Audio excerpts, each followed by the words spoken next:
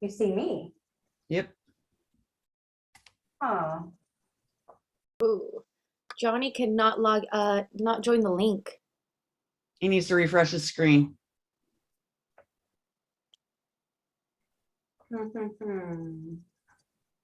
is it still me?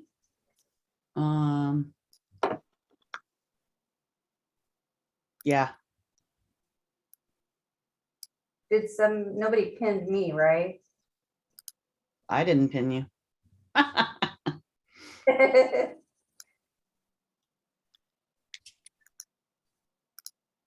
I think everybody's in control of their own view.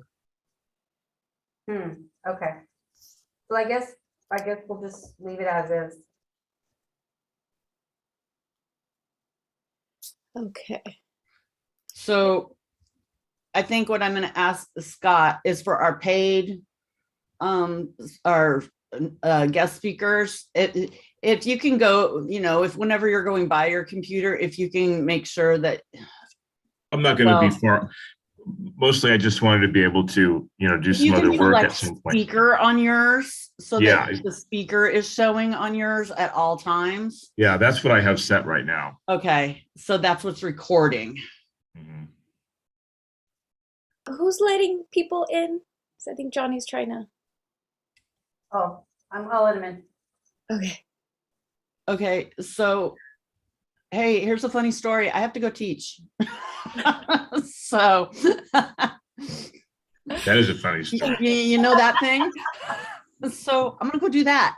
But I'll be in and out. I'll Celia, you can text me if you need me. I'll be back.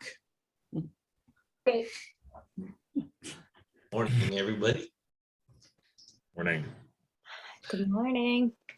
Thanks, Janet, for that pro tip. I didn't know I had to refresh my screen. That was Jenny's tip. Anytime, and you call yourself a doctor, And I call myself, that's right. I'm going back to kindergarten with my wife's class. I think it's not Dr. Zoom, clearly. All right. So it's 8 to 5. Do we have sharing capabilities, Janet? Yes, you should be able to share.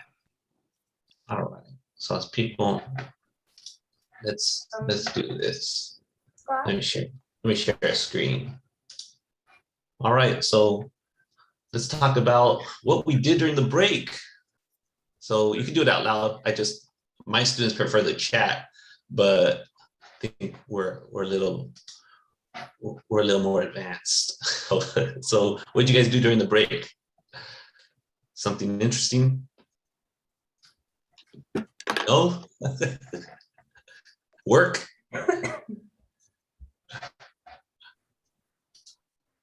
I saw some pics, Mo.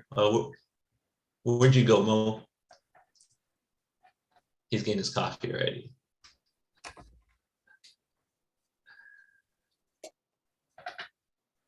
Let's see in the chat. A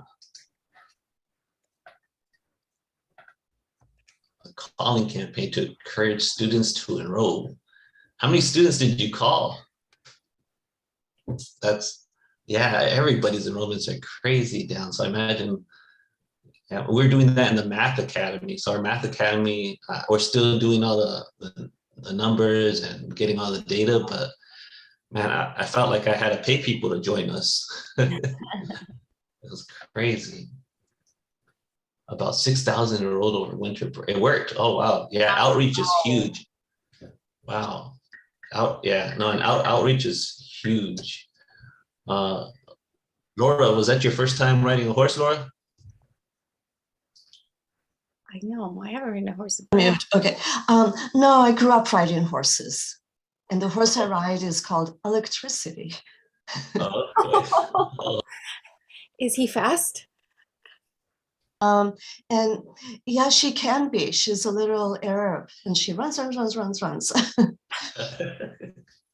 was this here, or did you travel somewhere, or you have friends that own horses? I have a friend that has one, and so close to Castroville. And so that's how I relax, is to ride this horse. That's your go-to. Nice. That's been a long time. Last time was when I was a little kid in Mexico riding horses. Well, I think they were horses. Maybe they were burros. I'm not sure. I was little. It was fun. I know that. And I didn't have to put any quarters in there. Nice. He does a All lot right. of it too in Mexico as a kid. A long time ago. Morning, Clint. Morning, Jennifer. We're just sharing stories. What did you guys do during the break? So we had a plan, I think back in March or April. My mom bought tickets for us, for the kids to go to Disneyland, and in December. So we were like, and we already pre-reserved and prepaid everything. So we went, and it was a lot of fun, but with everything up, you had everything in the back of your mind still, but we all had a blast, came back safe, and so that was what we did. Wow. So In this past December, you're saying? yeah, right after Christmas. So there's no people on the road that day. So the best time to travel. Nice. Well, you probably got in right in between, when everything was still okay, and then right before everything just kind of. Yeah, and it helped that it was supposed to rain, so that scared a lot of people off too. And so I loved Star Wars Land. If anyone's a Star Wars fan, that place is just incredible how they do everything there. Nice. All right, so let me share before I go into one of our games. Janet, let me do one of the faster games before we get into activity. Okay. So let me share Kahoot in case anyone wants to join us. I do have a prize. So Oh, we do. Okay, sorry. I wasn't sure if we were gonna have any. Okay. Yeah. Of course. Morning, Larry. See, join us. Let's see. Let me. Good morning, John. Everybody else. Morning. Good morning. All right, let's do we'll start with the 2 truths and a lie. So we'll play this game. So you could join us. Let me go ahead and play. Start. So if you guys have a tablet or another browser, you're gonna go to, and let me lower the volume, or you might want to lower your volume. I don't know how it is on this. But it's kahoot.it, or you could use your phone to scan this little QR code if you want to join us. Just some fun facts about some of our faculty and staff. And let me get my phone ready to, well, I shouldn't play. I know all the answers. 2 truths and a lie. Has anybody played that before? 2 truths and a lie. Lie. So we got a few from some of our faculty. So. All right, so just log in, follow Vanessa's lead there. She went to kahoot.it, and then she punched in this game pin.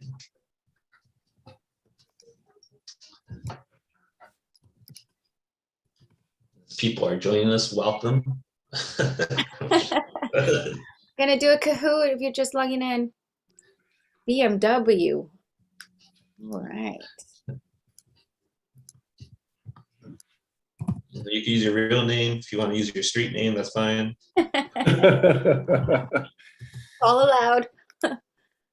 But Kahoot may kick you out. They are pretty. They're watching. Let's keep it PG, Yeah. please. PG-13. That's right.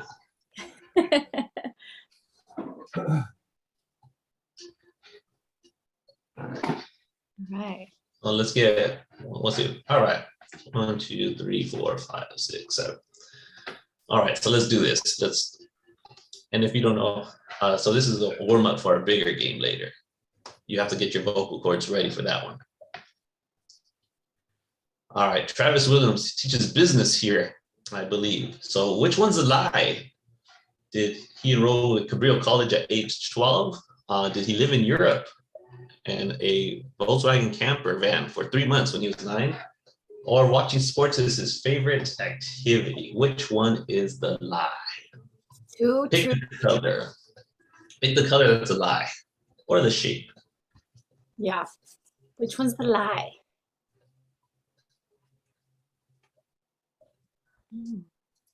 Watching sports on television is my favorite activity. Is Travis here? Oh, is Travis here? Oh, everybody got it right. He's a horrible liar. Come on, He's a Travis. horrible liar. Everybody got it right. Yeah, he rolled like a 3 at 12. Yeah, wow. Yeah, I got kicked out at 12, but that's all right. Nice. All All right, right, BMW. BMW. All right, BMW. Fine. All right, Janet Flores. I know her. Hey, maybe. Oh, it's too big. I Oh, think. it's too big. How do I Command C? Command minus? How do I make it big? Oh, I don't know. That's okay. Oh no. Wait. There we go. There we go. It's working. Oh. Wait. Scuba diving in Marina. She rode a camel in Morocco or scuba dived in the Caribbean Sea. Darn it. So The size. skydiving in Marina. Skydiving in Marina. Yeah. So you can't see the whole screen. But Yeah, I don't know what's up with that. What's scuba diving? where you don't carry the actual oxygen tank on yourself, like somebody carries it for you, or a little boat. It's like a mix, right, between snorkeling and scuba diving. Yeah, well, it's scuba diving. Like you have I was 25 feet under water in a cave, kind of, and so you have all the gear, but you're just not carrying the tank on yourself. Like that's kind of floating behind you. It was, pretty cool. But yeah, no, I have not skydived. That I have not, but camel in Morocco, yes. Oh, nice. Well, we couldn't say. Can we maybe? Make Yeah. it Well, how do you do the screen thing on Kahoot? What's up, Kahoot? You're failing me. maybe do a stop share and then re-share. Let's do stop share, and then let me make my screen smaller, the one I'm sharing. Let's see if that does the trick. Huh. Oh yeah, settings.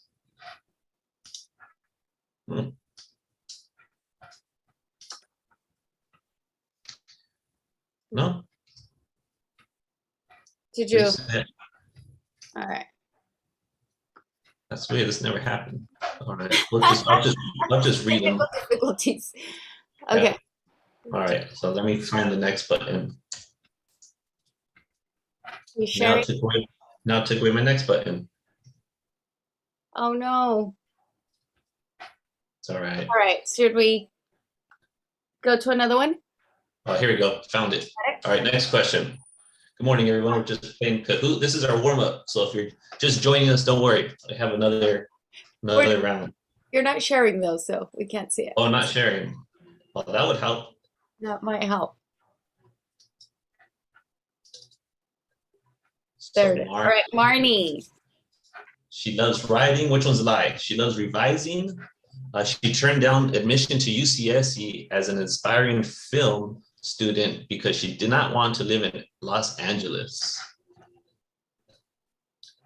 Oh, so green is part of blue. So it's Yeah, green is part of blue. so red, yellow, and there we go. Yeah, is she here? Man, everybody's good. They're getting it right. All of them. Yeah, or we just have some really bad liars. We just All have bad liars. All right, next question. Clint has taken the lead. Let's moved up. All right. BMW has moved to second place. All right, here we go. Here we go. Jenny. She's been over to 100 concerts, over 100 concerts. Has she been over 40 countries, or does she speak 5 languages? Which one is the lie? Ooh. Which one is the lie? Oh, Nina, this one's almost over. And the next one. And the next one you guys could play. So for these just joined us, this is our warm-up. We're just stretching. All right, we're just stretching right now. All right, so getting. do not worry. We're gonna get you guys in. Clint's All right, on Larry top. moving up. All right, Larry moved up. BMW. I saw him what here happened? singing the song in the background, moving on up. All right, here we go. I know this guy too. All right, Johnny. Let's see. We heard of him. Oh, Let's oh, see. this has a So, video. which one's the lie? Him. Did he teach Zumba? Did he play basketball for Drexel University? He got kicked out of San Jose State University or taught at the Salinas Adult School. Which Which one is the lie? And I'm a good liar, so this one's gonna be tough. And not good enough. Oh, Almost everyone got it right.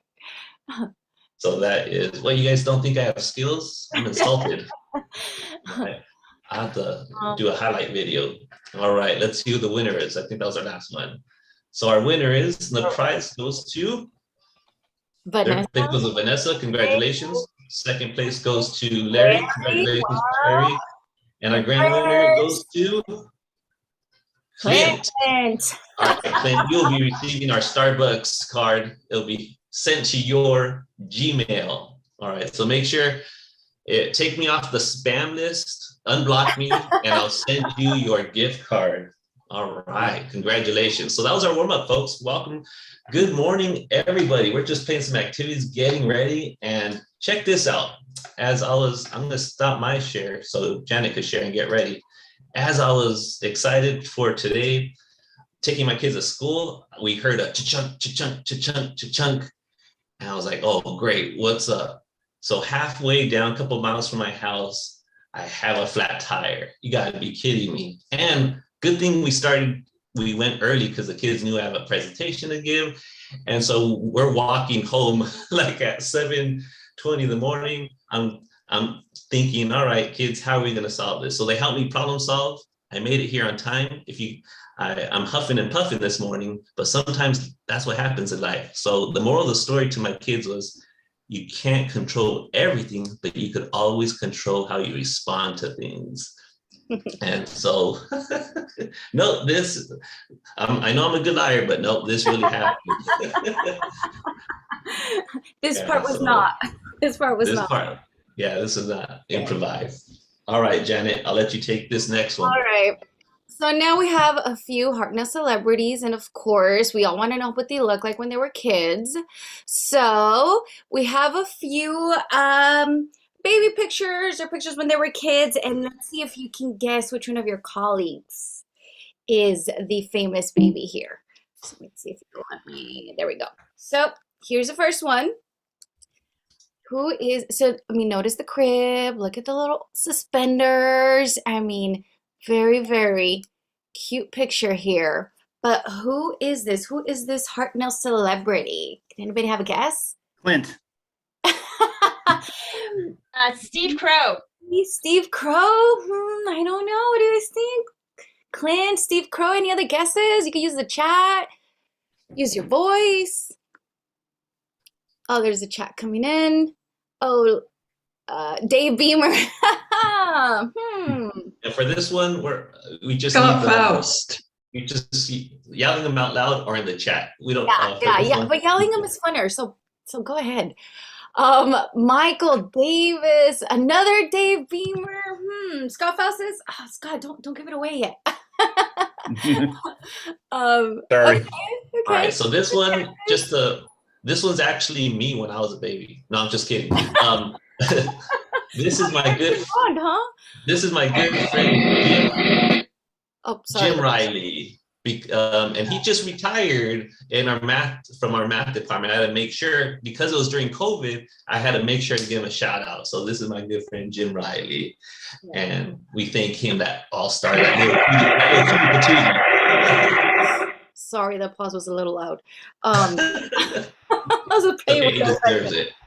Yes, he retired, but still a little shout out to Jim Riley. So, okay, that was our first celebrity. Hartnell celebrity. The next one. Ooh. Who is this Hartnell celebrity as a kid? The hair, very innocent. Any guesses? Anybody? I don't know if he's on live. Try and check to see if he's with us. He's not. Yeah, no, he's not with us. Unfortunately, not live. So we have some guesses online. Travis Williams and Bright. Well, Scott. That was okay. Greg Perkins. All right. All right. Good guesses. Guesses. Oh, Scott. Scott Sonnet.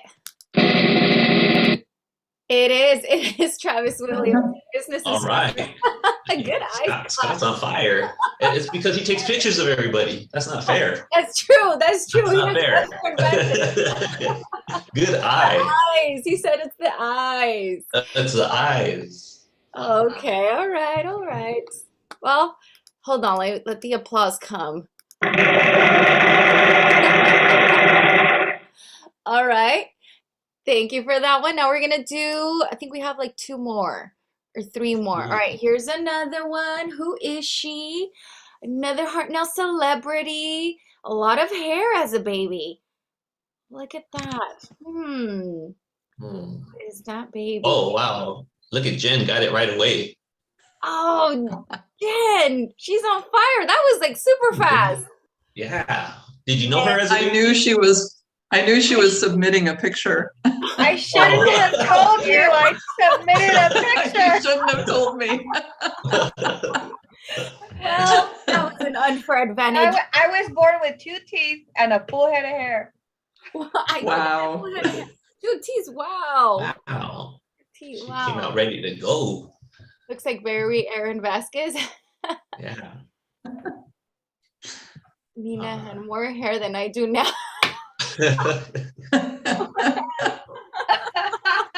Awesome pick. Another awesome I know. Like, how old were you here, Nina?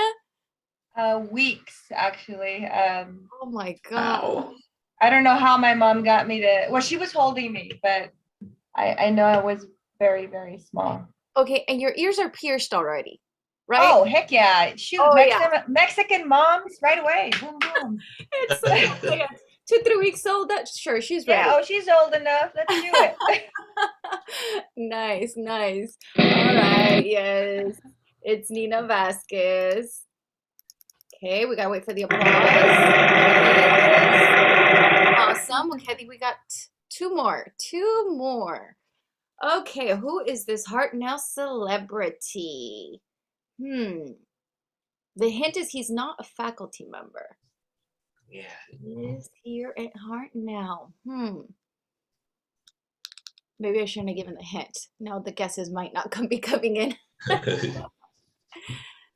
look at that. Herbert? Yes. Could it be Herbert? That's a good guess. That is a good guess. Anybody Caesar. else? Caesar? Good guess, Joy. Anybody else? Any more guesses? Who is this? Mo Yachty. Is it Mo Yachty? Is it Mo? Could it be Mo? Mustafa. They're guessing as well. Yeah, yeah. All right. Let's see. Let's do a Let's see drum who roll. it is. Sam Pacheco? Oh, we're running out of time, so let me just go ahead and it is actually Carlos Aguilar. From our Panther Learning Lab. Ah, All right, Carlos. specialist. All right, we got 1 more, and then we only have 5 minutes. Johnny, so we gotta.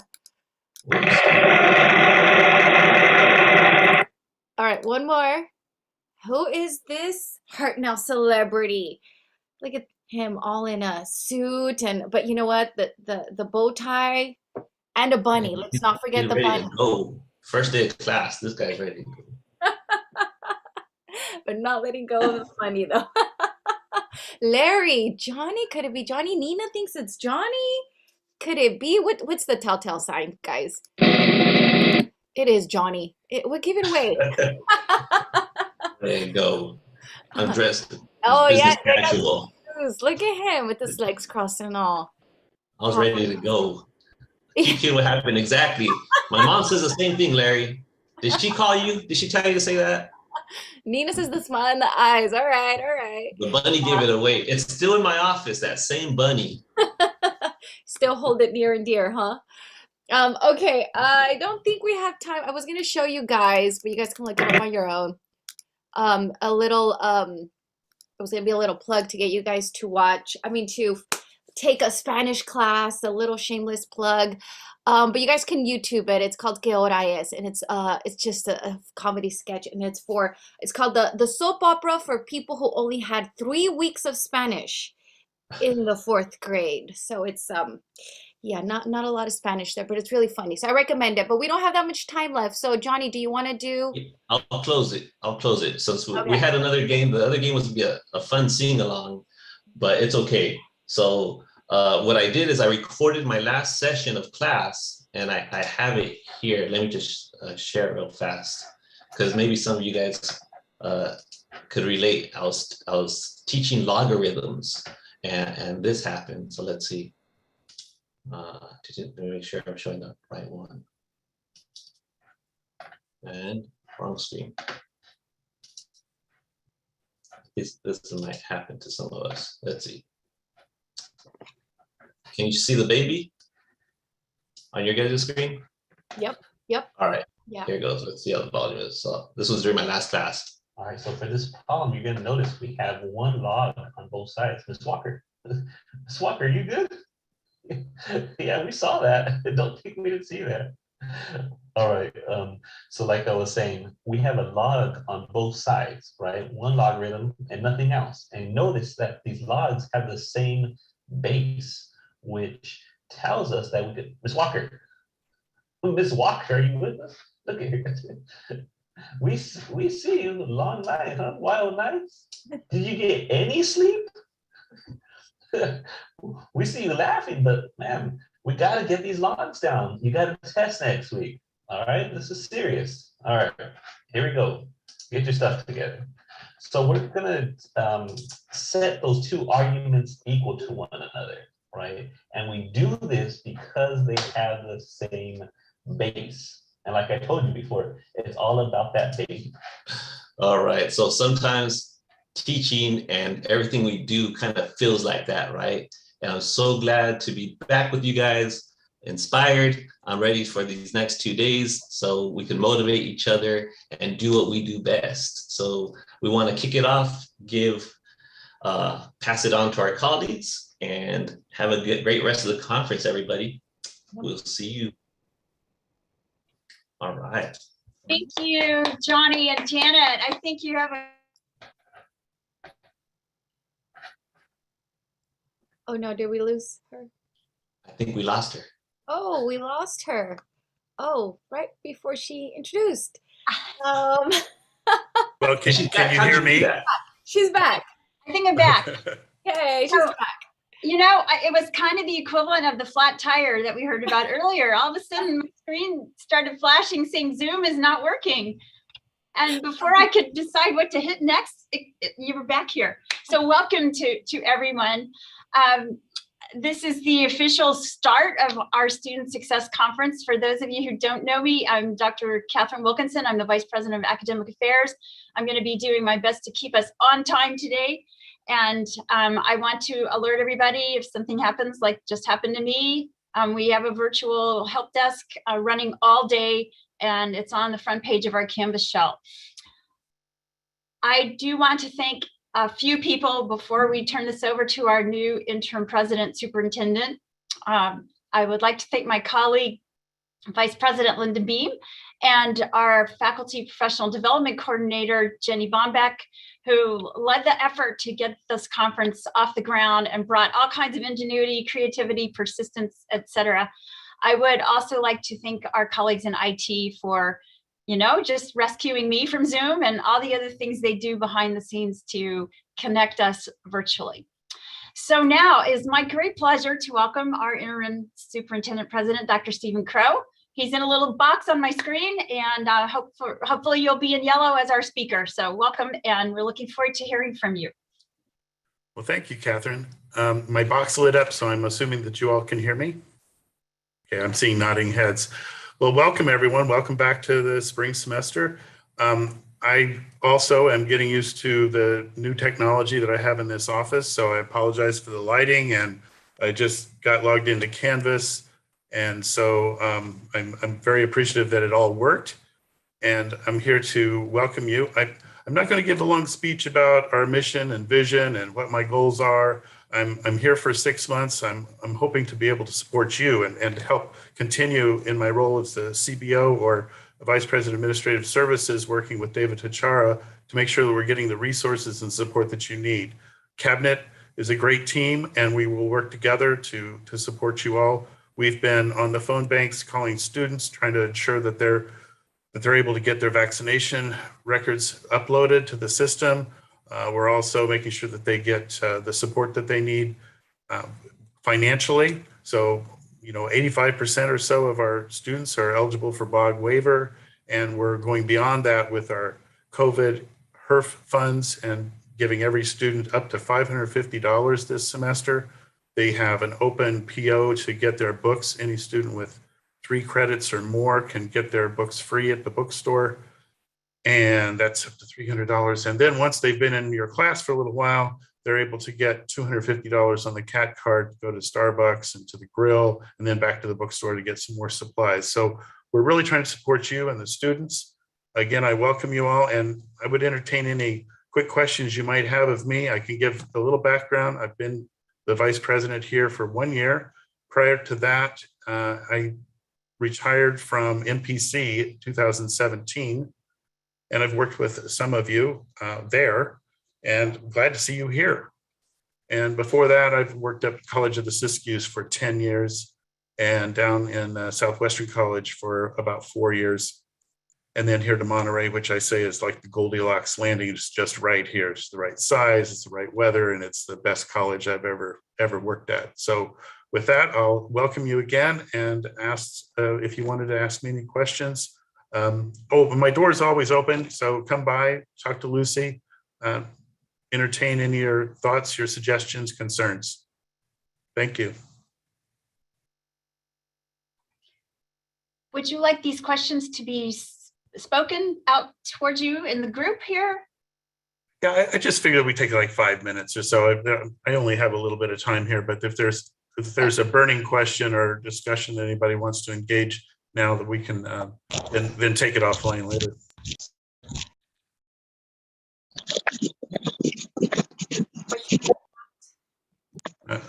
There's a question in the chat in regards to, will there be emergency Chromebooks and hotspots? Your audio is breaking up a little bit, but I think I got the question, will there be emergency hotspots? I'll be working with Bala. You've probably been used to working with Dave Phillips. I'm working with the IT team and Bala to continue the support to students. So if there is a need for hotspots, if you're talking about for staff or for students, I'll get back to you on that. Yeah, for students. I believe there still are some available, and we've been reordering them as we need them.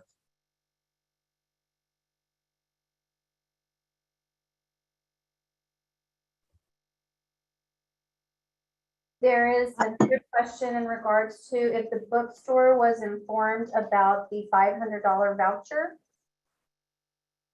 Actually, it's a $300 up to compensation for books. So what a student does is they go to the bookstore, and then we also increase that to they'll be able to do it online. Yes, the manager of the bookstore, Shante, she has been successfully implementing that plan throughout fall and was ready to go and is already working with students on that. So yes, you can, not only books, but any required materials you have for your class, that the students are able to get up to $300 per class. They just need to show their schedule. Great. Question asking about COVID preparations.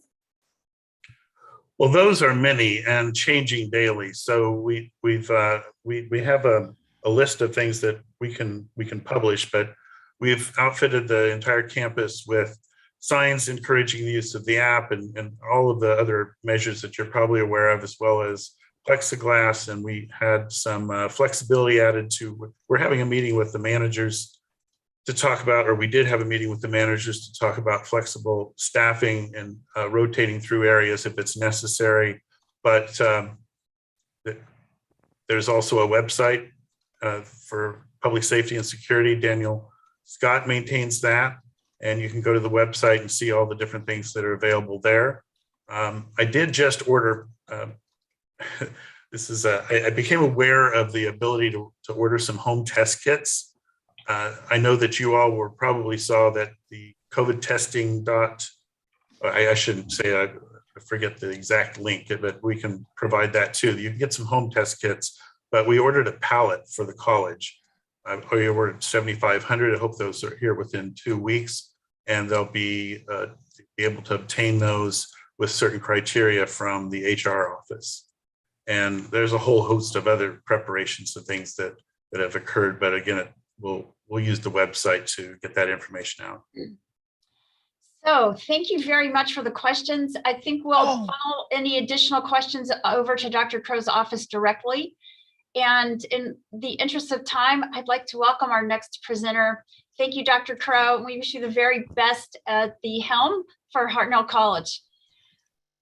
Our next event is featuring the employee giving, hosted by our Hartnell College Foundation.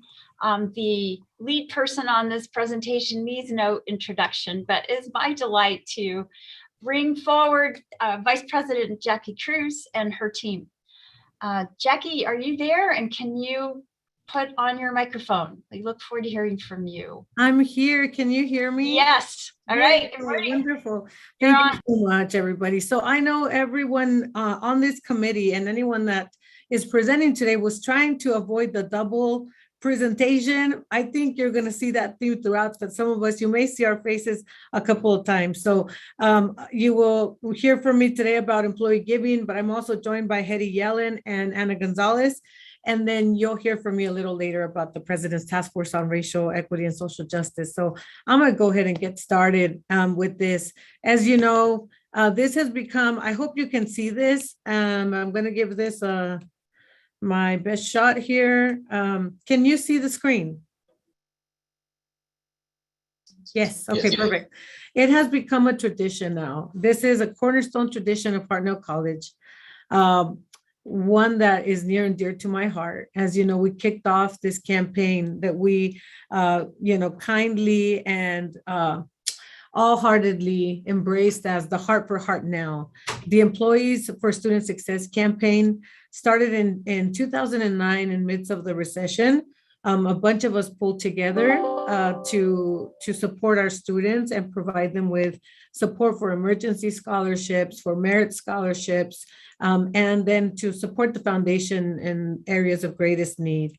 So we are now, this is now our, oh my God, I don't know how many years it's been. I can't do the math right now, but I wanted to make sure that you saw who our committee is this year. I want to give them a lot of credit. We're going to be meeting weekly for the duration of the campaign. And we're going to be encouraging all of you to participate and come along on this awesome journey. So this is a little bit of our history. We started with participation and contributions in 2009. I don't think I have the 2009 figure, but I remember that we raised $16,000 that year right off the bat. And you can see here our growth. Last year was our record year with $135,614. And we had 201 participants join us. We know from our basically employee count that we're doing really good with our full-time folks, but we have a lot of potential to grow in participation, especially if we do a little bit more strategic encouragement for and engagement for our part-time folks. So our goal this year is to really increase our participation, but let me show you what our goals are. And here's a little bit more on data. So if you're a data person, you're gonna like this. So our average gift annually is $674. That's $56.25 a month. Hartnell stacks up in one of the best employee giving campaigns in the whole state. I'm gonna say we're in the top 5. There's only a few others that are doing better than us, but quite frankly, they're a lot larger than Hartnell is. So we are really top in philanthropy. President Circle members, we went from 67 members to 72 members in 2021. And we introduced a new giving program that's perhaps for the person that cannot do the $1,000 a year, but wants to be in the Centennial Club, which is $500 a year. So we had 21 Centennial Circle members. So these are some of the top supported areas, emergency scholarships being one of the top, and then areas of greatest need, annual scholarships. Dreamer students has become very popular, so people write that in. And other areas that also receive funding is athletics, TRIO, nursing, EOPS, Ag Business and Technology Institute, as well as some name endowed scholarships. They also receive support from their respective donors. So we were able to award 60 emergency scholarships from this fund to our students. But overall, we were able to surpass the $1 million mark in awards and scholarships for our students last year. It was our top year ever. So examples of what some of the emergency or basic needs funding cover is, to prevent homelessness, to help with food and basic needs, like a formula for our single parents, tuition, college fees, textbooks, car repairs, registration, vehicle registration, electric and other vital bills, and grocery gift certificates. One thing that you must know about this is that we send the emergency scholarship checks directly to the vendors, which, is something that some donors want to know. How do you distribute the money? And our counselors help screen the need. So this is where I'm going to ask Anna and Hetty to just provide some insight about why they're involved in the campaign. Are you guys here? Yes, good morning, everyone. Thank you, Jackie. So I give to the campaign because it provides me an opportunity to give back. As someone who was born and raised in the Salinas Valley and my parents working in agriculture, personally, I always knew that I wanted to go to college, but financing that was my biggest fear. And it was people that donated that helped me bridge the gap between my financial aid package and my financial need. So because of that, this employee giving and the foundation and Jackie's work really gives me the opportunity to give back so that I can also help just like others were able to help me. So thank you, Jackie, for this opportunity. Thank you, Anna, for sharing your story. That's really awesome. Miss Yellen, are you around? I am. I'm right here. Hi, everybody. I donate monthly, right out of my paycheck, amount that, I'm very comfortable with, and, it's not painful at all. And I really want to encourage faculty to donate if you don't already, and thank you if you do. I know that every day faculty are giving and giving and giving, and sometimes we can even feel burned out or not appreciated, and COVID's made that even harder. But at the same time, I give because for those of you who've seen the show Ted Lasso, I believe in our mission, and I think that we just offer such a wonderful education, far superior to the for-profit colleges and the totally online colleges out there. We're such an affordable and important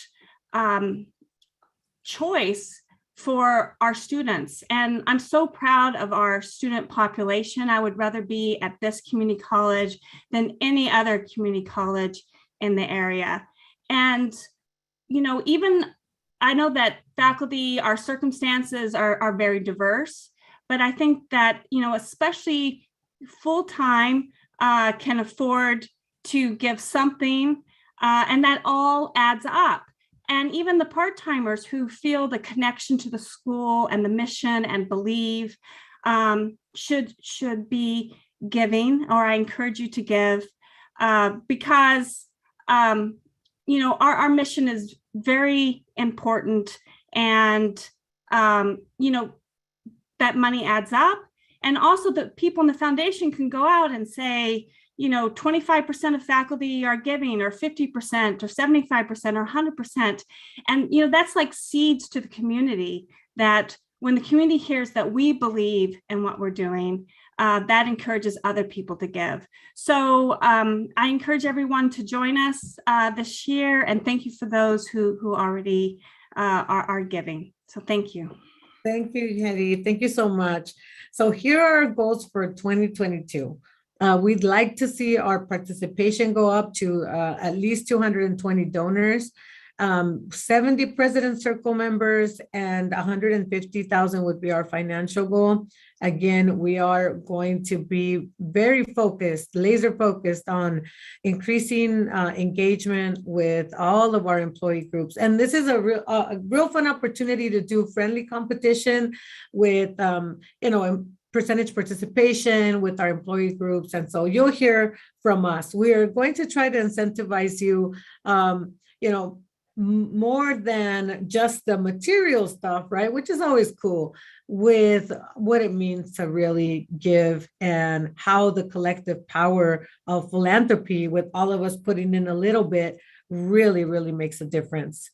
So I'm going to go ahead and show you a little bit of what that is, a $5 latte or a $10 movie ticket or a $50 haircut or, a $100 pair of jeans, how that impacts a student. For them, it could mean the difference between staying or leaving their college education, which means, quite frankly, a prosperous, economic and prosperous life with economic health for them and their families. And then we already know the impact to the next generation, right? And how that really changes things, the trajectory of their life.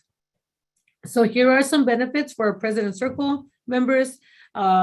2 party in the library tickets. That's, wait, Chris told me not to mention the dollar amount. So I was going to say that's about $400.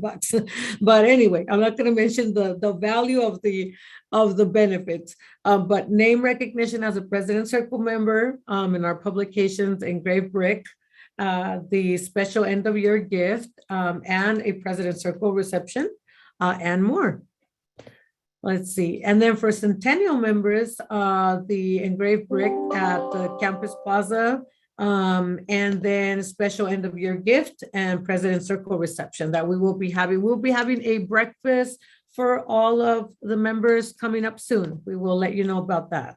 All right. So make your gift today and you may win a customized pair of AirPods and an athletics jacket. Our wonderful, it's a beautiful athletic jacket. The campaign will run from today to the end of Valentine's Day. But get your pledge card in today. If you're already giving, you just let us know.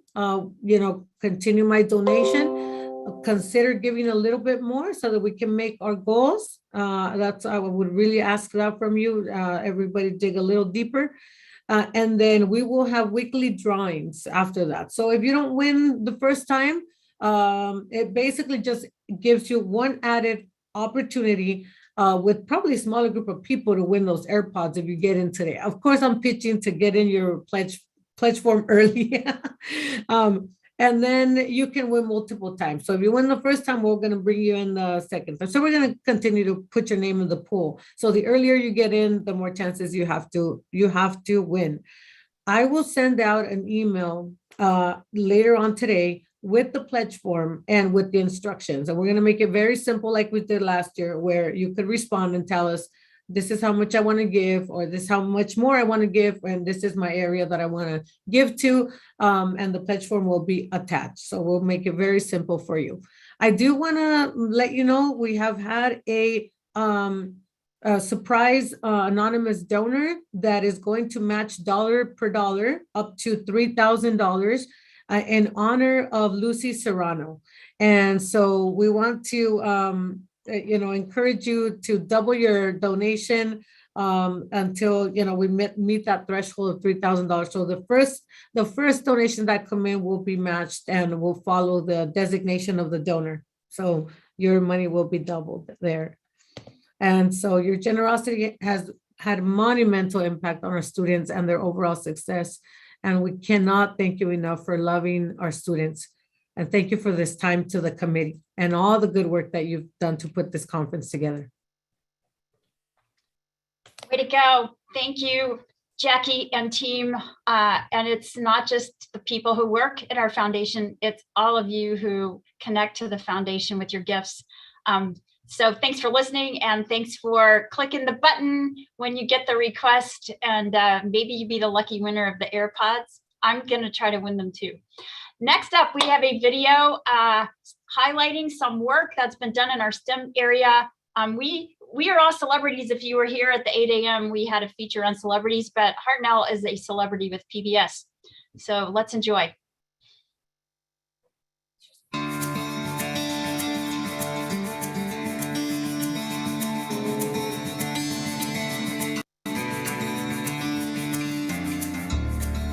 It's a foggy day on the Monterey Peninsula, but that's a good thing because it means it won't get too hot during this day of manual labor. Being 5'1", you don't think I'm gonna learn how to use a pickaxe one day and actually go out and do this really hard work. They really push me to do work that I probably didn't think I could do. Citlali Lopez de Leon is a community college student at Hartnell College in Salinas. She's also a paid summer intern at the Elkhorn Slough, working 40 hours a week at this ecological reserve. It's part of Hartnell College's internship program for students in STEM, or science, technology, engineering, and math. The community college has one of the largest STEM internship programs in the United States, placing students like Citlali at prestigious institutions to get the kind of hands-on experience that you can't get in the classroom. A lot of community college students, they often don't have access to internships or stipend projects outside of their immediate campus. And I know from my experience as a college student, those internships are what build your career pathway. Today, we will be collecting seeds from our sensory garden. As you can see, a lot of the benefits. Citlali splits her time between restoration work and educational outreach, giving tours like this one to the public. She says she didn't expect to be able to do an internship while at a community college. To see that opportunity pop up, it was like, oh, okay, I really want to take that opportunity and get hands-on experience of what it's actually like to work in conservation. It allows them to discover skills they didn't know they have and learn more skills that are not necessarily something they get into the classroom, but they are so useful for career in the workforce. Dr. Mohammed Yadi is the Dean of STEM at Hartnell College. He says of the students who complete STEM internships, 91% transfer to a four-year university, an exceedingly high number. Many of those community college students are from Salinas, and like Citlali, are the children of immigrants and farm workers. These are the kids who grew up roaming these trails, or at least roaming the local habitats, the local areas. They are so ingrained in this community and reflect the diverse community that we have here. Hartnell College typically places about 80 students in STEM internships each year at places like the Elkhorn Slough, local companies, or at universities doing graduate-level work. The Naval Postgraduate School in Monterey has long accepted Hartnell Community College interns. These interns work right alongside interns from places like UC Berkeley and MIT. They work hands-on with a faculty mentor and often with a team that may comprise of lab personnel and or military students that are here at the Navy School to get a higher education. Jesus Delgadillo is a Hartnell student interning at the Naval Postgraduate School this summer. He's working with Assistant Professor Andy Nito on a 3D printer, exploring new composite materials that could potentially be used by the Navy. 2 weeks into the internship, I was like, "Wow, this is very cool stuff. I want to try something else with materials and maybe go into the material science track." This is PETG with 1% by volume of graphene. Coming here, allows them to get, graduate level experience to encourage them to go to graduate school, but also have experience in graduate school. Jesus is a native of Salinas who earned his GED before enrolling at Hartnell College. He says his plan is to transfer to CSU Fresno and maybe even earn a master's degree after that, inspired by this internship. Several have gone on to come back and work for the military. Many of them leave having a favorable feeling about the military that they may not have had previously. So for us, it is a win. It's also a win for other employers around the Monterey area who say they are thrilled to have a crop of curious, motivated local students who are prepared to enter science and engineering fields. We know that every year we have new jobs that come up, and we know that right now our nation is falling behind in the STEM field. And so as much as we can support the new generation of STEM people, we will have more of them to pull from and a more talented, knowledgeable pool in our backyard.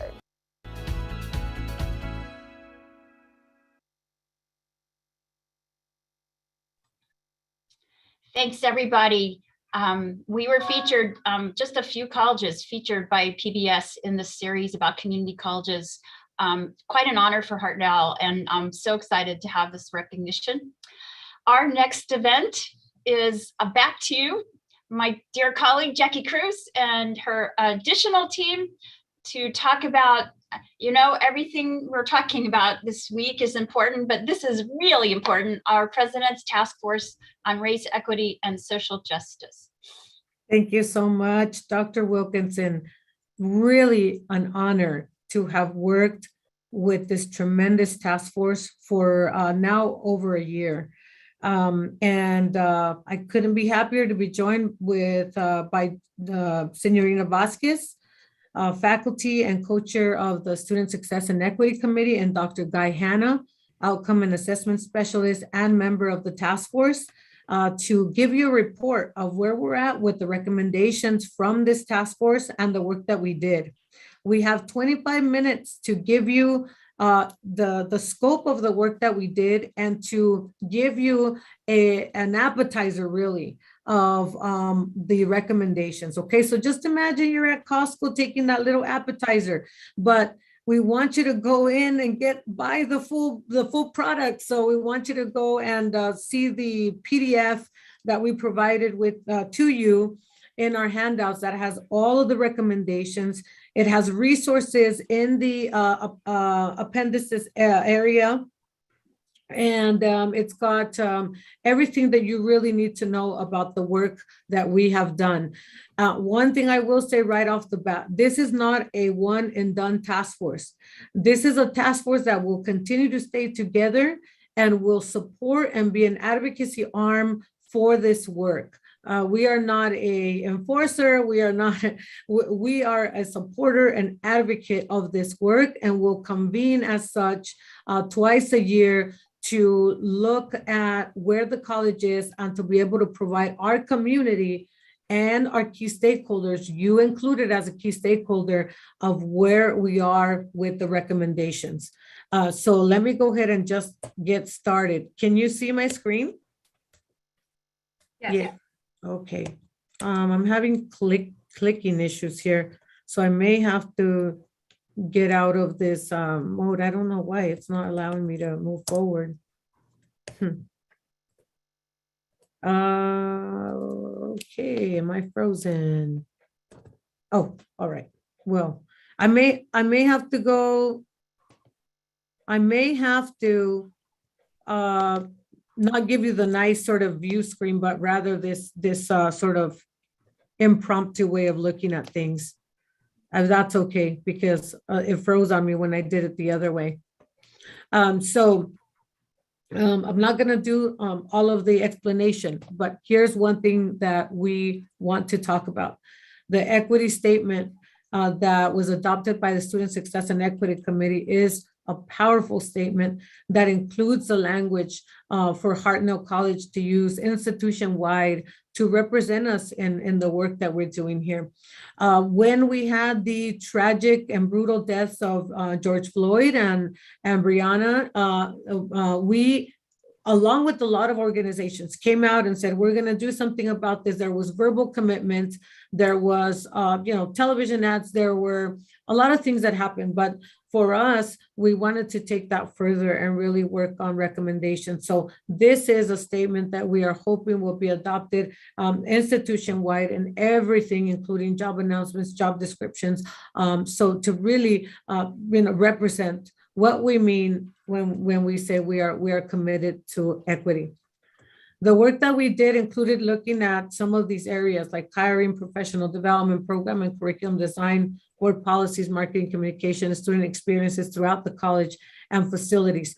We were anchored on the statement that anti-racism is the intentional implementation of beliefs, laws, policies, and procedures that really, and other actions that identify and oppose personal and institutional racism. Here's a little bit of our process.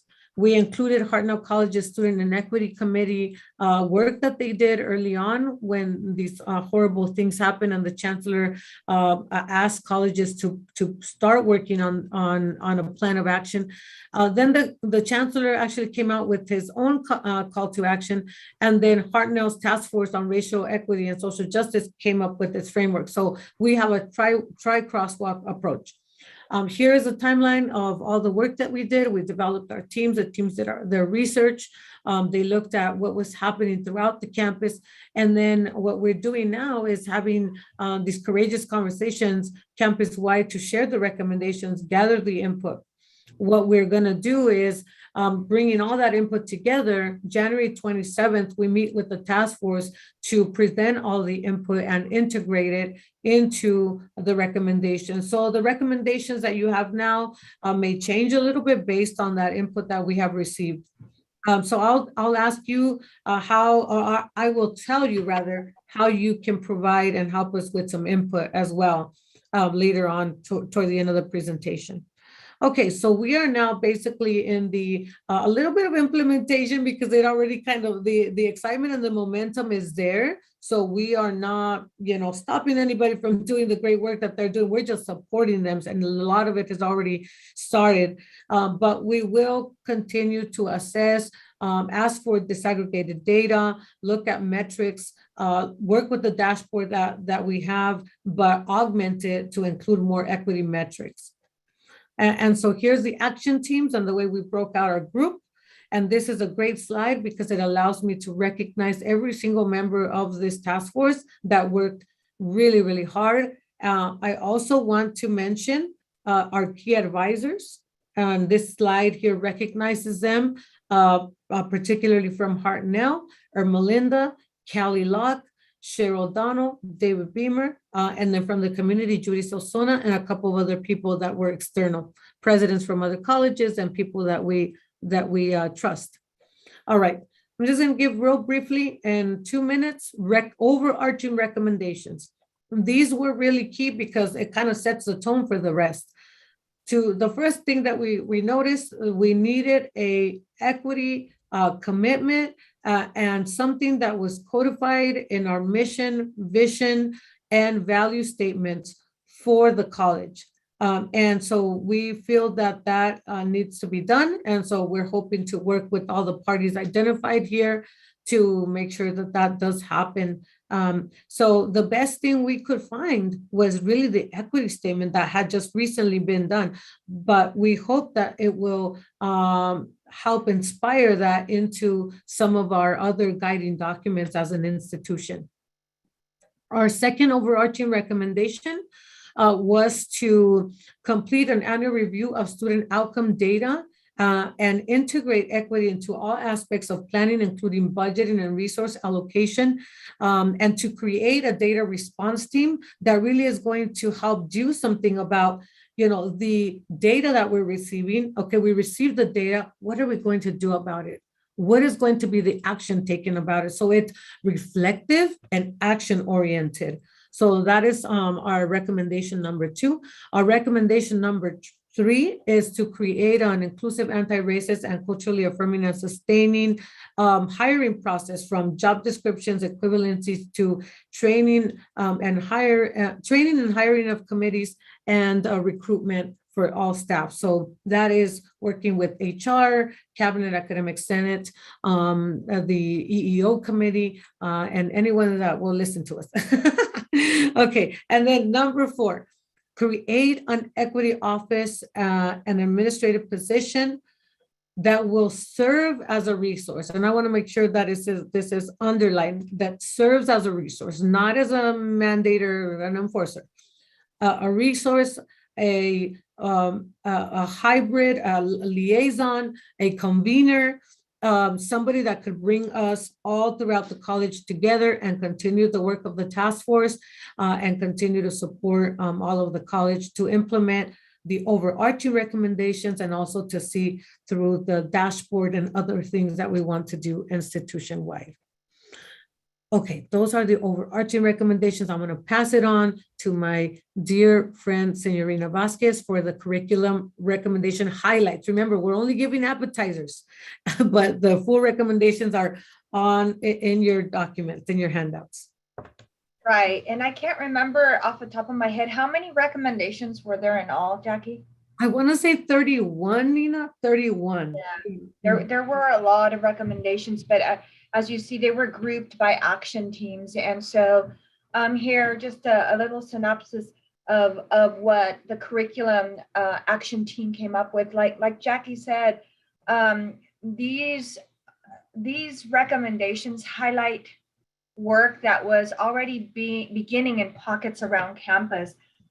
So for example, number 5 and 7 support the work surrounding reducing the disparities in our learning outcomes by aligning them with the Online Education Initiative and the Peralta rubric for online courses, and the new and improved, I will add, equity rubric for student success for our face-to-face classes.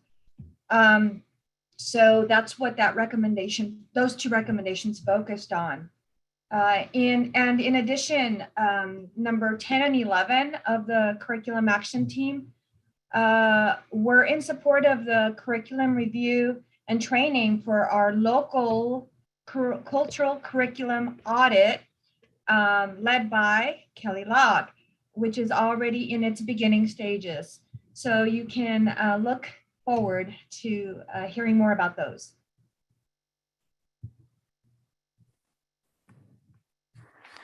Excellent. Well, I think I'm speaking about institutional audit since I was on that team. So I'm happy to be with you all this morning. Actually, can you go back one slide? Thank you. So I wanted to share a few highlights and a few success stories about how some of this work has already been progressing at the college. So number 12 and 13 is a review and audit a process for program, student, and service area outcomes. So I wanted to report the O&A committee has approved new data collection mechanisms to help address our race and equity gaps, as well as updated our assessment plan to reflect that. So each semester we'll be able to provide a real-time snapshot of assessment activities and address learning outcome issues more readily. Additionally, I've worked with the SAO subcommittee on addressing data measurements for our SAOs to make sure that our administrative and service areas can hold these high standards for delivery. Additionally, recommendations 14 and 15, last year, our Student Success and Equity Committee, led by Nina, conducted a campus climate audit of our equity activities. And to provide a kind of a baseline so we would know how to identify growth and opportunities moving forward. The idea is that we will repeat this activity in 3 years to measure our progress and to provide accountability and transparencies into the efforts of the institution. Next slide, please. Awesome. So also I had the pleasure of serving on the Student Equity Plan work group. Our SEP is a 3-year plan, and it's actually due to be renewed this year. So using the University of Southern California Center for Urban Education, we will use that as a guide to help review our practices and refine many of our tools for racial equity and use some of the high impact practices that they recommend that have been proven to work at other institutions. As well, this will be reviewed by our academic senate, our college planning council, and of course the board. And professional development is another action team that I participated in. And this team, we took inspiration from other colleges, such as Compton College. And our recommendation was to support the PD Professional Development Committee in planning flex opportunities that center around equity, inclusivity, anti-racist practices, and culturally affirming pedagogy. So these ideas were and are surfacing around campus already, and the recommendations is in support of these events, such as today's conference, and to further promote faculty-led efforts, which you will hear more of in tomorrow's workshop. Great. The Courageous Conversations team had one recommendation, but it's a big one. And it's to adopt the 4-stage community engagement framework. And really what this is gives a lot of voice and opportunity for storytelling from the students to change the narrative on deficit thinking and more asset and growth mindset to really adopt this framework. And I think that will really be powerful to enlist the storytelling and the lived experiences and honor our students in that way. And then the student engagement team want to talk about the recommendation 30 and 31, which was to create a basic needs center with the basic needs coordinator position. As you know, right now, it is everybody's job and nobody's job because there is no center. Everybody's doing a little bit of it. Whether you hear from a student that has an emergency need, mental health wise, financially, childcare. There's so many basic needs that our students have, and we didn't have a center. And so happy to jump into our wins. So we're going to report real quickly on a few wins already. So our first win is our almost $1 million grant that we have secured to fund and establish a student basic needs center. This center will live under the direction of Dr. Romero Jalomo, but they will report directly to Dr. Jalomo. It will also report, as you can see, it has a little link to the Basic Needs Task Force, which is a cross-functional team here from Hartnell College that includes a lot of people interested in basic needs and providing our students with those needs. And you can see here the gamut of the scope of the org chart. So it won't just be one person, it will be case manager, at least one to begin with, work with part-time counselors, work with, not part-time counselors, but we're saying it's not one full-time counselor, but this could be contracts with several of our counselors. Also, SPA work with our faculty, and then have student ambassadors as well. The other thing I will add to this, just to say about equity, is that this center will have the model in the other centers. So King City, Castroville, and Soledad will be serviced by this, and they will have people out there. We will have to work on the design of how we share the duties, but the centers will have their basic needs center. And then here is, let's see, win number 2. This is Dr. Hannah, I think. It is. So I just wanted to share that the work that we do here matters to many people, even beyond our borders. This past fall, we had a college reach out and ask if they could use our equity rubric that was created by our own Student Success and Equity Committee to help develop their faculty and create a more equitable institution. As you can see, it was Humber College in Toronto, Canada, reached out, their professional center for education, to help their faculty. And additionally, I just wanted to take the opportunity to plug a session and encourage anyone that has not yet had the opportunity to review the equity rubric to review this material and attend the session that will be hosted by Nina and Janet, the co-chairs of our Student Success and Equity Committee.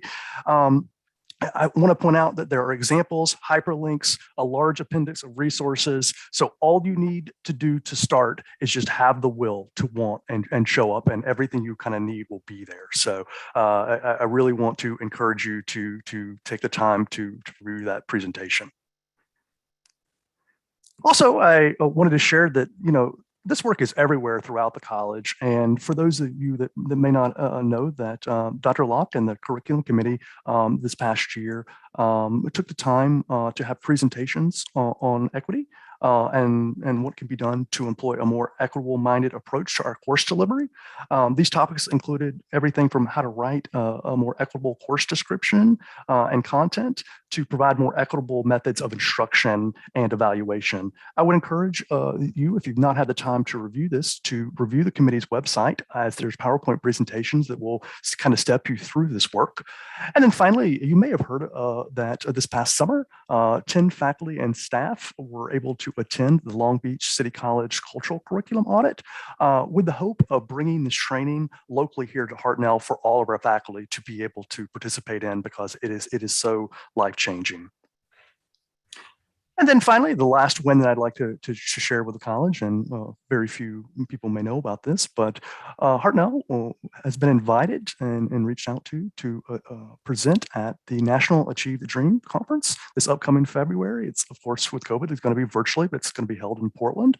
So our Outcome and Assessment Committee, our Student Success and Equity Committee, and our Curriculum Committees will be sharing all of the equity measures and work that they have kind of embraced over the last year, as well as our PPA specialist, David Beamer, will be explaining how our PPA process was used to really help bring our funding into alignment and make sure those requests kind of were floated to the top to make sure that we're putting our money where our mouth is. So, there's a lot of great efforts happening by its faculty. And every time I have the opportunity to say what a wonderful pleasure it is to work with such a dedicated faculty. But if you're looking for resources or you're looking for help, they're out there. So, and with that, I'll pass it back to Jackie. Great. And Jackie, we're coming up on our time for a break. You have a couple of brief concluding comments? Just final thoughts, Dr. Wilkins. I heard the kicking off the stage. Okay, you got it. So 4 concrete ways to partner with the task force. Review the recommendations document, please. We will send out a link. If not, Nina, would you put it on the chat? Provide your input on the Google Doc that we are going to share with you. If we can't put it on the chat right now, we'll email it to you.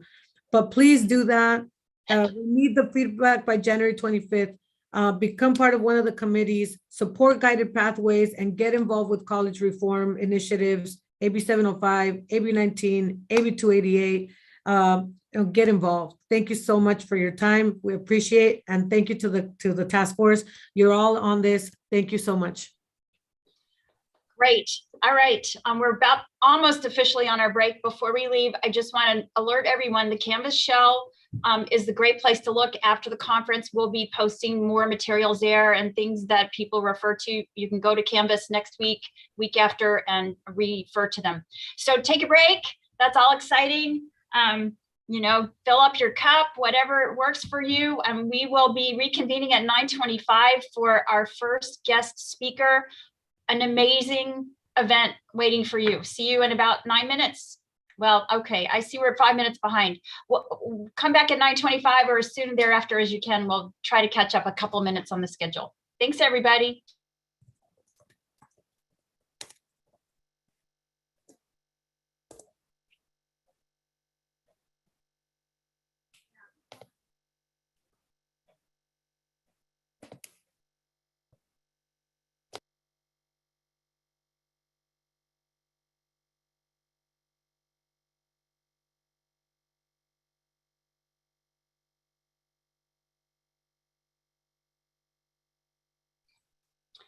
If anyone wants to lead some exercises to get people moving, now's your chance. I always encourage people to get up and raise their arms and jump a few steps.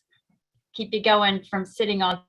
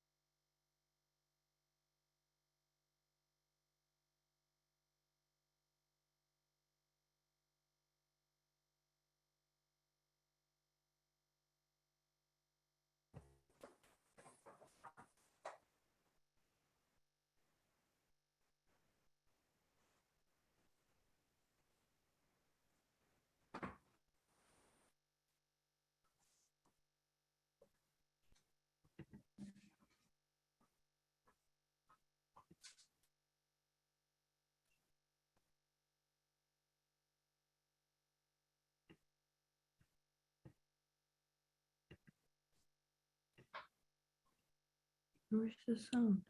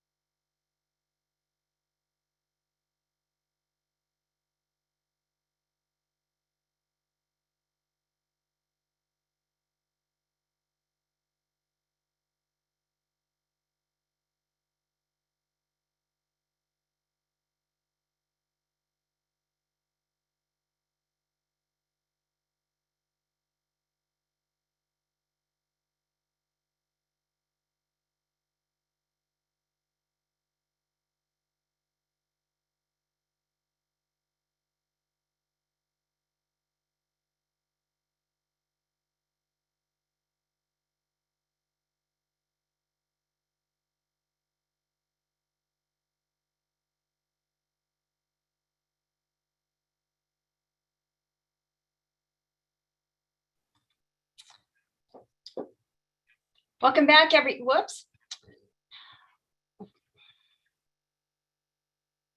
Welcome back, everyone.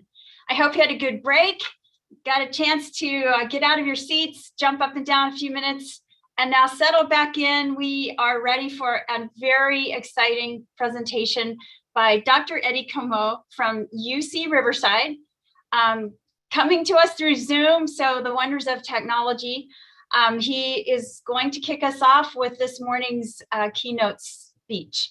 Welcome, Dr. Crowe. We are thrilled to have you. And before you say you're glad to be here, let me say that 2 years ago at Hartnell, somebody said, get this guy.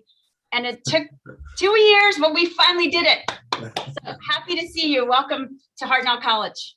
Thank you so much, Dr. Wilkinson. It's great to be here. I see that I'm now a co-host, so now I feel I have full access to this virtual space. I appreciate the warm welcome. It's so great to be in this virtual space. I would have loved to be with you all in person in Salinas, California. Actually returned to Salinas, California. For any of you who are familiar with the minor league baseball team, I actually played for the Salinas Peppers back in the late 2000s, 1998 to be exact. So it's always been a great place for me, a place of community, and a place where I certainly was able to grow up a little bit. But unfortunately, I'm not here. I'm in this virtual space, so certainly happy to be here. And just in the spirit of sports, since I'm mentioning baseball, I want to give a shout out to the women's soccer team for winning a state championship. I think it's their first. So what an impressive record, 24 games, no losing streak. And so that's a wonderful experience, as well as the men's soccer team and the women's cross-country team for what they were able to accomplish. I'm always curious, as someone who studies the interplay of athletics and higher education, how those students were able to strike that healthy balance between their academic and athletic identities. And you know, even further, I was able to read your strategic plan and saw, you know, a focus on completion rates and also transfer to four-year schools, and always wondering, you know, do athletes do a better job of transferring and completion than their non-athlete peers? But that's a discussion for a whole nother time. I'm here to more so focus and center on this idea of equity and empathy, and you know, and so I've been able to connect with several people as I prepare for this speech, and so shout out to Jeannie Bombach, Linda Beam, Laurencia Walker, Clint Cowden, for some correspondence leading up to this presentation to really think about your equity goals and things that you're doing to really advance equity. So I'm excited to be here and with this intellectual community and share some of my thoughts more specific to this current moment. And I really want to talk about, you know, the challenges, which are multifaceted, that we are experiencing around a global pandemic. We have an economic downturn, and we also have social and political divide. And so how are we able to engage? How are we able to re-engage our students in this moment, given all that we're confronted with today? And so the focus will really be on thinking about how faculty, how administrators can really be responsive to a wide range of diverse learners within the Hartnell community. And before I do that, I think it's always great, even though my focus will be on how we might address students, is to understand how this intellectual is doing in this moment. And I want to know what you all are doing to claim joy and happiness in the midst of so much stress and anxiety. I've been coaching. You know, how do you plan to find joy and happiness today? Let's inspire each other by sharing our joy and happiness practices. I know that the chat is open right now. So if there's anything that you all are doing just to claim joy and happiness, please feel free to put it in the chat, drop it in the chat. And, you know, if you're not feeling the joy today, it's okay to just heal right at this moment. So if you all have anything that you all are doing, Melissa, yeah, shout out to the Salinas Peppers. If there's anything that you all are doing, please let us know. It just be one word. It could be a simple phrase. Steve says he's making music by playing the violin. That's beautiful. Watching your son play basketball. Theater. Yes, yes, yes. Cup of coffee. That just might do it. That's amazing. Knitting. Daily meditation. We need that. We need that. This is awesome. Thanks for sharing, everybody. Someone said, bringing my kids to school with my wife. Absolutely. So we're thinking about the wide range of diversity of how we're claiming joy and happiness in this moment. And it seems like some of the chat features, many of you are sending me direct messages, which is fine. And if there's an opportunity to share with everyone, that's also great as well. But I just wanted to get a feel for this community and how you all are doing that. If you're wrestling with a lot in this moment, I understand there certainly is time for healing for everyone. And so let me delve into my presentation for today that will really focus on how we might think about our students and re-engaging our students. So I'm going to share my screen here. All right. So we'll start here from the beginning. All right. And so I'm claiming joy here, and this has really been the highlight of my pandemic. As I mentioned, I've been coaching. For those of you who are love hip hop and R&B, I've certainly been a part of Club Quarantine. I love music, so that certainly kind of cements the movement for me. But here is, I have a 6-year-old. Sometime during the pandemic, we won a basketball championship, and that's them holding up their trophies. So they really enjoyed that moment. And then I also transitioned to basketball. And here's my kid right here, probably one of the bigger kids on the team, and right here. And baseball, we went undefeated. No one was keeping score, but I told the kids we went undefeated. I like to think we did. So that was a highlight of my pandemic. I was able to practice patience. It was such an adventure for me, but certainly worth opportunities to smile, to engage with young folks. And so that was really something that I really hold on to during these times. So really enjoyed that opportunity. In terms of my presentation, I really want to spend time discussing teaching and learning during a global pandemic. The world has undergone unprecedented amount of adversity in the last few years. We've had, hurricanes, racial inequity, riots, a global pandemic, wildfires, unemployment, just to list a few. And there's certainly been considerable death, pain, stress, anxiety, and suffering in this world. And I think it's really essential that we accept the realities and the impact that this hardship has had on humanity before we can really emerge more resilient as a community, as an intellectual community. So I want to spend time talking about what it means in this moment to really think about teaching and learning. I also want to really kind of, as a sort of foundation for really thinking about best practice and how we might engage our students, is to really think about how we move from a diversity frame to an equity frame. I've been a professor at UC Riverside for more than 10 years now. And if you're familiar with UC Riverside, what's unique, most people might respond and say, well, it's our diversity. The compositional diversity of our school is probably one of the top nationally. We have a number of students who are successful that are first gen, low income, students of color, similar to the demographics at Hartnell College. And what I hear early on when I arrived at Riverside in 2012 was, oh, we got diversity taken care of. Do you see the diversity on our campus? And I think that's wonderful. It's a good starting point when we have such diversity, rich diversity on our campus. But one of the fundamental questions I often ask is, have we created the conditions on our campus to really benefit educationally from that diversity that we have, right? Have we created programs? Have we created safe spaces, support systems that really allow our students to flourish? So fundamentally, I think it's important for us to move from a diversity frame to really think about what an equity frame might look like in practice. I'm also going to identify and discuss the design principles of culturally responsive teaching.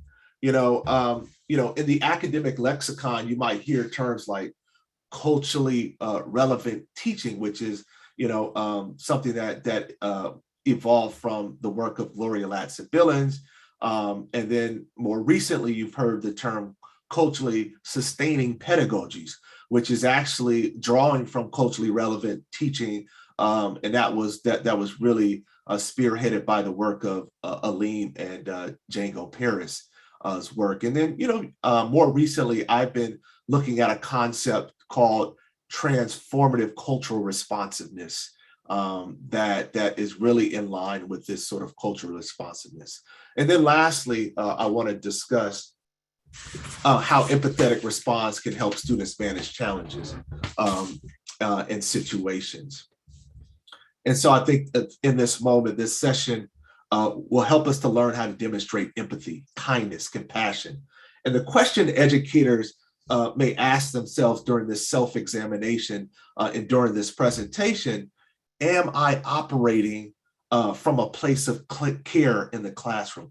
Am I operating from a place of kindness in the classroom? A place that emerges with high expectations, with empathy and compassion and kindness. So I think this is something that as we move through this presentation, you might want to reflect on this question of, am I operating from a place of kindness? And so a pedagogy of empathy, a pedagogy of kindness, a pedagogy of compassion. And it seems to me that every student email I receive during the academic year begins with an apology. Students write, I'm sorry, Professor Como, I won't be able to finish this assignment on time or complete the weekly discussion forum. Or, please forgive me, but I won't be able to attend class today because, and fill in the blank. In a typical year, I would respond to these students with the information they need to get caught up, inform them of their responsibilities, and nudge them to get back on track and successfully cross the finish line.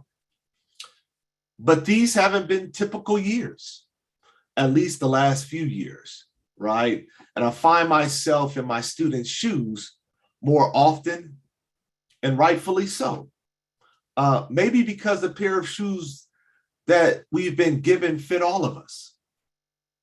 A pandemic that has changed the way we live, the way we teach, and the way we learn. It's not hard to imagine a student frustrated and overwhelmed with navigating Canvas, right? It's not hard to imagine how students are having difficulties building community in a virtual space, right? And it's not difficult to imagine how perhaps students with a learning disability have difficulties accessing campus resources.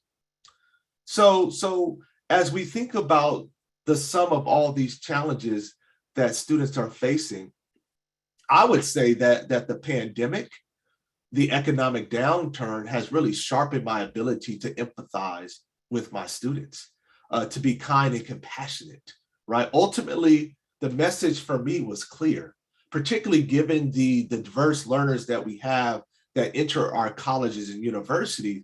The message was crystal clear. We have no idea what private battles our students are fighting. I believe we must lead with love. We must embrace empathy. We must embrace kindness, compassion, and love, right? And we also, before we can think about this pedagogy of empathy, we also have to really think about our cognitive frames, our mental models. And what do I mean by that? before we can really begin to think about how do we engage or re-engage our students, or think about this pedagogy of empathy and kindness, before we can really begin to teach, before the magic actually happens, we need to think about our own cognitive frames, our own orientations, to ensure that we're working toward equity goals. And so one of the things that I think about when it comes to equity is really thinking about equity as a precondition, a means of achieving excellence. You know, equity and excellence should not be viewed as mutually exclusive or in conflict with each other. I'm also thinking about equity and how am I defining equity in this moment? You know, equity is not sameness. Equity is not equality. Equity is a heightened focus on student groups experiencing disproportionate impact to actively remediate inequities in their educational outcomes. So we're really honed in on those students, those vulnerable students who historically have been excluded from colleges and universities. Equity is an ongoing, collaborative, and data-driven process. What do I mean by data-driven process? Every participating campus unit should have access to campus-level data with the kinds of student groups who enter. As a starting point, the campus-level data should shed light on student groups' profiles with equity gaps, if any, that exist. And I believe that under the right conditions, all students are capable of learning. All students are capable of learning. It is our job to create those conditions. So we shouldn't look at students as less than, as inferior, or not capable of learning, as, you know, dysfunctional, as lazy. But all students are capable of learning under the right conditions. And I repeat, it's our job to create those conditions. And then lastly, as I think about creating those conditions, ensuring that there's adequate support systems and accommodations for our diverse populations, and even for our instructors, right? As much as we want to do the good work, it's necessary for our instructors, our campus leaders, to have a support system so that they can be successful in the work that they do. Because if we don't think about support systems, if we don't think about proper equity lenses by which we think about this work, it's difficult to account for a lot of the structural barriers across students by race, by income experience at different levels. Because we do know that across the board in different geographical areas, there are differences in terms of teacher expectations. There are differences in terms of the quality of educations that students receive, who are entering colleges and university. So we have to be mindful of the kinds of students who enter and disaggregate that data in a way that helps us to identify any equity gaps that do exist. And so I tend to, as a sort of visual, I tend to look at us as part of a structure, right? A structure that within that structure, there are barriers, there are inequities. And part of us, as we kind of reflect on the important and necessary work that we do on the ground, are we standing with, are we moving with structural inequities? In other words, are we perpetuating these inequitable structures, or are we trying to move against structural inequities to disrupt those inequities, to create a more level playing field, to create a more inclusive environment, particularly for our diverse learners? And I believe, it is my view, that if we're going to move against structural inequities, there are a number of ways in which we can begin to chip away at those structures and move against those structures that would allow us to maximize the learning for the kinds of students that we are serving. And so what might that look like in practice? And so I would say that more than ever is the time is ripe for educators and campus leaders to really prioritize cultural responsiveness, particularly, again, as we see the social and political divide, we see this global pandemic playing out, the rise in COVID cases in some areas, And so it'll be with us for a long time. We can't simply just hit the reset button and hope that we go back to whatever normal that you defined. And so I look at culturally responsive teaching as a process of learning and unlearning. When we're in the process of learning, we are exposing ourselves to new ideas and new thoughts, right? And new ways of thinking and knowing. Exposure to new ideas leads to expansion of the mind. Expansion of the mind leads to new possibilities. And also the unlearning process. There's an opportunity to unlearn stereotypes. There are opportunities to unlearn deficit ways of thinking about our students. And again, the process of learning and unlearning ultimately leads to the ability to respond to our students in meaningful ways.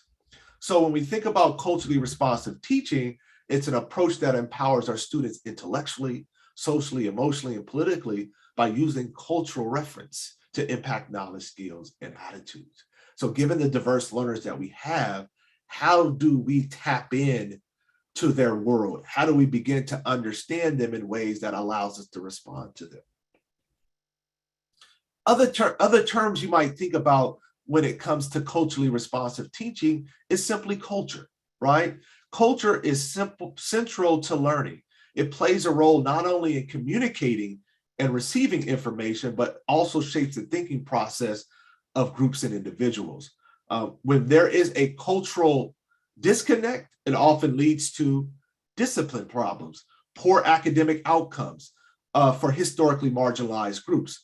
And part of the problem is that educators unfamiliar with students from diverse backgrounds sometimes misinterpret cultural differences as, for example, being intellectually incurious, right?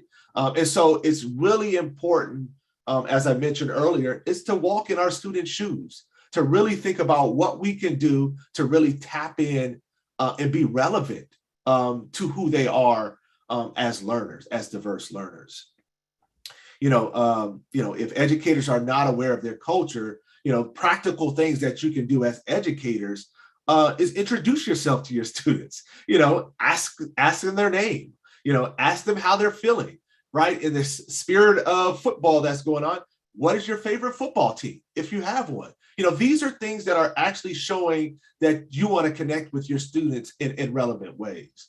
Another term that's often used, again, in the academic lexicon is asset pedagogy, refers to teaching and learning that centers the strengths and assets of students of color and other students whose background histories are often marginalized in schools. So what does this mean? Right? I like to say there are dominant communities and there are those non-dominant communities. And too often those that come from non-dominant communities, they are oftentimes seen as inferior, and their assets and their funds of knowledge are often seen as inferior. We as educators really need to look at those non-dominant communities and figure out how, and see them as assets, right? As see them as knowledge that can be incorporated into your day-to-day delivery of a curriculum. And I always say, we should define our students by potentials, not their limitations. Other things to think about with culturally responsive educators. We must be mindful of who we teach, what we teach, and how we teach, right? Learning our students are probably the first things that we think about when entering a classroom in order to respond meaningfully to them. You can think about problem-based learning scenarios where you can actually make cultural connections or links to the kinds of questions that you might want students to respond to. You might bring in guest speakers and employ media that illustrates the diversity of culture. Again, tapping into those non-dominant communities and really thinking about how that might resonate with the kinds of students that you are serving. And again, trying to really elevate leaders in non-dominant communities. Encourage students to propose ideas for final papers and projects. And I'll expand on this a little later in the presentation. You might build a body of evidence that supports common and coherent grading practices. You certainly want to validate your learners and then promote regular, accessible, and effective interactions between your students and the instructor. I also like to think about two different perspectives regarding teaching diverse learners. One perspective might be the window perspective of culturally responsive teaching, is really looking outward to try to determine what's wrong with someone who is different.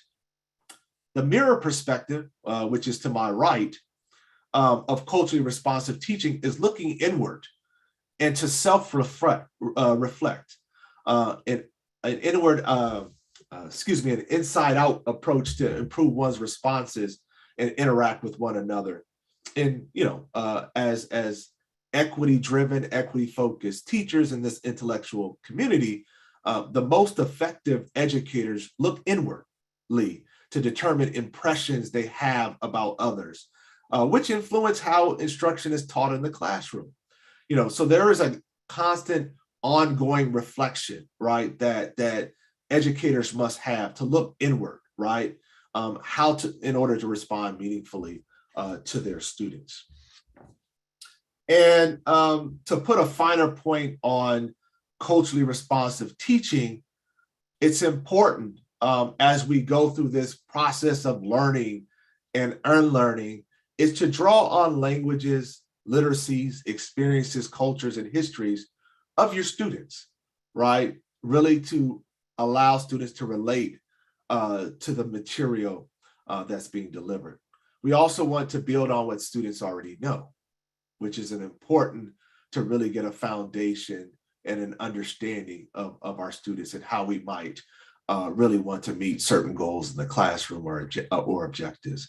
Highlight students' strengths and give them confidence to confront their weaknesses, have a strong content knowledge, see the range of student abilities and differentiate instructions, and again, constantly reflect on and examine your own attitudes about race, about gender, about class, about culture, and those intersections. It's important to really think about this as a journey. I haven't found one workshop, I haven't found one course or one session that's going to get you to a point, particularly if you're still developing and growing as a critical educator, the point where you feel comfortable with your cultural responsiveness. So this is, again, seen as a process of learning and unlearning. And so given what we know about culturally responsive pedagogy, I also now want to kind of pivot to think about empathy as pedagogical practice.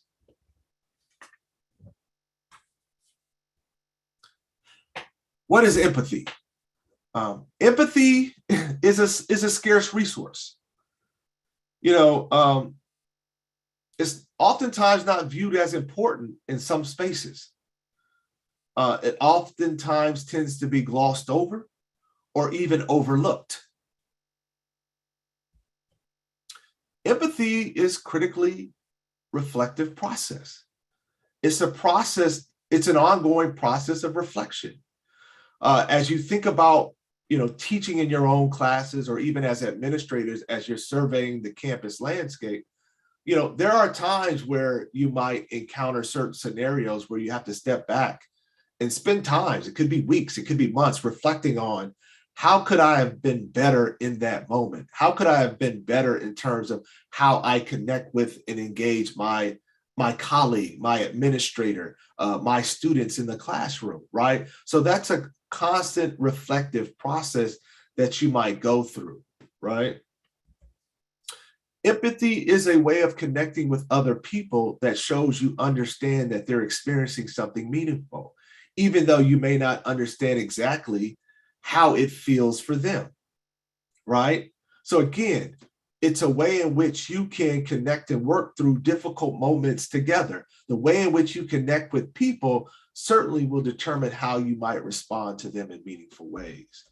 Dr. Brené Brown said, empathy is feeling with people, right?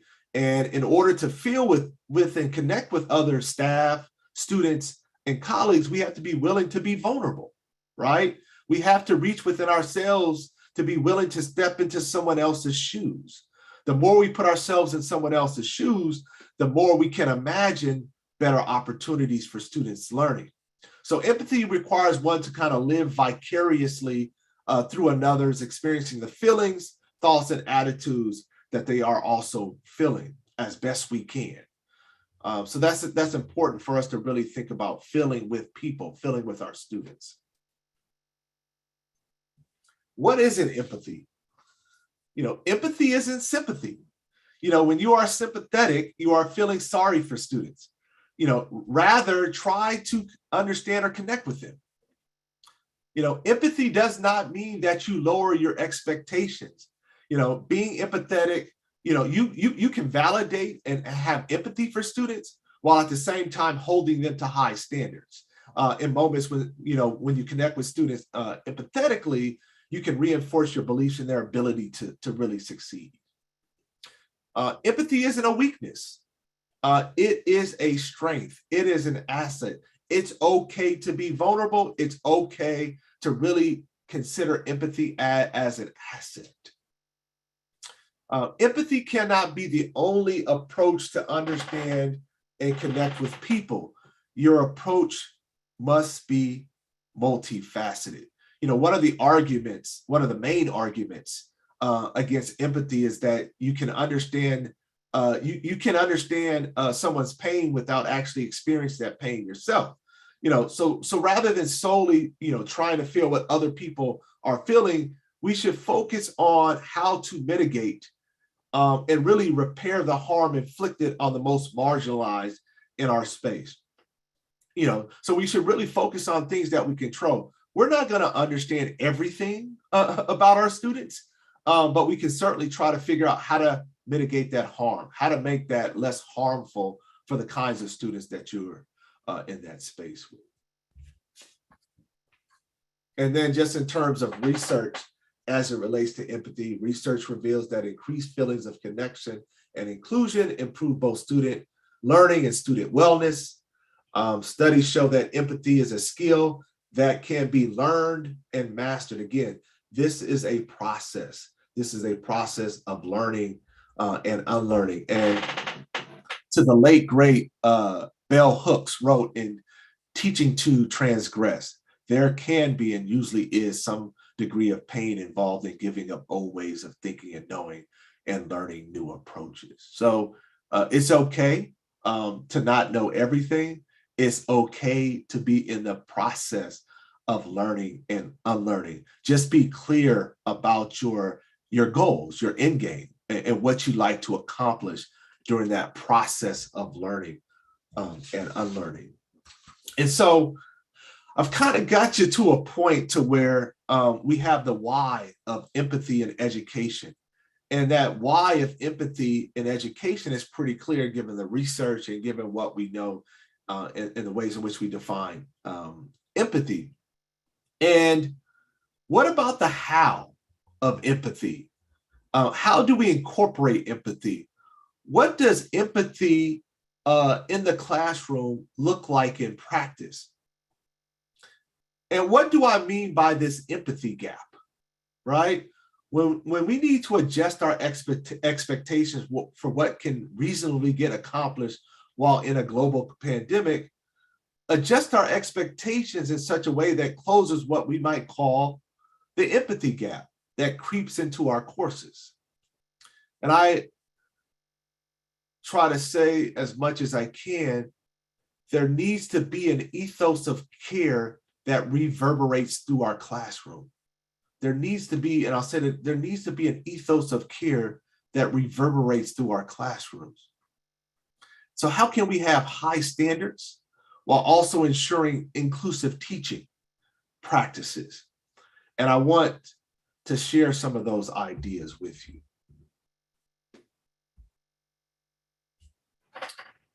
And I'm speaking to campus leaders, administrators, and educators, teachers in this space.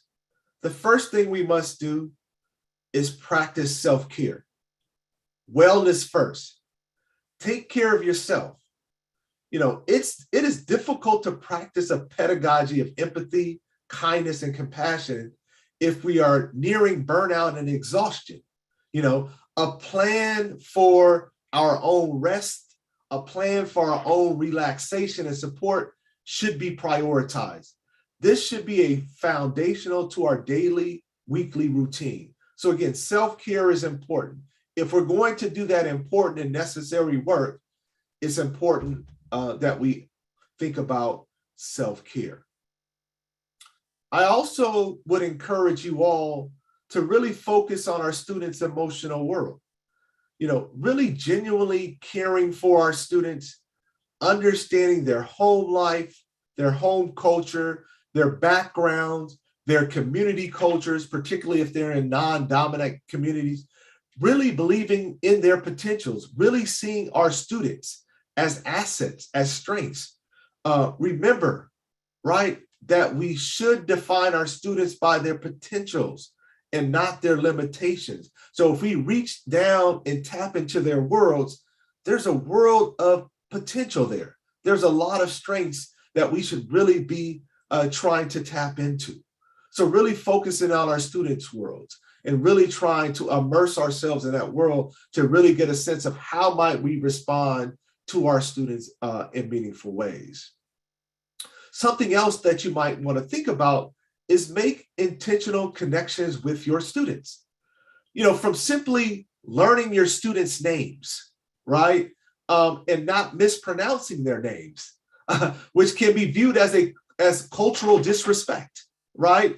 So really think about simply learning students' names to actually holding open office hours for your students. We can show our students that their personal experiences are valuable, are assets. And we can really move from just having the students as numbers in our classes. You may want to offer stories about yourself, your experiences, your background. I think it's important, and I just want to underscore this, is that, you want to highlight the value of openness, but you also want to highlight the value of vulnerability, right? If we as instructors, as teachers can't be vulnerable in this space, what makes you think our students are likely to be vulnerable in this space, right? So if we're really trying to think about how do we really tap into our students, we must think about how we make intentional connections to our students. I'm also thinking about how we might offer resources and support, right? Available resources on campus and in our community. I oftentimes say, let's offer support to our students, even if they don't ask for it, right? Even if they don't ask for it. Remember that the most vulnerable students are often the most reluctant to ask for help, usually because of how they've been mistreated when they were asking for help in the past, right? So recognize that, what might seem like a lack of motivation or effort, students not showing up for class meetings or incomplete assignments might actually be a silent signal of struggle, right? So think about that. So you want to familiarize yourself with targeted resources on your campus and in the community. There might be resources around housing, food, technology, academic support, mental health and wellness. All these things show the students you care. So in your first email to your students during the first day of class, you can send an email that really lays out in detail the kinds of resources that could be made available to your student. You might start with a simple email that says, I'm here for you, right? And sharing information about resources students can access through your department or through national, state, or local organizations. For example, organizations that offer 24/7 mental health counseling, right? All of that could be included in the email. And I would even encourage you to include all of that in your syllabi, right? Having that information readily available to your student shows that you care. That is a pedagogy of kindness, a pedagogy of empathy, understanding that you know this moment, you understand what your students have encountered or are encountering, are experiencing in this moment.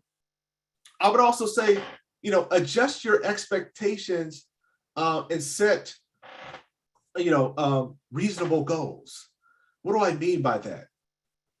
It's important to and necessary to be reasonable about what can get done in a semester or a quarter.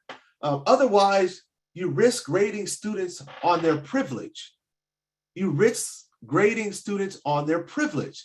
Avoid creating, more work for students and yourselves. We can all use a break. Cut assignments that aren't critical for achieving your learning objectives. Here's an example.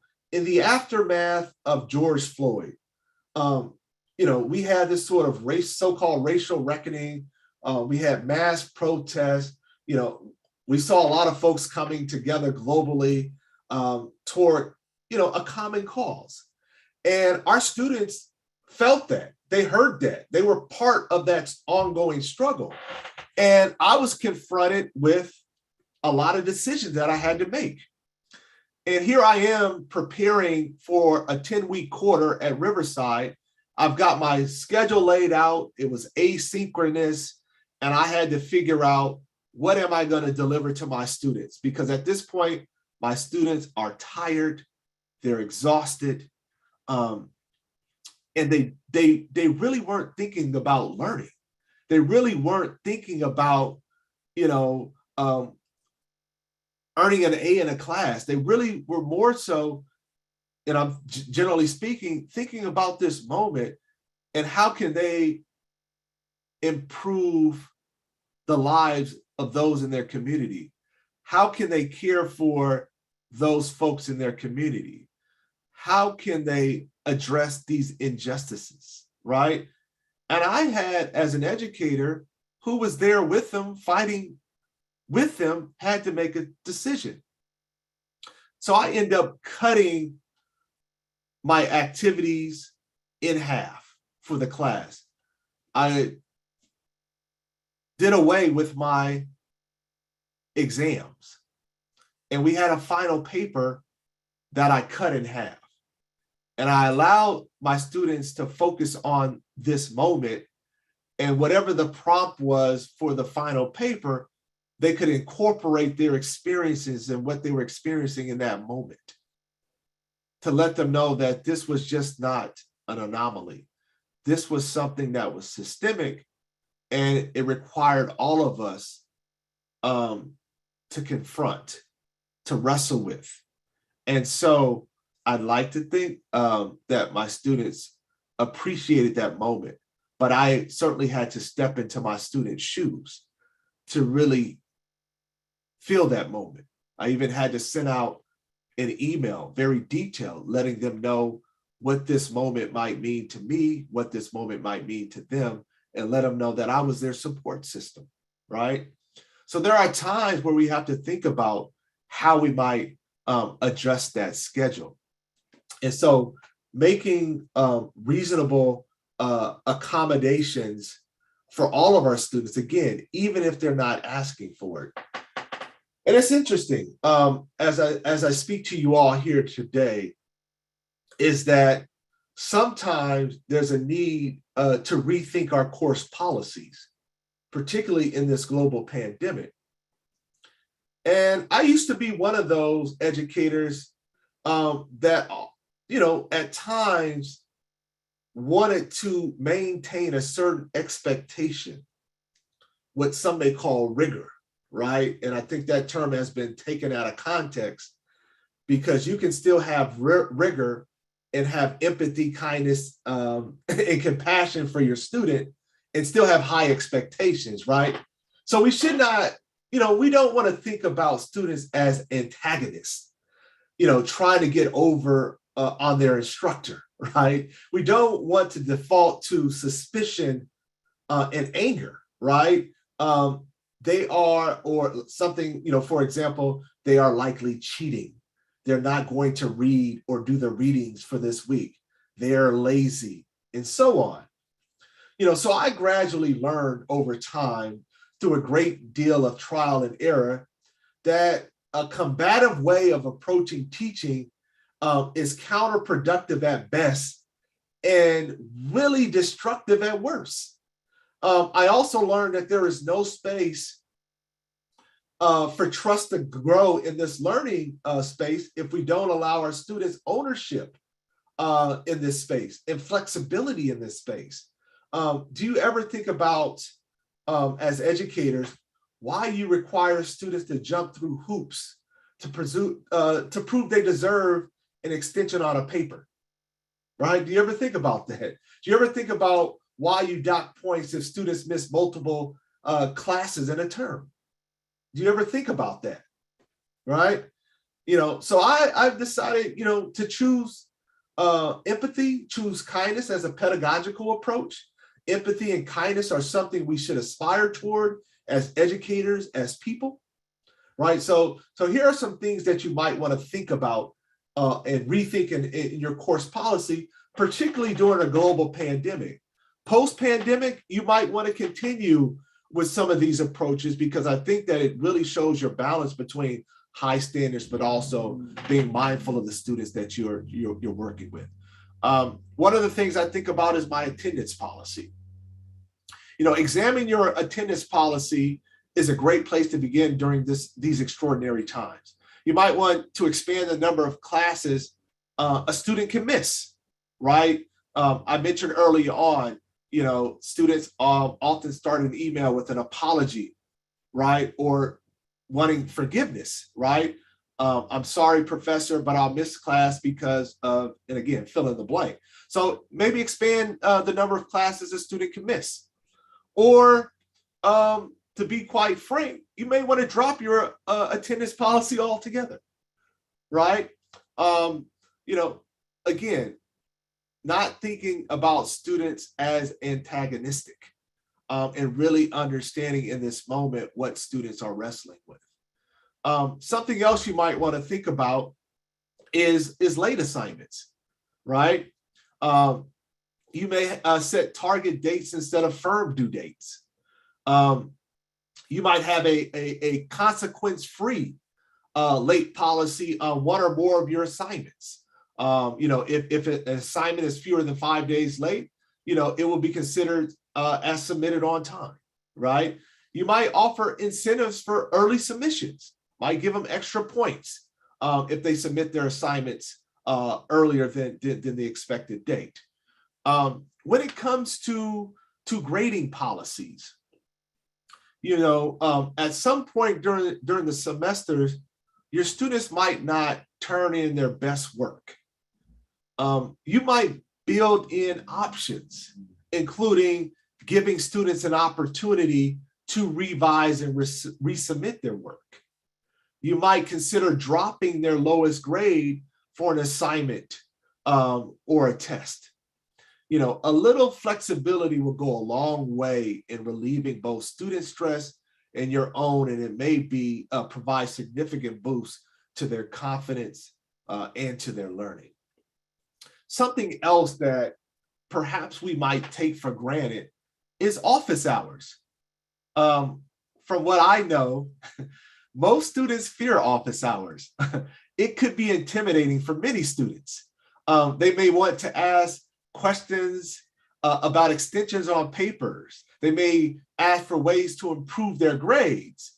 And that could be intimidating when you're walking into a space and trying to ask someone who is of authority if you can give me some flexibility, right? And what is the perceptions that the students might have, of actually doing that? So you may want to convey the purpose of office hours.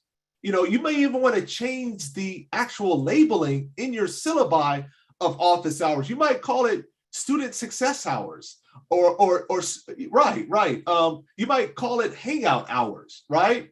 Something that might change how we traditionally think about office hours. Coincidentally, and this just happened this past week, our interim dean, Dr. Louis Rodriguez, reached out to me. I'm part of our leadership. I'm the Associate Dean of Graduate Education. And he floated something by us. And he's going to call his dean office hours Education Jardín. In Spanish, jardín is garden. And as we all know, a garden is a place where flowers, fruit, or vegetables are planted, are cultivated, and grown, right? And he considers this a space where students can drop in and ask questions, bring ideas, briefly share project ideas, brainstorm, and talk about all things education. Imagine that. Imagine a welcoming place, a place where students feel like, this is not necessarily a place where a professor might yell at me for not turning in my homework, that might tell me that I'm on the verge of failing, but I can actually go in there and have a healthy conversation. So really think about how you are conveying the message around office hours. Something that simple can go a long ways of showing students you care, that you value them, that you would love to talk to them about life, their life experiences, what they're wrestling with in this moment. Perhaps talking to them about how they might position themselves to transfer to a 4-year, how they might position themselves to complete their 2 or 3-year degree. These are the kinds of things that oftentimes we might take for granted. But again, putting yourself in your students' shoes and really thinking about how you might allow them succeed in this moment. I know I don't have that much time left. So what I'll do, I have a couple more slides because I certainly want, if you all have questions, to share them in the chat. And hopefully you're doing that now. Questions for you to think about. These are sort of rhetorical. What skills, competencies, and knowledge must I acquire to meet the needs of my diverse students or learners?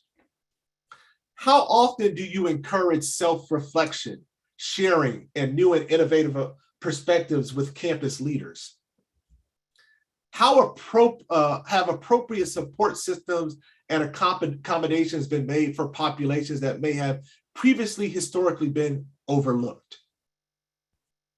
And just some pro tips for you to really think about: understand the research on culturally responsive teaching. Let the research and campus level data inform your decision-making processes. Be honest about where you are as a school with cultural responsiveness. It's okay, right? That you are in the process of learning and unlearning. You don't have to be at a point to where you're the instructive models for every one of the nation to follow. Hopefully that's the goal that you aspire to, but it's okay to be a work in progress. Invest in support for professional development. I'm sure most schools do that. And I would say at Hartnell College, identify faculty and administrators, for that matter, who are actively engaged in culturally responsive practices and share their classroom teaching to inform other faculty. So build on perhaps this presentation and think about how can we identify faculty in our intellectual community that are doing this important and necessary work that can serve as an instructive model for others. Here are some resources that you might want to think about with this academic lexicon that I've been sort of floating around here.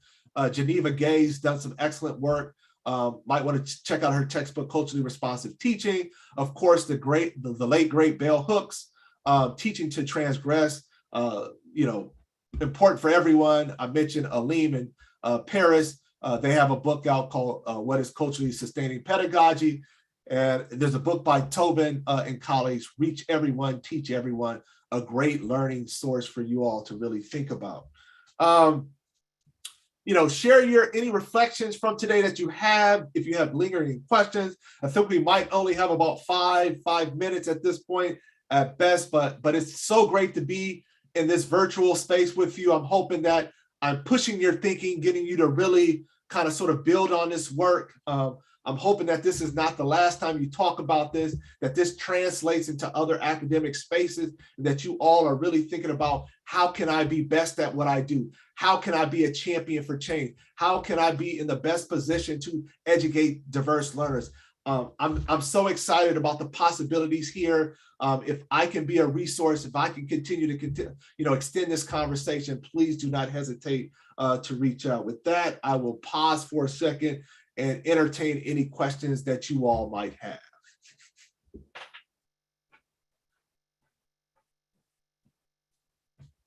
Should I stop sharing my screen? If there are questions, Dr. Wilkinson. Hi there. I don't want you to stop sharing your screen because I love that slide. Okay. I like the optimistic thought that we're gonna be all right. Right. Yes. So if there's anything that I can answer at this moment, maybe one question or two, given the time constraints. Sure. I see a hand. I don't see all of our 200 participants. So whoever gets the microphone first, let's throw out one question and see where our presenter goes with it. It's not as much a question, but I just wanted to say thank you so much for the positivity in your presentation. It's something, as you mentioned, that we're kind of lacking these days. I'm an ICU nurse over at SVMH, seen a lot of pain and suffering with COVID and everything.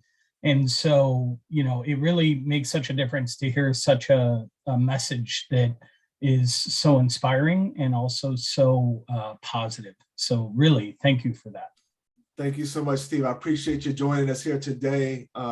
This has been great. We certainly have to be optimistic as much we can, but also be mindful of this moment. There's considerable anxiety and stress, but we also have to think about how we might do our best to support our students. They need us, and I'm sure that in this moment we need to be prepared for a lot that comes with our responsibilities. Other thoughts, questions that you all might have? Hi, this is Dr. Jason Huff in Communication Studies.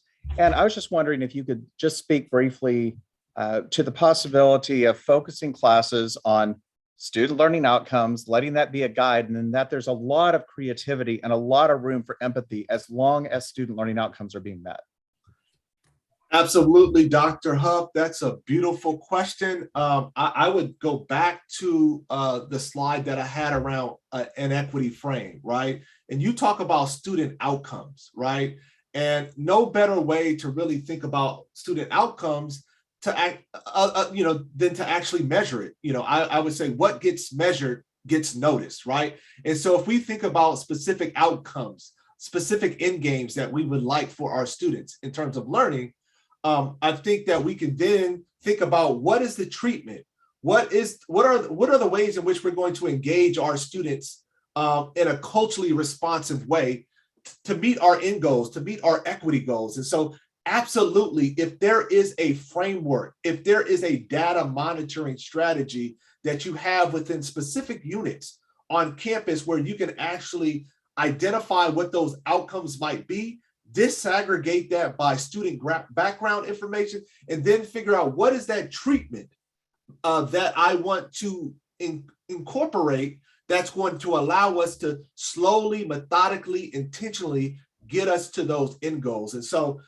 it's a process, right? And it's not something that we can do overnight, but I so appreciate, Dr. Huff, that question, because so often we might get into a routine where we constantly think that we're doing the right thing and we're responding meaningfully to our students. But if we don't have data that we can constantly look at and check where we're moving from, I think it's really hard to really engage what that success might look like in practice. Thank you, Dr. Como. Thanks for engaging with us this morning. And this is not the end. This is a beginning. I see Twitter up there, so you can get in touch that way. There's a wonderful opportunity tomorrow in day 2 of our conference. Laurencia Walker put a note in the chat that she and Dr. Moyati are leading a response session where you can talk through these thoughts and the things that are in the chat today. So let's do our best for a kind of a Zoom clap, whatever that's going to look like, sound like. Thank you so much. Wish we were in a room and you could hear it all. But it's great to have you. And now I'd like for us to turn our attention to governance redesign presented by two of our faculty, Dr. Hetty Yellen and Dr. Peter Gray, who've been courageous about thinking how we might reimagine, redo, and perhaps even improve our governance structure for the future. So let's hear it from Dr. Yellen and Dr. Gray. I hope you're out there and ready to grab the microphone. Hi, I'm right here. Can everybody hear me? All righty. You just made my day. Thank you. Yes. Let me get my PowerPoint up for everybody. But good morning. What a beautiful day. I can see it out the window. And so from beginning, oops, sorry about that. I don't know where it went. Where did you go, PowerPoint? Okay, so share screen. I found it. Dr. Yellen, I think I just jumped ahead on the agenda. Thanks for everybody who's alerting me. Could we quick redirect to Dr. Singh on equitable student support? Can I ask for some flexibility there? No problem at all. I'm here when you need me. Thank you. Thanks for all those who quick chatted me. Yeah, I do numbers occasionally. So it's 10:25 or thereabouts. Let's welcome Dr. Singh on equitable student support. Dr. Singh, are you out there? I am Dr. Wilkinson. How are you? Okay, great. Sorry about that. It's all good. I was like, that's cool. We can pivot and move it around if we need to. Super. So all good. Good morning, everyone. Let me make sure we got this up and running.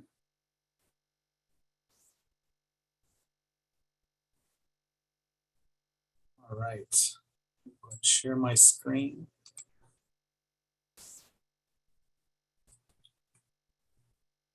Can I get a thumbs up if everybody could see that okay? Yeah, cool. Get this other screen to work, would be business.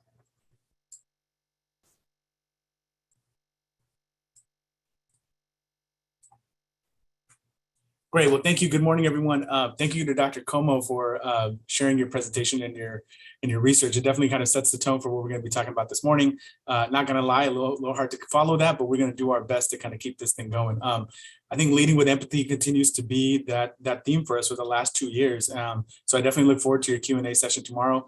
And I definitely agree with your last slide, and I love that slide that we're going to be all right. Everything is going to be okay. So with that, we'll go ahead and get started. My name is Jay, and I'm the Director of Academic Affairs for Student Academic Support, representing the fabulous folks over at the Panther Learning Lab, continue to do amazing things for our students. And so I'm excited to be here to talk to you a little bit more about equitable student support. I'm joined by some other colleagues here at the college that are going to share information about their programs too. Manuel Besamin, who's the director for our TRIO and SSS, Dr. Joel Thompson, for the director for our MESA program, Michelle Peters, talking about DSPS, director for DSPS, Cynthia Ainsworth, our head librarian, talking about the library, and then Bronwyn Moreno, director of student affairs for equity programs.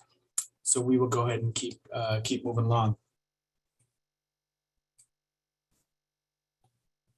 So before we get started, I wanted to make sure we shared a kind of just how we want to make sure we engage in this conversation and doing some community norms. We were fortunate in fall of 2019, there was a group of faculty, staff, and administrators that drafted this community dialogue agreement as part of our equity-minded teaching learning practices community of practice. And so I felt it was important to share this community dialogue before we got started, that to recognize that we're all learning together and we're growing. And that's a part of this equity work, right? That we don't necessarily know all of it, but this is a kind of something that we're going to continue to evolve and learn about, and we learn together. And so I hope that we can continue to use this community dialogue to recognize how we interact with one another in this space and some of the expectations that we have as we learn, share, and grow together. So I'm going to leave that up there just for a second. And we're happy to share this with anybody. If anybody would like a copy of it, just let us know and we'll go ahead and get that out to you. So to help us ground this presentation, I'm going to refer to the Student Success and Equity Committee's definition for what we mean by equity. And shout out to that entire committee for their ongoing work and continue to have these challenging discussions with the goal of creating these equitable outcomes for our students through the partnership and collaboration among faculty, staff, students, administrators. I know Jackie had mentioned it this morning that some of the work that the President's Task Force is doing, adopting the equity statement that the Student Success and Equity Committee adopted and worked on too. And I think that's a great move. And you know, it kind of does capture some of the places that we want to be, like this aspirational goal of where we want to get to as a college. So when we expand on this definition, if there was an article that was posted by the Center for Urban Education and talking about equity-minded action to close equity gaps, and they framed it as that, you know, framing inequity as a problem of practice rather than a problem with our students. And so emphasizing the responsibility of higher education institutions, faculty, staff, and administrators and leaders to eliminate disparities in educational outcomes that create equity for all of our students. So equity-mindedness emphasizes the institutional responsibility to create equity and directs practitioners, all of us, to focus on what we can do to be able to help to close those equity gaps. And so rather than attribute to the outcomes and student deficit, being equity-minded involves us interpreting inequitable outcomes as a signal that something we're doing is not necessarily working. And so what is that, and how can we implement strategies and initiatives that resolve some of those issues? So when we look at inequity as a problem of practice, placing the responsibility on the institution and not the student, I think that's an important concept because I feel that when we talk about student success, we would place that responsibility of things like retention and persistence on the student, rather than focusing on some of the things that we might be able to do to improve the retention and persistence amongst our students. And so one of the ways we improve equity is through collaboration among faculty and student support programs as a practice to address inequities in student outcomes. So I think we're all here this morning, getting ready for the semester to start off to say that we all want to help our students graduate and go on to do amazing things for their families and their community. But we need to be mindful and acknowledge that the historical systemic inequities in our healthcare, justice, housing, education, and even financial institutions, acknowledging the institutional underperformance, not just underperformance of our students' ability to reach their goals. So we recognize that our perceived deficit thinking about students and critically reflecting upon on those actions. Equality will mean that every student has access to the resources that they need to reach their goals, but we know that's not necessarily true. We know that students are not the same, and unfortunately, the systemic inequities disproportionately impacts our most marginal communities, and specifically our Black and Brown communities and other marginalized groups. The second graphic, I think, offers a different approach, right? Where a truck pulls up to provide the students with what they need and to repair their ladder so they can reach that degree. So that support is unique and specific to the student based on their individual lived experience and realities. And so I think faculty play a critical role in helping the students repair that ladder through the learning outcomes of their classes, implementing culturally responsive pedagogy, providing students opportunity to engage with course content and collaborate with students. But faculty just can't do it on their own, right? We need to partner with our academic and support resources in order to be able to do that. And so it is the partnership based on referring students to support programs and services that they need to repair their ladder. Dr. Como shared that importance of adequate support systems and accommodations necessary for diverse student populations and structures. I think that's true, right? Like we think about student support in terms of how we can support our students, but there's an opportunity there for us to be able to support our faculty as well. And I think that's a really good kind of concept to kind of think about, that when we think about student academic support, yes, we're supporting students, but we're also collaborating and partnering up with our faculty to support them as well. So I think this is how we need to kind of think about equitable student support, that we're sharing the benefits of the programs that align with the students' realities and what they need to succeed. So if we all want the best for our students and have shared understanding that equity is an imperative and that we need to close this equity gap towards creating equitable student outcomes, but we have to reflect on some of those biases, right? That doesn't support our effort to help students rebuild their ladder and reach that degree.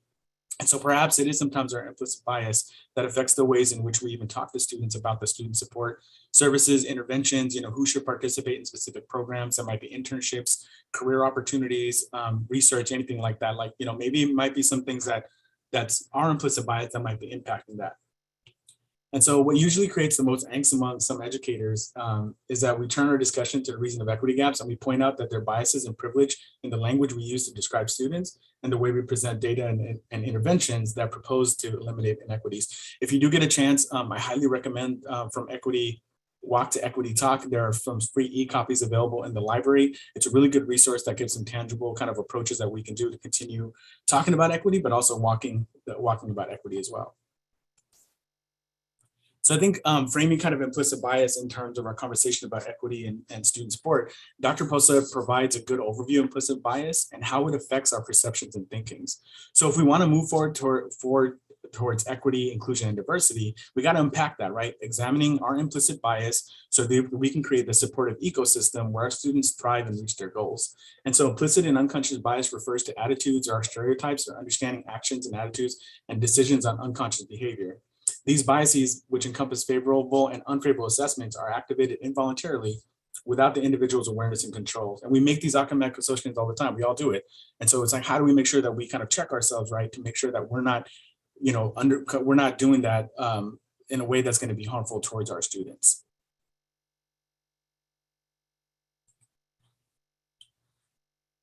So a way to kind of capture all of this stuff, I want to talk about the socio-ecological outcomes model that was created by Dr. Harris and Dr. Wood.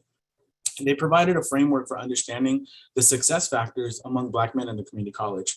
So that initial framework was later updated based on their research they conducted for broader application to account for the experiences and outcomes of men of color, specifically Black, Latino, Native American, and Southeast Asian. And so if you participate in any of their webinars this last couple of years, like last 2 years, you've noticed that they've applied this model to what is happening during the pandemic as it relates to student engagement in online learning and support environments. So the model can be applied to some of the things that we're doing at Hartnell College because it's reflective of the background and defining factors of our students. We serve a diverse student population, not only by race and ethnicity, but other intersecting identities.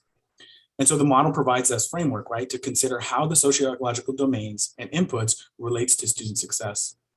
And so for this presentation and discussing equitable student support, the socio-ecological domain, the middle part captures those various domains our students are navigating during their educational journey, sometimes simultaneously, right, that impact their success.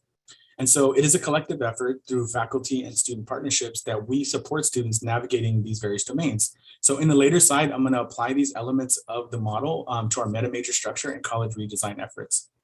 So kind of thinking back to what that previous slide with Dr. Posa had shared about implicit bias and our automatic responses based on little information we collect, how our implicit bias is informed by our experiences, right? So when we interact with students, we take into consideration their backgrounds and their defining characteristics that can lead to us having these automatic responses based on limited information and not knowing about the student's lived experience. And so we all do this. And however, acknowledging our implicit bias and taking a mental check as to how to interrupt those automatic responses can be helpful in terms of thinking about how we refer students to different support programs, not in a deficit way, but from an asset perspective, right? And so what I try to practice is when if I catch myself like making some type of assumption, I do this kind of check and ask myself, like, what evidence do I have that's making me feel this way, thinking about this way? Is this helpful or even is this constructive? So when you refer students or don't refer students to support programs, is there some type of implicit bias that you have that might be creating these assessments about that student? So let me share an example with you that sometimes we talk about here at the Panther Learning Lab among our tutors and specialists, right? So it's towards the end of the semester and a student visits the Panther Learning Lab with their final paper for review. The student has done some writing, but it's really clear that they need some additional guidance and have a lot more to do before the semester ends. But this is the first time we're seeing them, right? And so in this situation, our minds sometimes automatically go to like, well, why does the student wait so long to visit the lab? Maybe they didn't take the class seriously. All these other negative things about the student that have nothing to do with the fact that they're here in front of us right now at the moment. So we have to kind of check ourselves, right? We have to kind of say like, what is it? What information do I have in front of me right now? Does that really matter? Is this constructive? And this is something we talk about amongst our staff, and we've done it with our tutors too, to kind of check some of that stuff at the door, for lack of a better word, in order to be able to say the student in front of us now, how do we support them the best that we can? And taking that opportunity to maybe not question all these things about students' abilities, right? But to be able to say, you know what, maybe we need to talk about some time management that's related to the student's experience and where they are with things, right? So again, this is helpful for us to kind of think about our some of the things that happen in the academic domain and specifically the campus ethos, right? Sense of belonging, connectiveness in college and campus resources and those internal validating agents, which is all of us. So when we put it together, this is kind of what it kind of looks like. Y'all remember the guided pathways pillars and some of the things from college redesign. It's really about helping students identify their path and selecting a meta major and staying on that path to completion, right? Something that aligns with what they want to do once they leave Hartnell. And so our college redesign efforts have continued to focus on helping students complete complete that goal. And that's part of our strategic initiative. So it totally makes sense that, giving students an option to be able to select a meta major that aligns with their aspirations and goals, it's a good way for them to be able to stay on that path. So when we take that social ecological model by Dr. Harris and Dr. Wood, and we apply it to our support ecosystem and how it relates to the college redesign and meta major structures, I think we can start beginning to think that all of these things are needed in order for students to be successful. So students are at the center of this effort. That's the reason why we're here this morning. That's the reason why we're going to be back tomorrow. That's the reason why we're going to be back again next week, right? So they have meta major options that align with their academic and career goals. So each meta major has dedicated and creative faculty committed to fostering a learning environment that will best prepare the students for their educational journey. It might be transfer, it might be going on to other things, or even to go into career, right? So that they're really prepared to get into whatever that might be outside of right now. And so meta majors has to include that faculty to student interaction. It has to include students using academic services and their commitment to course studies. And then also all of the things that happens on the outside of it, right? That students are utilizing campus resources, they have a sense of belonging, they're connected, and we use our positionality as institutional agents to make sure that we're referring students to the different services and programs and how they will benefit from using those services. So we often share, when we talk about student support services and even academic support services, one strategy we can use is to move away from just kind of talking about the features of a program, right? Like their hours and stuff like that, but thinking about the benefits of those student and academic support services. So we share features of a specific program. Like for example, the Panther Learning Lab. We might say, here's what the location is. We might say, here's what the hours are. But if we really want to, if we spend some time to know some of those benefits about those programs, like the Panther Learning Lab, we can share those benefits with the students and help them utilize that service in a different way, right? So as opposed to just saying you need to go over there, it says like, well, if you go over there, you're going to get an opportunity to meet with students, you're going to have the opportunity to connect with your peers. Those start becoming the benefits, and it helps us kind of shift the thinking of just features to talking about some of those benefits. And so that's kind of what we're going to do today. So we've invited these group of amazing colleagues to be able to talk a little bit more about the features and benefits of their program.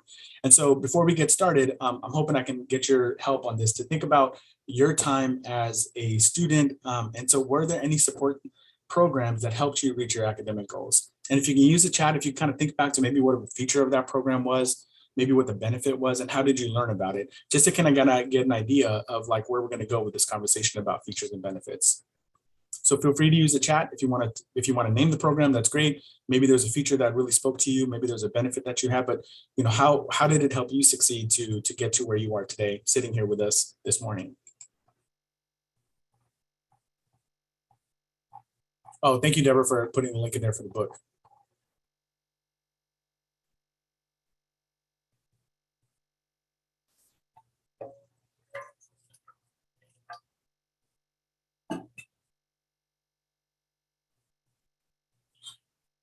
Transfer Center, yeah, that's a good one. And we do have one of those here at the college that do some amazing work to help our students get ready for transfer. So that's a really good one. Cool. Not having a computer and access to a computer lab. Yeah, thank you, Brahman.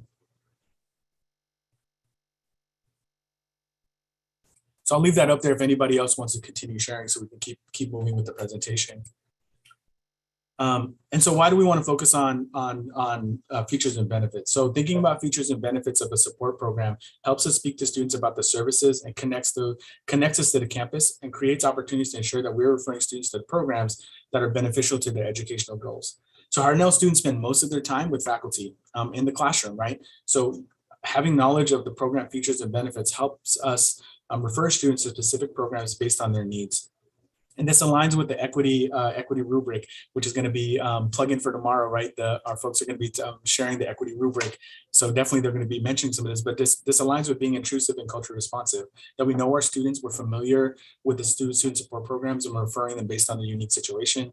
And we're providing opportunities for students and to connect with the curriculum and their lived experience. It provides opportunities to collaborate with support programs when we know more about the programs and how they best support students. And so as institutional agents, which we all are, we use our positionality and our social capital within the institution to refer students to programs and services that support their educational goals. So what makes a a program or student service equity minded. Dr. Frank Harris shared some thoughts on that. So this morning, we're going to share information about the academic and student support programs available at Hartnell College.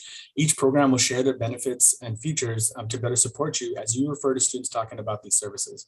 Hartnell College has several programs and services today. And so today we're only highlighting a few, but please note that there's so many other programs dedicated to students dedicated students and that are looking forward to collaborating with you. Tomorrow, there are a few other programs that are going to be presenting their unique programs. So I encourage you to either join their presentation or even take an opportunity to refer back to their presentation. And so Dr. Harris recommends that these are some of the things that student services need to have in order to be equity minded. And I truly believe that all of our programs do this, right? To some extent, they do some of these things. So they're implementing these equity minded strategies that Dr. Harris is referring to. So with it, all that kind of setting the stage, I'm going to come back to that model that I presented earlier to be able to kind of put this thing together. But I want to make sure that we had time for y'all to hear from some of our amazing partners and colleagues to share features and benefits of their programs. Please feel free to ask questions in the chat, but we also have dedicated some time at the end to make sure that we address some of those questions that you might have. And so if Cynthia is here, I'm going to go ahead and get ready to show your slide. Cynthia, I am here. I can't see you, but there you go. Hi, Cynthia. I'm here. Go for it, Cynthia. All right. Hello, everybody. Thank you for this opportunity to talk with you about the library. I am Cynthia Ainsworth, the Student Services Librarian, and I am the co-head librarian, my esteemed colleague, Deborah Stevens, who is our Systems Technology Librarian. She's the other half, and together we form a great team along with our amazing adjunct reference librarians and our library technicians. I wanted to talk about some of the things that we do, but really, first and foremost, our most important resource are the people in the library. It says here on our chart, I put there that we're open 64 hours per week. And this semester, we are back to being all full, open, physically, face-to-face for all of those hours. And for every hour that we're open, we have library technicians and a reference librarian. So we want to give every opportunity possible for students to come in and use, as we saw in the chat, computers, study rooms, places for students to get together to collaborate and to meet and talk, to work with the reference librarian, to check out course reserves. We also have a number of ways for students to contact us if they can't come onto campus. We have a chat service that's available on our homepage. They can text us, they can call us, they can phone us. When we are closed, we have a list of FAQs for students that will help them move forward in any research topic that they're trying to research. So a lot of different ways that we're reaching out to students. We also have a library workshop that we do that's self-enrolled and self-paced, so the students can complete it when it works for them. That's available, the link to that on our library navigation, on the in Canvas, on the left navigation bar, there's a persistent link to the Hartnell College Library. And then they can enroll in the workshop. If a faculty member wants to embed one of the modules into their Canvas shell, let me know and I can make that available. We also have library instruction that we do. If you want to bring your class in, we'd be more than happy to talk with them about library resources in our library classroom. If you would prefer to have a librarian come to you, we could do that. If you would like to schedule a synchronous orientation through Zoom, we can do that. And also we have our the video that I created right when we went into lockdown that's available on our YouTube page. And it now has over 2,000 views. So hopefully we can keep that going because it's a good use of students' time. We've been really trying to make our services equitable so that students, wherever they are, can access our services. We've been looking at our databases to make sure that they really support the curriculum. We've increased our purchase of ebooks that support the curriculum. And right now we're in the process of purchasing lockers for Alisal, Soledad, and King City, and then soon Castroville, where a student can request a book from the main campus and that will go into the locker, like Amazon lockers at Whole Foods, and they can come and pick up resources there. Again, our most important resources are our librarians and our circulation staff. We have liaison librarians for every discipline.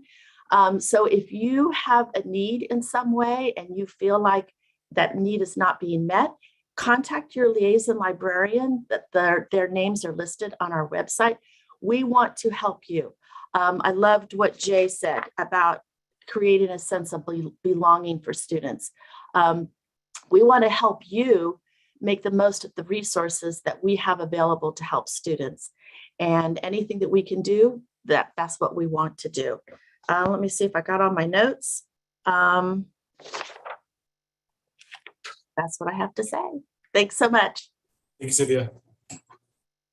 Cool. And we'll make these slides available to everyone after the presentation and link it onto the Canvas page so you can access it later. And so maybe an example might be to be able to take this, either put it on a Canvas page to think about the features and benefits of the library and other services that we're talking about, so folks, or your students, can be able to relate back to it and refer to it as needed. So with that, we're going to keep it going. I'm excited to introduce Carlos Aguilar, our academic specialist for STEM, and Valerie Provencio, academic specialist for reading and writing, who's going to talk a little bit about the Panther Learning Lab as well. Hi, my name is Valerie, and I am an academic support specialist for reading and writing, and I'm going to go ahead and let Carlos introduce himself. Cool. Hi, everybody. My name is Carlos, and I'm the academic support specialist for the STEM here at the Panther Lab. And then we'd like to talk about some of our features and benefits of the Panther Lab and how we help out students every semester.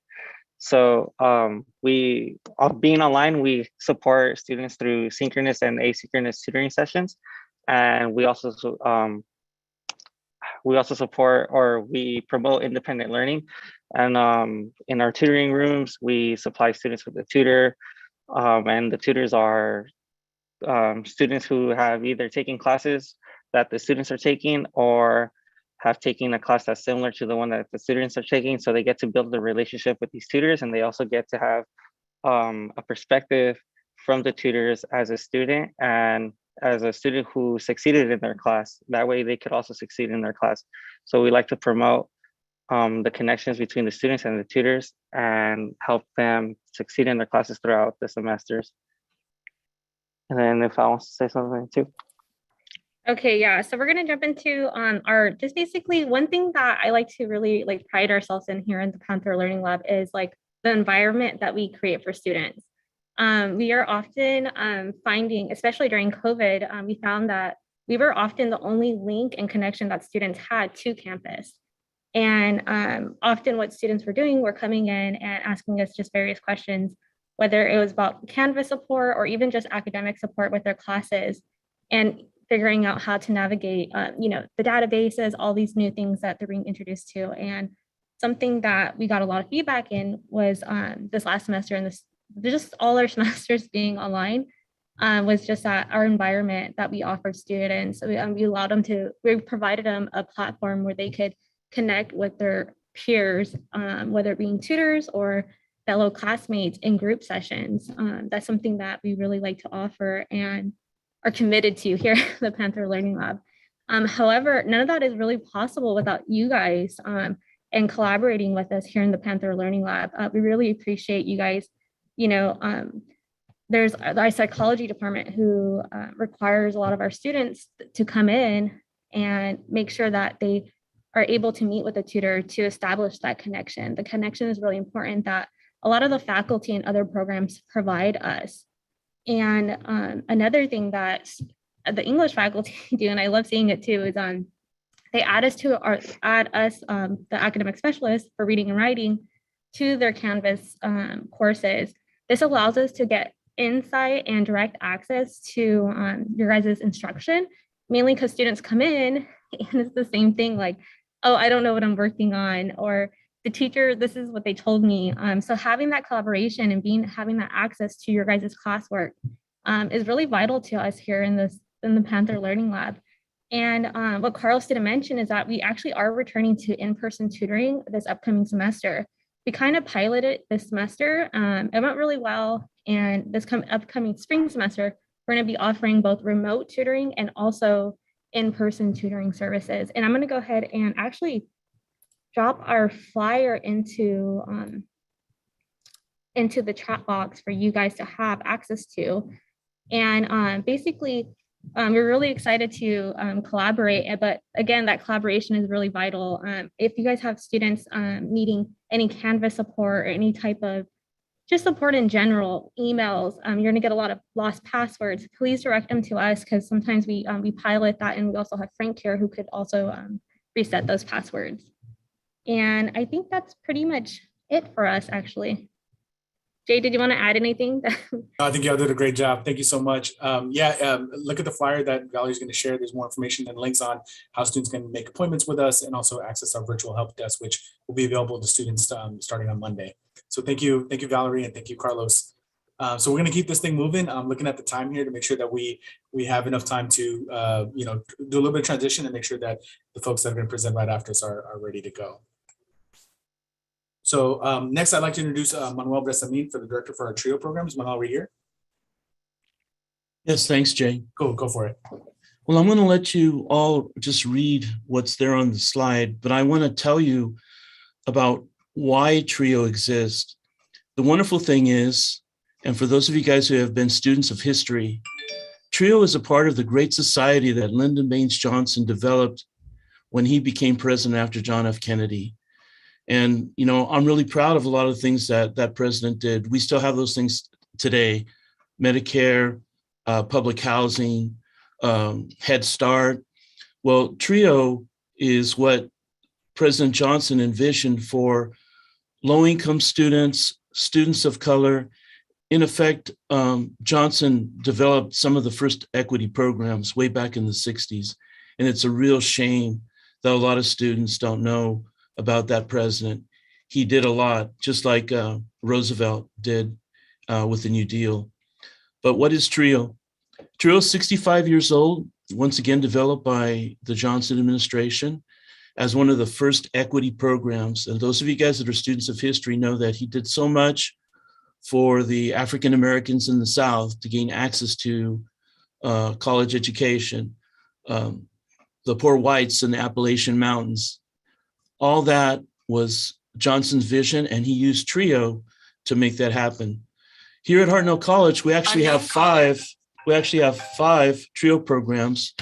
We have two student support services programs that I run, and then we have two upward bound programs that Sister Velasquez runs, and our new talent search program that Sister brought to this campus just last year.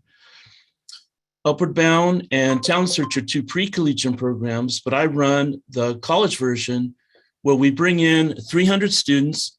We form cohorts of those students, and we meet with those students in high school. We actually recruit them out of high school, and then we bring them here and form very strong cohorts where those students have a 5-day orientation in the summer. I'm so much hoping for a normal summer so I can bring those students on campus.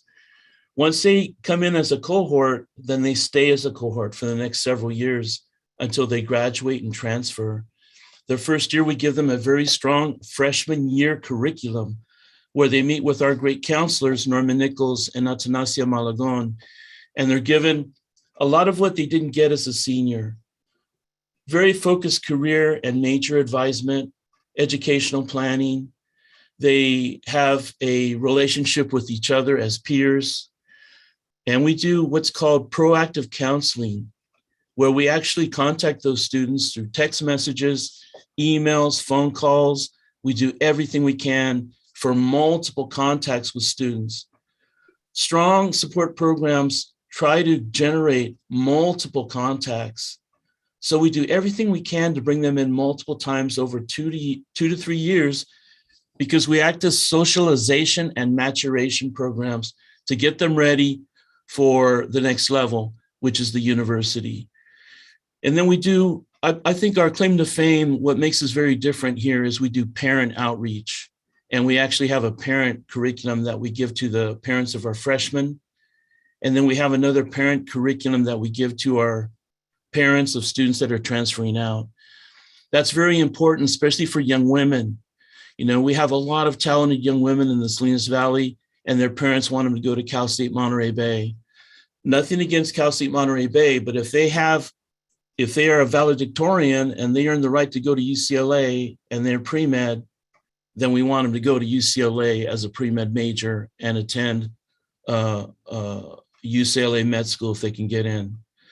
Another thing we do is we focus on financial aid. We don't send them to financial aid here. We do financial aid here in TRIO, and we help them do the FAFSA. We walk them through that process, and we teach them so they can teach their younger brothers and sisters what a FAFSA is and what the process is. We also have enough time because we have just 300 students to focus on scholarship assistance. And I'm proud to say that before we got here in 2005, Hartnell College had never had a Jack Kent Cook undergraduate transfer scholarship winner. That's $60,000 a year for 3 years. And TRIO students have won that award 3 times. So there are some of the California community college campuses who have never won that even once, and we've won it 3 times. Now, why is that important? Because when one person wins it, the people in the upcoming class, they see that and they're motivated to try. So that's what TRIO is, a product of the Great Society. That's what gets me out of bed every day, is to keep that vision that actually started, for those of you guys that are students of history, with Franklin Roosevelt to John F. Kennedy, to Lyndon Baines Johnson, and to President Biden with his Build Back Better, which is just another version of that goal. And I guess I'm giving away my political stance. But for our unique demographic in the Salinas Valley of low-income, first-generation students, many of whom are sons and daughters of farm workers, it takes intensive work to help those kids to go through a re-socialization of limitations to one of great promise and expectations. And that's what TRIO is. So if you have students and they don't know about us, send them to us.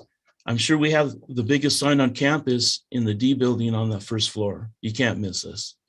Thank you, Jay. Thank you, Manuel.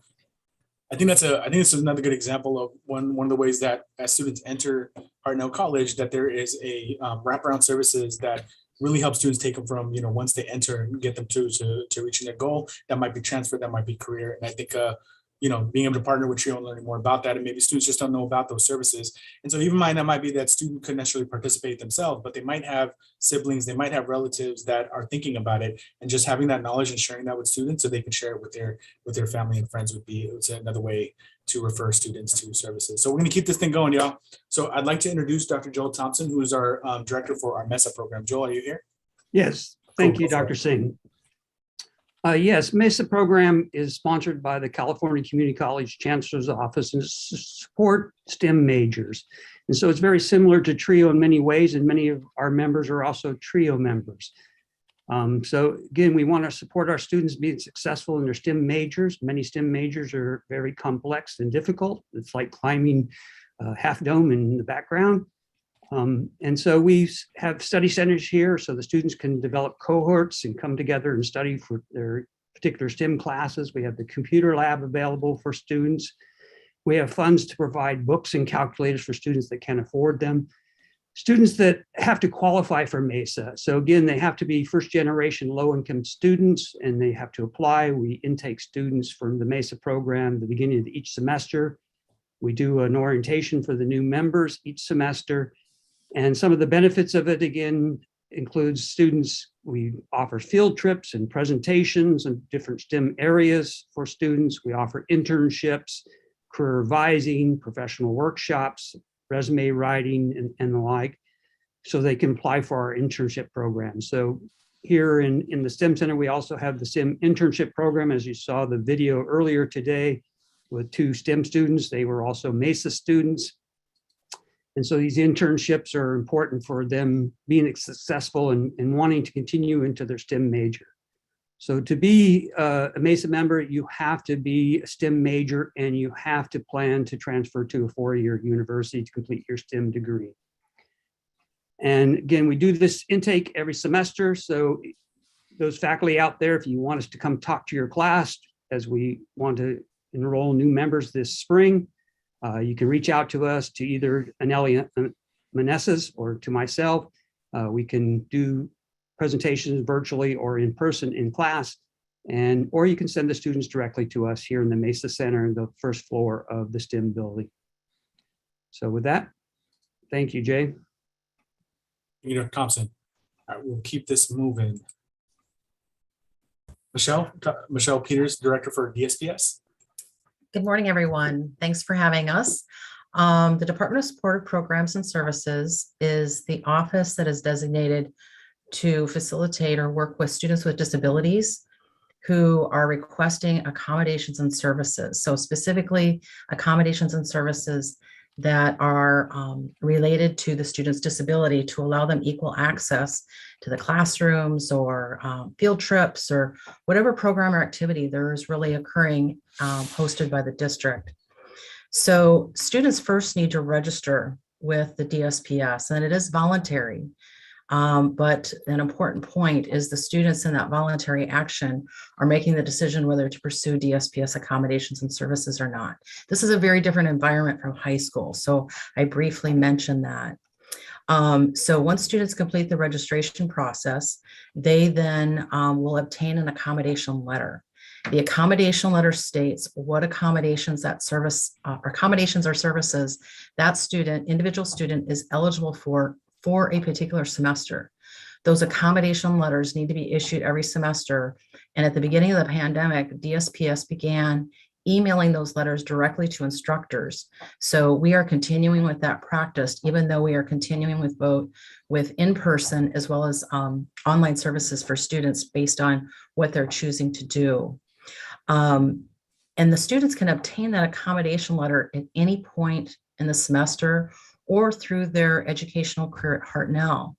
So of course, we do a lot of outreach to the local community agencies and high schools to try and help students have that transition be smooth and begin receiving our services when they're starting at Hartnell.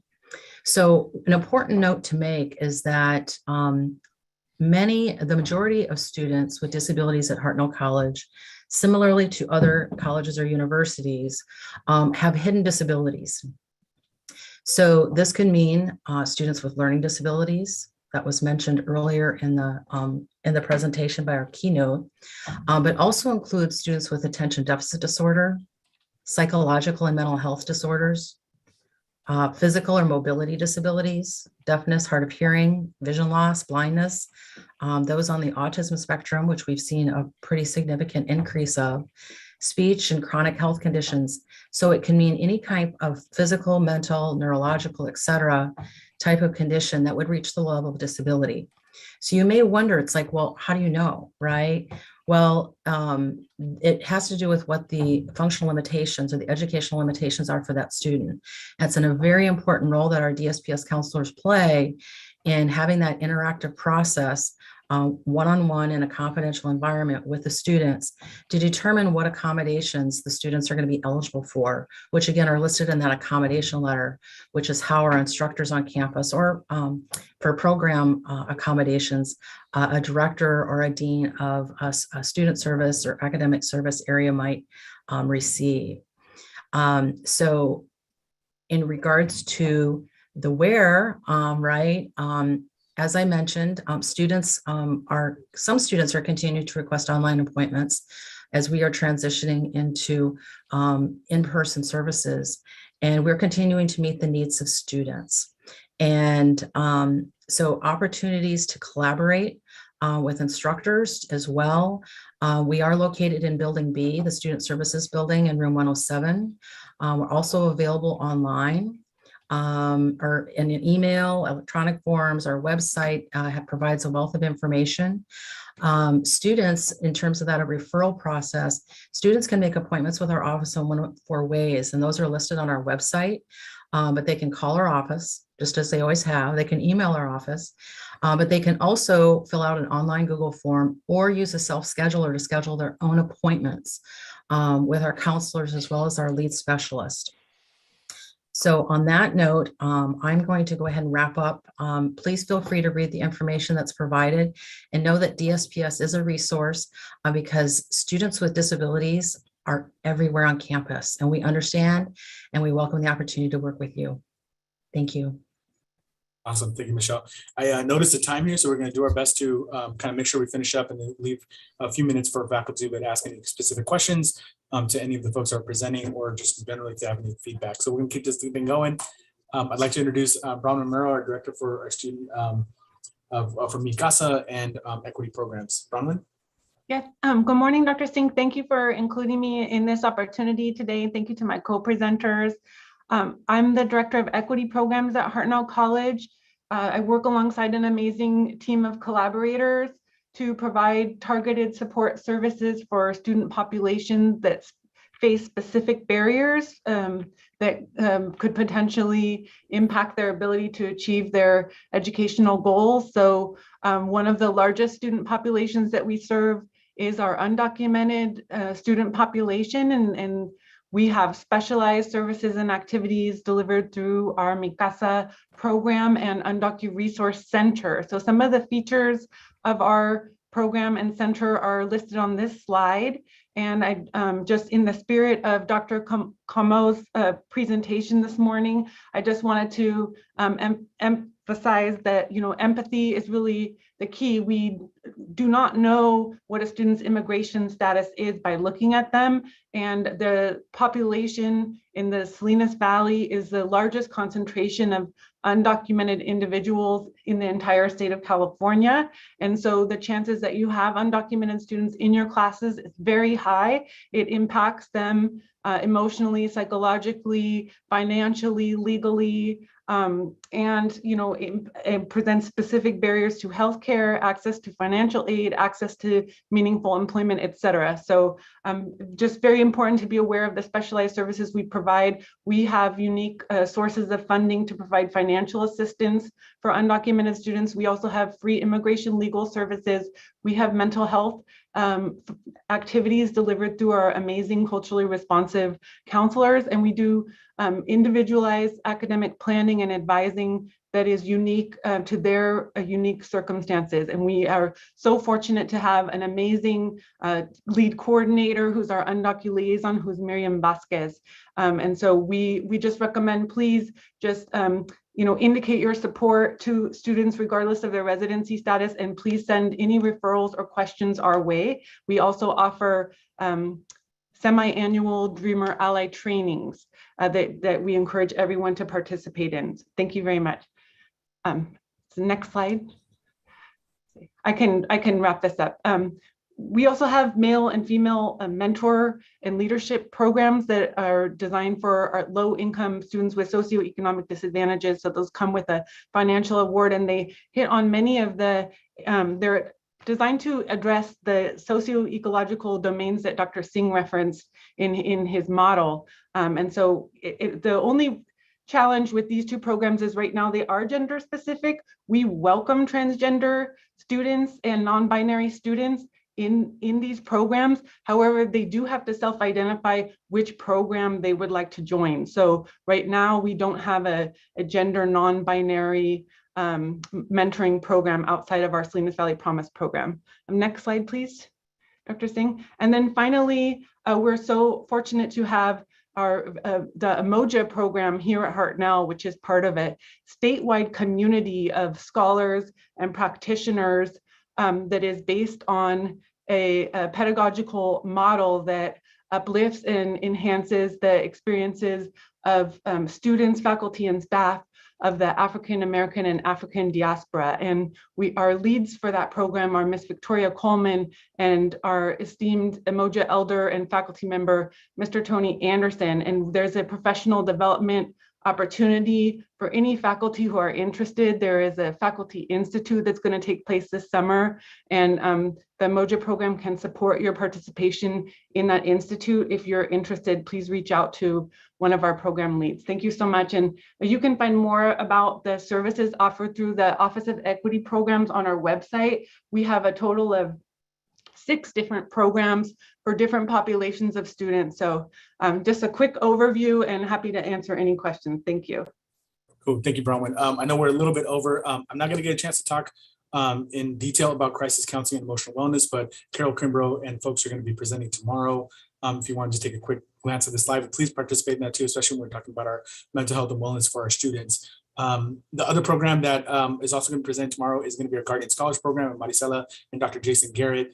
So please check out their presentation tomorrow too, in terms of learning more about how we can support our former foster youth students. And so with that, I mentioned I was going to kind of wrap up all of the stuff that we're doing in terms of the ecosystem. I'll share this slide with y'all, but thinking about where the college is in terms of meta majors, how we can create the support structure in terms of partnerships and collaboration among student, academic, and faculty is probably one of the best ways that we can help our students feel a sense of belonging and stay connected to the campus so they can reach their goals. And so last takeaways, here's some of the things that we would recommend that y'all, that we can all do, right? Not just the faculty, but, validating students' experiences, refer students to people, not just to programs. We have to normalize help-seeking behavior. That's a part of it. Y'all share some really good examples of how you utilize services to be able to get to where you are. I think we just need to share those experiences with students. Refer students early and often. I mentioned this yesterday at the new faculty orientation. Share your experience and what got you to where you are, and then partner with us. We're always looking forward to folks collaborating. And to quote Dr. Como's last slide, we are going to be all right. Thank you, everybody, for this opportunity. Have a wonderful rest of the day. Hope everybody's doing well, safe, and healthy. Take care. Thank you, Dr. Singh. I'm smiling. I appreciate the inspiration. It's just so heartwarming to hear how many people are out there every day. I mean, it's not news to me. I know we're all out there every day finding ways to help our students, but it's great to have it focused in this session this morning. I already introduced our presenters on college governance redesign, so I'm not going to do that again. I want to turn over the microphone, so to speak, to Dr. Yellen and Dr. Gray. This is our last session before lunch. And so don't leave early, but you can look forward to lunch, and also be sure you are signed in with your name on Zoom, as we use the names on the Zoom participant list to record attendance. Thanks. Hi, everybody. And thank you, Jay, for ending on time. And that was a wonderful presentation, also hard to follow. So welcome, everybody. Yes, I'm here today with Dr. Peter Gray and Dr. Brian Loftman, who are going to assist me in updating you on the participatory governance redesign process. And we've already gone through the first read for approval, and early spring 2022 we'll be going to the second read. And if the governance redesign is approved, we are going to be holding a spring retreat and looking for appointees, administrators, staff, and faculty who have been involved in governance before or have not been involved in governance before, who have been leaders before or who have not been leaders before. So see if this is something that you are interested in, because we would love to have lots of participation. So governance redesign, I'm not going to read all this, but it's something that has been in the works quite a while.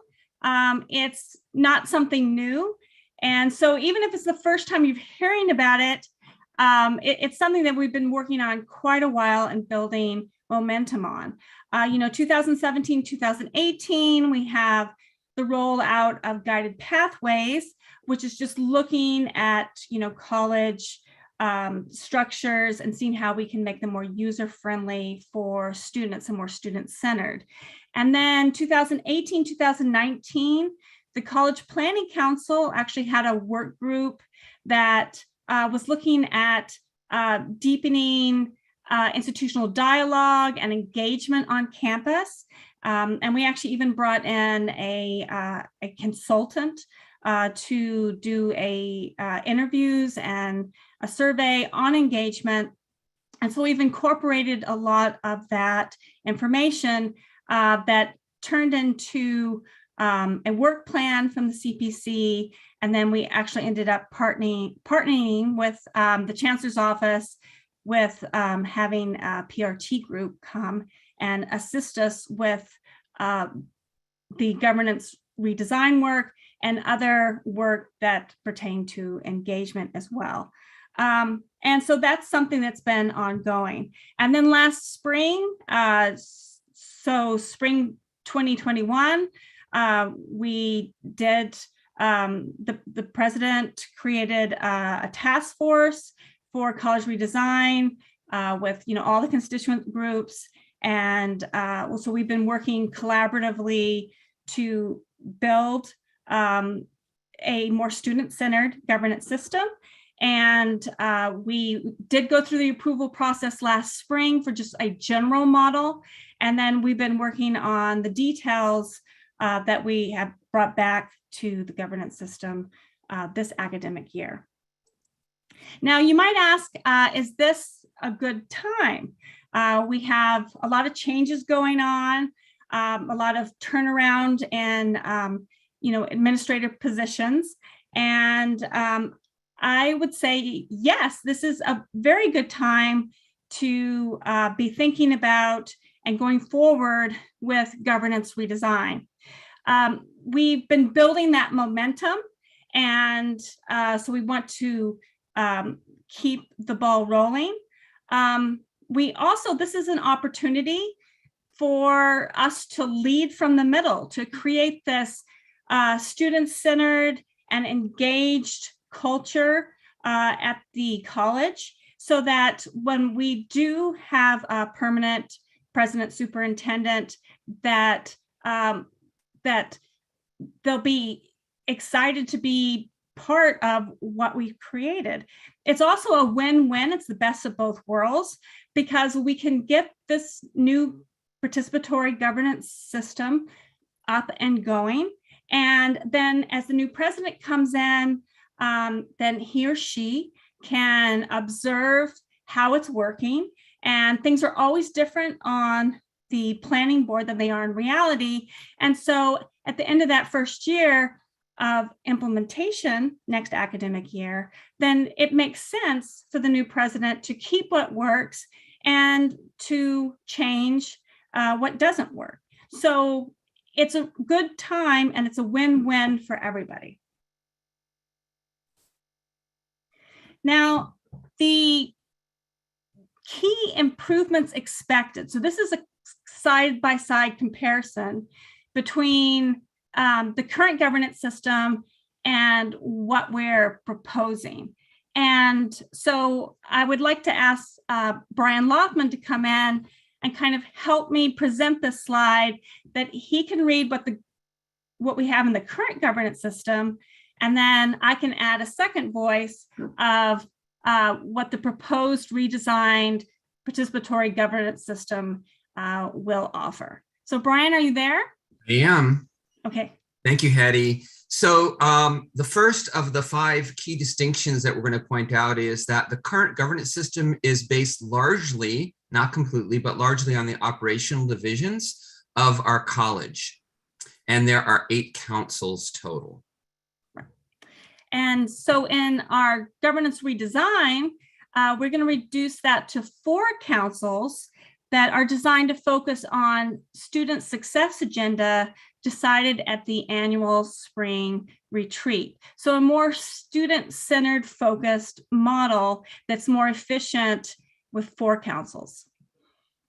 And the second key distinction is that although in the current system, some of the same items might be agendized at 2 or more councils, generally speaking, there's no official communication or collaboration between councils other than some information about reporting from one group to another. But in reality, there's no way to report out on that kind of collaboration. And folks are often confused as to any relationships that might exist among the various councils that currently exist. And in the redesigned governance system, the plan is that council tri-leads, so we'll have an administrator, a faculty, and a staff tri-lead for each of the 4 councils. They'll meet monthly as a governance coordination group to ensure clear communication and collaboration between councils. So the leadership of the councils will all be aware of what each council is doing.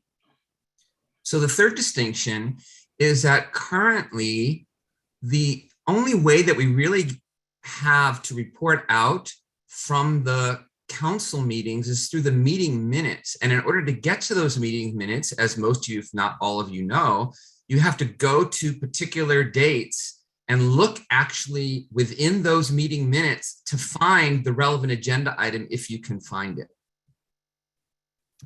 And in the governance redesign, we plan on having a transparent monthly spreadsheet published to the web, reporting out on all action item status. So as we all know that communication is continually something that we struggle with at Hartnell. And so we'll have a place that's on our website that everyone can access and see what's being done as far as action items are and what their statuses are.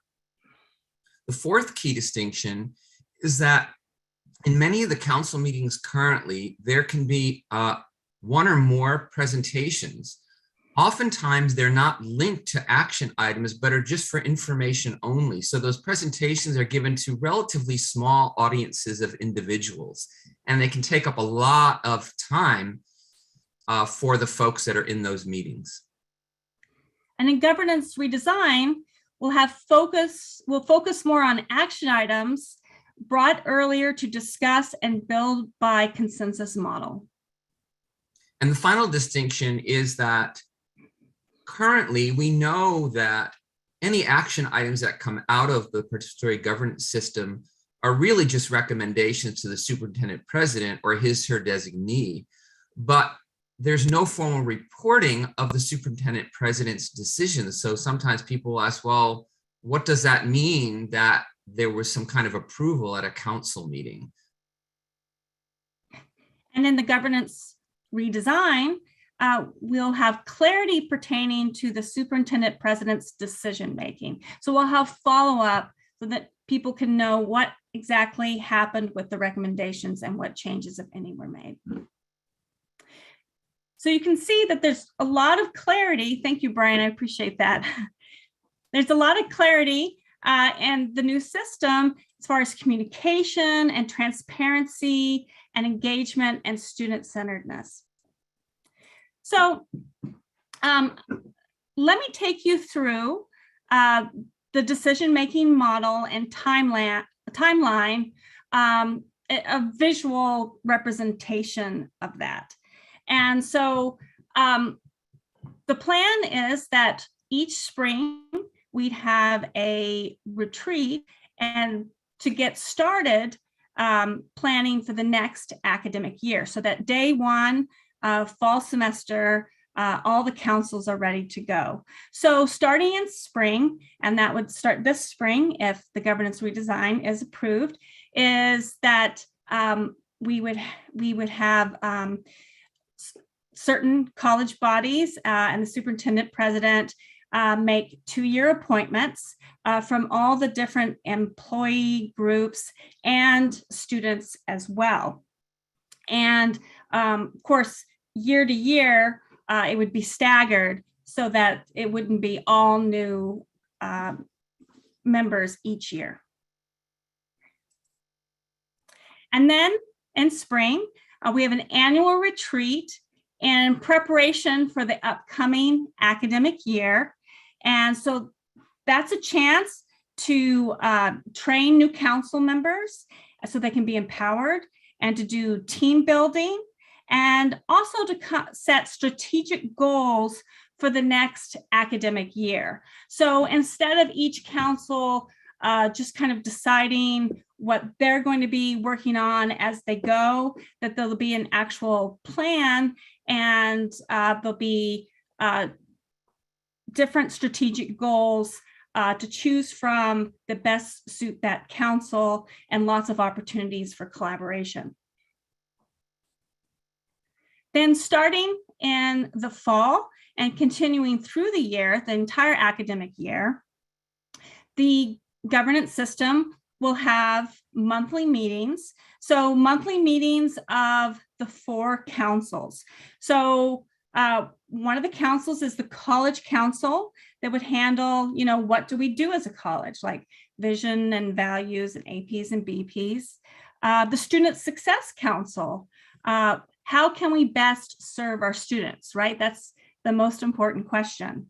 The Institutional Resources Council, how do we resource what we are doing and plan to do? So how can we work together to combine resources to do what's best for our students? And then the Institutional Effectiveness Council, how well do we do what we are doing and how do we improve? We want to be continuously improving. And then in the middle of that is the governance coordination group that I said before is made up of the tri-leads of each of the councils. And they would deal with how do council tri-leads plan, manage, and report out from the governance system. Now, we'll go into the councils a little bit more later, but right now I want to focus on the governance coordination group because it really is the key to participatory governance and improving student success.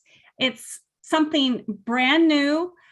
We haven't seen other colleges using it, and it's something that the task force really felt strongly that we needed here at Hartnell College so that our councils can collaborate and work together and be aware of what each council is doing.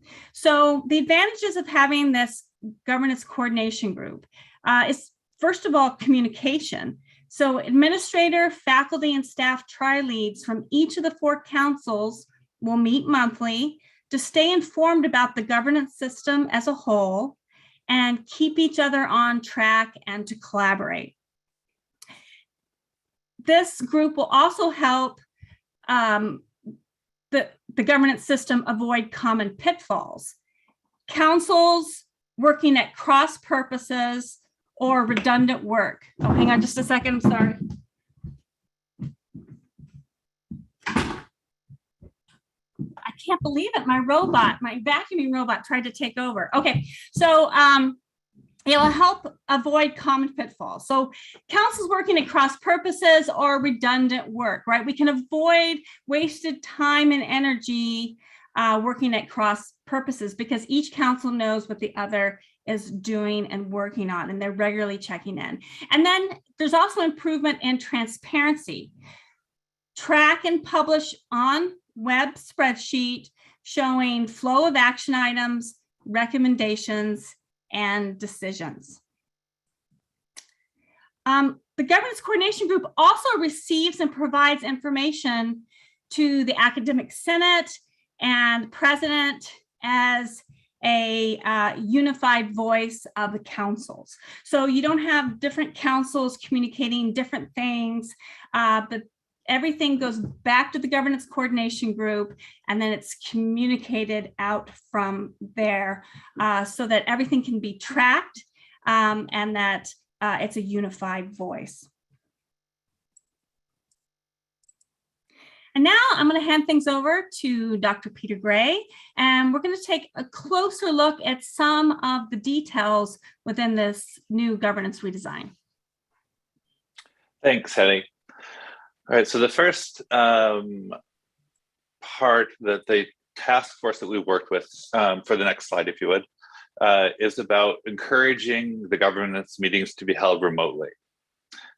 We think we've talked a lot about this, and it's an encouragement. It's up to the councils to decide indeed how to proceed with this, but we think it's a really important symbolic move to represent shared governance so that we limit the the time of commuting between campuses. It's easier for all involved to who want to be participating then can participate. And we hope it will also send the message of wanting to have more inclusion for participating in governance meetings. Next slide. As Brian mentioned earlier, there's a real move to try to focus councils on action items rather than presentations. And so the councils will be putting forth agendas focused more on action items and allowing participants to view the informational presentations elsewhere, usually on the web or some other form. There will be a reshuffling in the next slide of the committees that we've been working with over the past handfuls of years, and each council will be focused on deciding which permanent councils need to be created or need to continue moving forward, and whether or not there are needs for temporary task forces as well. And so each council, each of the 4 different councils, will take the full responsibility for deciding what needs to happen and where their work needs to be focused through committees, task forces, and other bodies. One of the bigger shifts that we're working toward,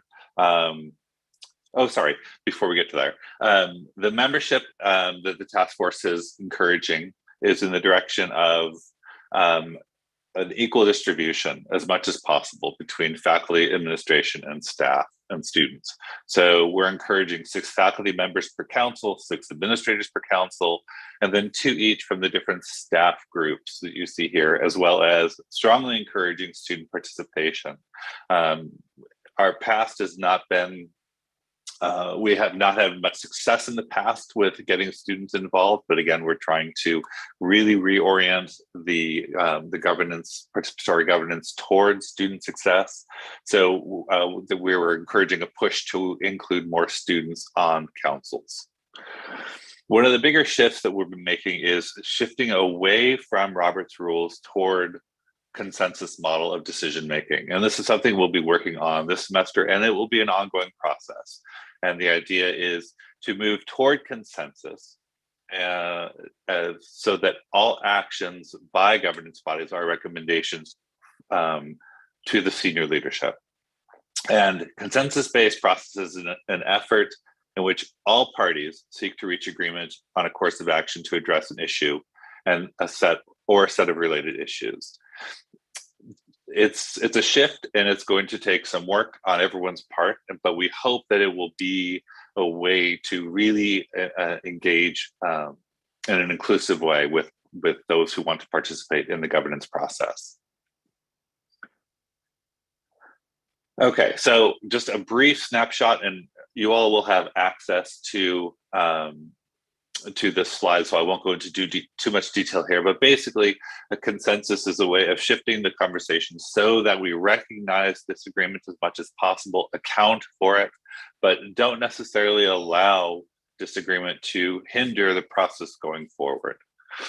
And so, as you can see here, so this is just one representation of the way in which consensus might work. So some of us may feel that an action is, we completely support it with an unqualified yes.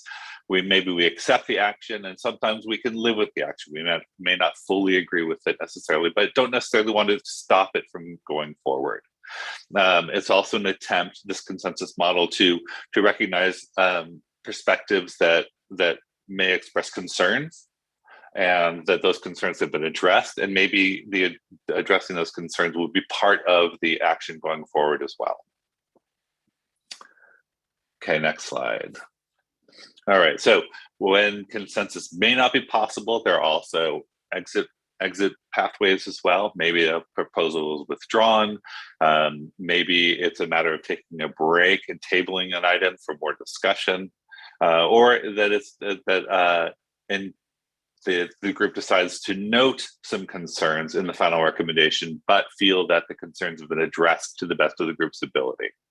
And again, these are just representations of the big idea of moving toward consensus. It's much more conversational, much more discussion-based, and less maybe bound by the stricter rules of Robert's rules. Okay. So just as a quick review, the four councils, we have the College Planning Council, the College Council, and its focus is on the college's mission, vision, and values, making recommendations regarding board policies, and reviewing and making recommendations on board and administrative procedures. The second group, the second council, is the Student Success Council, and as the title indicates, it's ensuring student success and closing student equity gaps. Very familiar for most of us who have been working here for a while. Okay, the third group is the Institutional Resource Council, and this is the effort is to leverage resources to maximize student success. So looking at various funding sources and how to invest in strategic and student-centered goals. And then the final group, the final council, is the Institutional Effectiveness Council. And this is where we bring data to bear on thinking about our strategic goals for student-centered success, using data, continuous improvement processes, and making sure that indeed, for example, that this new governance system is working as well. So if I want to step back a little bit for this final slide, what we're after here in this shift to a new kind of a model for participatory governance is creating collaboration and a more inclusive culture that ultimately better serve our students. We have the four councils that are designed on focusing on student success agendas, and a lot of that work will be started at each spring retreat. That the tri-councils will meet monthly with the governance coordination group to ensure clear communication and collaboration, that there will be transparent as much as possible, a spreadsheet that will be public available so we can see as a community what action items are being proposed, as well as a more focus on action and less on information and presentation. And finally, ideally leading towards some clarity around the superintendent president's decision-making process. Thank you, Peter. And so let me just pop in here for our last slide, and just again encourage everyone, to be the change you wish to see in the world, to see at Hartnell. This is an opportunity. There'll be lots of opportunities for continuing and emerging leaders to have important and difficult conversations and to really make a difference. And so just to show you next steps and what we're planning. So February 8th, we're hoping to go to the second reading at the Academic Senate. Then the task force will continue to meet. February 16th, we have the second read at the CPC. And then if we have approval, then we're going to immediately need to be reaching out to the Academic Senate and other groups, staff groups and administrator to start getting appointments, and of course associated student appointments as well, so that we can have our spring retreat, which is scheduled for March 25th in the morning. And so again, that's an opportunity for all the council members to come together once a year and to think about what strategic goals what strategic agenda items do we want to focus on next year, because we can get so much more done if we're focused on certain agenda goals. And then tri-leads will be chosen at that spring retreat, and then we'll have our tri-lead training and get everything in place so that, again, the first day of fall 2022, that will be all ready to go and ready to start with really serving our students even better within our participatory governance system in an engaging way as a team. So thank you very much for listening to our presentation today. And I hope you're excited about the changes, and feel free to reach out to me. Catherine? Thank you, Dr. Yellen. There was some conversation in the chat. It might be good if we could address it because we do have, we've got 15 minutes. Wow. There was some conversation about quorum. Can somebody address that for the larger group to speak to it so we can all hear about it? Quorum? Yeah. In our proposal, quorum is going to be for each council will be half the employee appointees are present, plus at least one tri-lead. We didn't want to count the students because we know that they may need a more flexible schedule as far as attending the council meetings. The quorum for the coordination group would be at least one tri-lead per council, because if you don't have all the councils represented, then how can you collaborate? Right, thank you. Would somebody in your group or one of the presenters be able to address the way I understand our governance structure right now? It's spelled out in these handbooks that are filed with every web page for every council or committee, and then we review them at the fall every year. Here's our handbooks, kind of got our marching orders. So is somebody going to be replacing that with something else? What would that look like going forward? Peter has his hand. Oh no, that's Peter Calvert. Yes, we are going to use a very similar model to the handbooks that we have now. We don't want to unnecessarily change things that work. However, we're combining all the handbooks into one charter. So it's one place. So you don't have to go searching around for different handbooks. And so in doing that, we're bringing a lot of the redundant information up to the top of the charter so that you don't get as much repeat as well.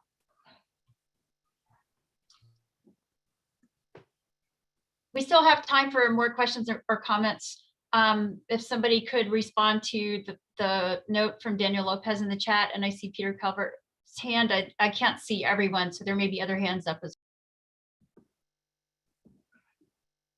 well. Mine is not a question, but it's sort of an addendum to the discussion about quorum and about the move from Robert's rules. I'm speaking from the point of view as a parliamentarian. Robert's rules actually has some flexibility built into it. So there's no reason that a particular group could not say, here's how we're going to define quorum for our group. And for example, we're not going to put the students in for the reasons you discussed. That would be done. I'd like to just say, here's your basic guideline for collaborative work or Robert's rules. One sentence: majority rules, but minority must be heard. So however you move from the most strict interpretation of that sentence to the way that I understand the collaborative movement is going in there, the most important thing is make sure that everyone has a voice at the table. But some of these technical rules, if this turns out to be a problem later on, Hetty, you can call me anytime. We'll do anything to be able to do that as well. That's it. Thank you, Peter. That's very helpful. Anyone else have their hand up, or Brian or Peter want to speak? There was a question about faculty. I'm not quite sure because I couldn't quite read it, but a question about the number, I think, of faculty appointments. Was that it? Was it Daniel? I'll go ahead and elaborate. So I've asked this question several times, and I do see now that there's an official count, but I believe there's something like 4 to 5 positions for faculty in the current setup on each council. So 8 times 4 is 32, times 5 is 40. This would reduce it to, my understanding, is 24, right? 4 councils, 6 faculty members per. And my concern about the overall reduction is that even though this still seems like a pretty significant number, with a large diverse faculty such as ours, you do run the risk of having issues of concentration where either certain faculty members are rotating through, or because you don't have enough faculty voices or a diverse number of faculty voices on the councils, you aren't getting an accurate representation of what would happen. I do understand that that's a normal concern in any representative government, but I do think it's something that needs to be addressed when we're talking about making sure that we're having enough opportunity for seasoned faculty who know what it's like to be on these councils to be effective leaders, but also to bring in and train new faculty along the way. And so I'm just curious about what kind of impact you all think this is going to have on the number of faculty that will be involved and be able to be effective. Yes, I know you've raised this before, Daniel, at CPC on at least one occasion, possibly 2. Of course, we don't know for sure what will happen, but you're right in that there may be fewer overall faculty compared to the current councils, but on each council, there's more faculty.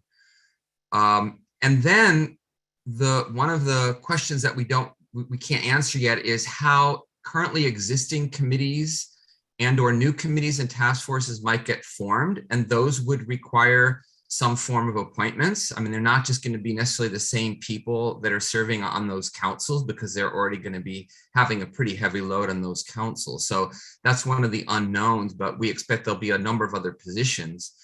I also think that with college redesign, there's all kinds of other opportunities for service, which are just now starting to be explored, like with the meta-major community. So even though that may not be the same thing as a representative form of government, it still provides faculty with important opportunities for service to directly serve students. And we know that there's going to be a real need for faculty to serve in those capacities as well. If I could also say, Daniel, it doesn't really address the numbers, but it addresses maybe the mentor-mentee aspect that we did get a lot of feedback along the way of people on councils and committees feeling like they didn't know what their role was and not knowing how to meaningfully jump in and participate. And so, you know, the spring retreat and the training, you know, it's really meant to, you know, allow, you know, current and new members to all be on the same page day one, and to have practice with role playing and training, that they feel comfortable speaking up day one. They feel comfortable in their role. They know what their role is. And I think that's really important, instead of just being thrown in and wondering where you fit. I think one of the other things I saw there in the chat, and Kelly has raised this before, about what's the role of dissent in like a consensus model.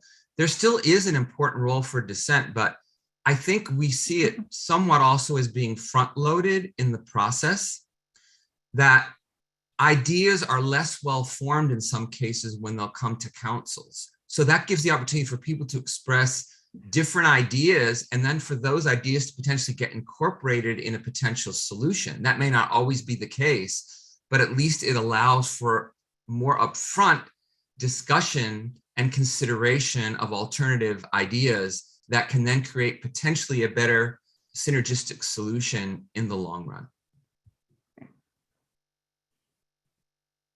Anybody else? Or Peter Gray, do you want to say something?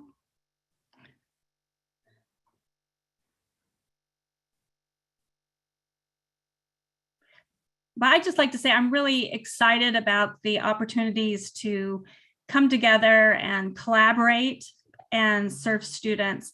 And of course, our theme today is equity, and student success and equity, very big part of this governance redesign. Only having more student voices coming in, it's also looking at everything through more of a student lens and what's fair for all lens, and that's so important. Great. So I'd like to thank Dr. Yellen, Dr. Gray, Dr. Loftman. And they're the ones talking out front today, but this was a big effort with lots of other people and voices and meetings. I'm sure there were lots of sketches and versions before we got what you shared with us today. So thank you for that hard work. So I am about ready to invite everyone to wherever you are for lunch. Here's my visual aid for lunch. There we go. I'm going for the Triscuits. Maybe you've got something more substantial out there for lunch. Looking forward to the day off in the future when we can all be together for lunch and enjoy that activity that's been so hard over the last 2 years. So it's a 1 o'clock return, and on the Zoom link in the Canvas, same way you got here earlier this morning. Please remember to sign in with your name. If you are signing in otherwise, please let Jenny Bombach know. She's the one that's keeping track of the flex hours for everyone today. At 1 o'clock, we are meeting our other keynote speaker for the afternoon. His title is Ride or Die, and I'll let it stop there. So that means be here at 1 o'clock. Thanks so much, everyone. It's really been fun for me to hear and see everything happening this morning. I'm just very appreciative of everyone being here and what you've contributed. See you at 1 o'clock.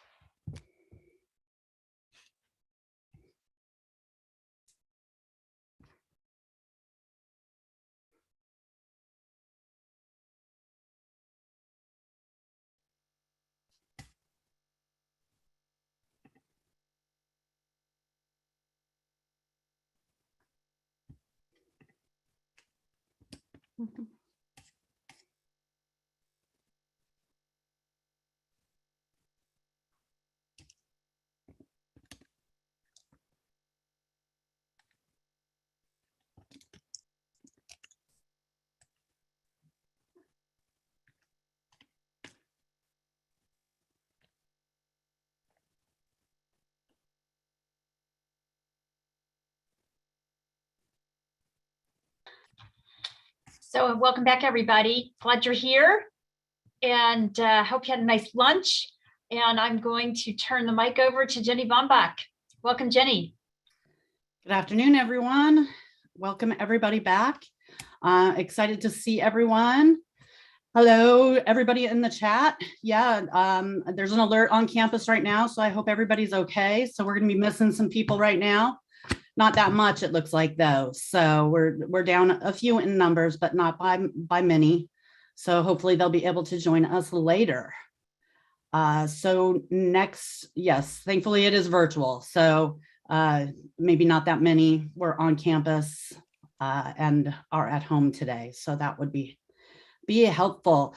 Dr. Wilkinson, do you want me to go ahead and introduce, or are you going to? You want me to? Okay. Well, our next speaker. Oh yeah, I'll explain signing in. Thank you, Lisa. If your Zoom has your name on it, you are fine. That's your sign in. She was more speaking to people that are coming in under their phone or under somebody else's name or under a nickname. Under not your name is really what we're looking for. I cannot, since I have to record your flex time, I can't record your flex time if it says iPhone. I don't know who to apply that to. I can apply that to, 3/4 of you probably. So if your Zoom just has a first name, you need to email me and let me know who that is. There's several of you on here with just a first name, and I'm going to need to know who that is so that I can apply that time to you. Otherwise, you're not going to be getting that time. So it would be, you can put it in the chat, but it would be really great if you would email me as well. So up next, we have, as my everything goes kind of crazy all at once, we have a fantastic speaker who I happen to have been a former student of. So I'm really excited to have him here. This is Dr. Christopher Bell. He was a instructor, a professor of mine at University of Colorado, Colorado Springs, and he single-handedly in the course of like a week and a half changed the way that I looked at Disney for the better. So he now is not in such an educational role, but is here to educate us. He's been many years at the University of Colorado, Colorado Springs as an associate professor of media studies, and now works for Skydance Animation Studios down in the LA area, where he works as the Director of Creative Affairs and Inclusion. And he is here today with a really excellent presentation for us called Ride or Die, Research, Inclusion, Diversity, and Equity in Popular Culture. So I bring to you Dr. Christopher Bell. Well, thank you, and hello, everybody. I'm really excited to have a chance to talk to you today. I think that this next little bit that we have here together will be really interesting to you, hopefully, in that I'm not sure that it has anything to do with the rest of what you're doing today, and yet it has everything to do with the rest of what you're doing today. So hopefully we'll be able to make some connections for you. But I'm going to go ahead and get started, and we can figure it out along the way. I'm really excited for this opportunity to talk to you today. The title of this talk, sort of the ride or die with research, inclusion, diversity, and equity. That's the long version. The short version, the Cliff Notes version, the TLDR on this is making meaning with media, and it's what I do every day, and it's what media are sort of in the business of doing every time we consume them. So a little bit of background about myself, so you don't think I'm just some bum off the street here talking to you for the next little bit. I spent most of my career, as Jenny said, at the University of Colorado, Colorado Springs. I was an associate professor of media studies there for about 11 years. In 2005, I graduated with my PhD. I moved down to Colorado Springs. I started teaching, and by 2015, I had really established myself as a professor, and I had a really great opportunity to give a TED Talk. Some of you guys know TED Talks, right? So I had an opportunity to give a TED Talk. That TED Talk went a little bit viral. It went a lot viral, actually. And by the end of the year, it had hit the Millionaires Club, which are TED Talks with over 1 million views. And I started getting contacted by a lot of different people. One of those organizations was Pixar. And I started doing some work with Pixar, some consultation work with Pixar around issues of representation. And I ended up becoming part of the story team, the story consultation team for a film called Onward. Some of you may have seen Onward. I worked on Onward. And then I got the really great opportunity to be a part of the story team for a film called Soul. I worked really closely myself, Quincy Jones, David Diggs, a bunch of really great musicians, John Baptiste, and a bunch of really great musicians working on Soul, which was a really great opportunity for me, which led to my leaving the university and moving down with some former Pixar executives into the role that I currently serve as the Director of Creative Affairs and Inclusion for Skydance Animation. Skydance is brand new. It's a brand new animation house. We have released precisely one film. It is currently available on Apple Plus. If any of you have Apple Plus, that is the film Blush. If any of you got an opportunity to see Blush, that's us. Hopefully you'll get a chance to see it soon if you haven't already seen it. It's a beautiful short directed by Joe Mateo. Our first feature film is a film called Luck that comes out next August, or actually this August, in a few months here in August. Which we're very excited about. Jane Fonda, Whoopi Goldberg, a bunch of really amazing people in that film. And so we're really excited to show that as well.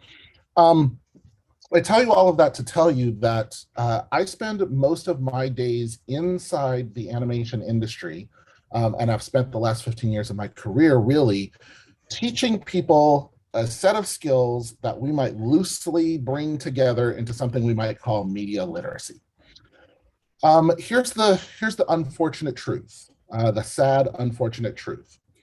Depending on what study you read, the United States of America is anywhere between 85 and 93% functionally media illiterate. Functionally media illiterate. What that means is that the vast majority of people in America, probably people you know, if I'm being really realistic, probably also you, have very little idea how media operate, what media are doing at any given point in time, how media work in concert with each other, all of the different ways that media influence how you go about living your life every single day. Most people pay no attention to it. Most people have no idea how it operates, and therefore most people are pretty easy to lead around by the nose. Which our media are very much in the business of doing. They're very much in the business of leading people around by the nose. And my job every day is to teach people about media literacy and how to be more media savvy consumers, so that you have a better idea of what's going on in the media that you consume, okay? That all begins with understanding why media exist in the first place. Because I think this is where people start off on the wrong foot. And then, of course, they end up with a wrong conclusion. You have to have a pretty intimate understanding of the social function of media in order to understand media literacy. Because all media on Earth, all media in the history of Earth have ever only existed for one reason and one reason only. One reason. That reason is something that in my own work I refer to as public pedagogy. That's the reason why all media exists, public pedagogy. Now, what is public pedagogy? Let's break it down. This is easy. What is the public? Think about that for a second. What is the public?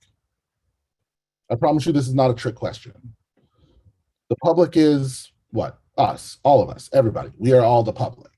If you were all seniors in media studies, we'd be talking about how we're actually all a part of multiple publics. But for today's purposes, we are all the public. What is pedagogy? People in a college environment. Pedagogy, we know it ends in OGY, so we know it's the study of something, right? Peda being the root word of things like pediatrician, for example. Pedagogy is the study of learning. It's the study of teaching and learning. So, public pedagogy then is the study of how people are taught and learn stuff. It's the study of how societies are taught what we call ideologies. That is the constituent social relations that make us up as a people. It's how you learned what it meant to be a man or a woman, or how you learn to behave yourself in public and dress appropriately, and what it meant to be an American, and what it means to be a patriot, and all of that stuff. All of that is wrapped up in ideologies. Those ideologies are the building blocks of society. In short, public pedagogy is teaching you how to do those things. It's how we learn what we know about other people and about the world. For most of us, especially those of us who are American and who grew up in the United States, there's a wrinkle in that pedagogical process. And that wrinkle is you live in a 100% media saturated society. What that means is every single aspect of your human existence outside of your basic bodily functions is in some way touched by media in this culture. All of it. The clothes you wear, the food you eat, the car you drive, where you live, the way you construct your relationships, the very language you use to formulate thought, all of that comes to you largely through media. And therefore, how you see the world has been greatly influenced by all of the media you have ever consumed. All of it. We like to think, oh, we're free and independent thinkers here in America. No, you're not. You have been systematically instructed how to think by the media you have consumed every single day of your entire life. It started before you had words to describe what was happening to you. It started before you could form an opinion about it. It's too late now. It has all happened to you from the moment you were born. And so therefore, you should probably have some sort of an understanding of how that process works. And that's where I come in, because that's what I do. I spend all day unraveling all the way that all of the media that you have ever consumed has influenced how you see the world. Okay?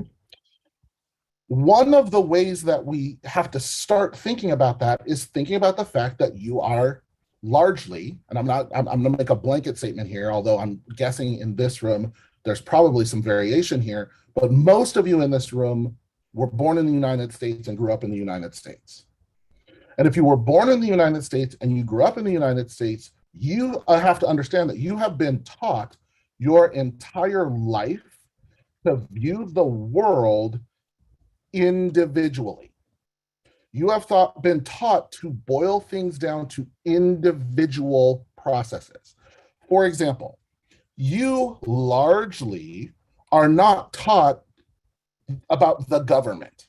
You're not taught that the government is this vast array of regulatory agencies and procedures and policies and laws. And you're not taught all that. You're not taught that doing anything in this country takes an entire process of voting and lobbying. And what you're taught is Obama does stuff, or Trump does stuff, or Biden does stuff. You're taught to boil that entire thing down into one individual thing you can get your brain around, right? The Denver Broncos don't win the Super Bowl. I mean, they don't, but the Denver Broncos don't win the Super Bowl. Peyton Manning wins the Super Bowl. You're not taught about, about 2,000 years of religious practice and doctrine and dogma and variations and reconciliations. You're taught about Jesus, one person. You're not taught about the history of Christianity and so on and so forth. You're taught to think of everything individually, which is why there are some people in this room right now who in their heart of hearts believes that there's such a thing as the media. You're taught it every day. The media does this, the media does that. Oh, blah, blah, blah, it's about the media. Here's the thing to understand. You hear me over and over again. I'm gonna get a Cobb salad. Hi, someone's I have a Cobb salad there. I've been craving a salad. Hey, Cobb salad, you're unmuted. Yo no sé yo manejo bien. Let's go. We got you. Come on. Okay, we'll find out who That's what I'm gonna do. I'm gonna look in the participants. There we go. Okay. Media, you'll hear me over and over in this talk use the word media as a plural. That's because the word media is a plural. It's a plural of the word medium. And different media do not operate in the same way as each other. A television show is not a film is not a comic book is not a radio program is not a video game, and so on and so forth.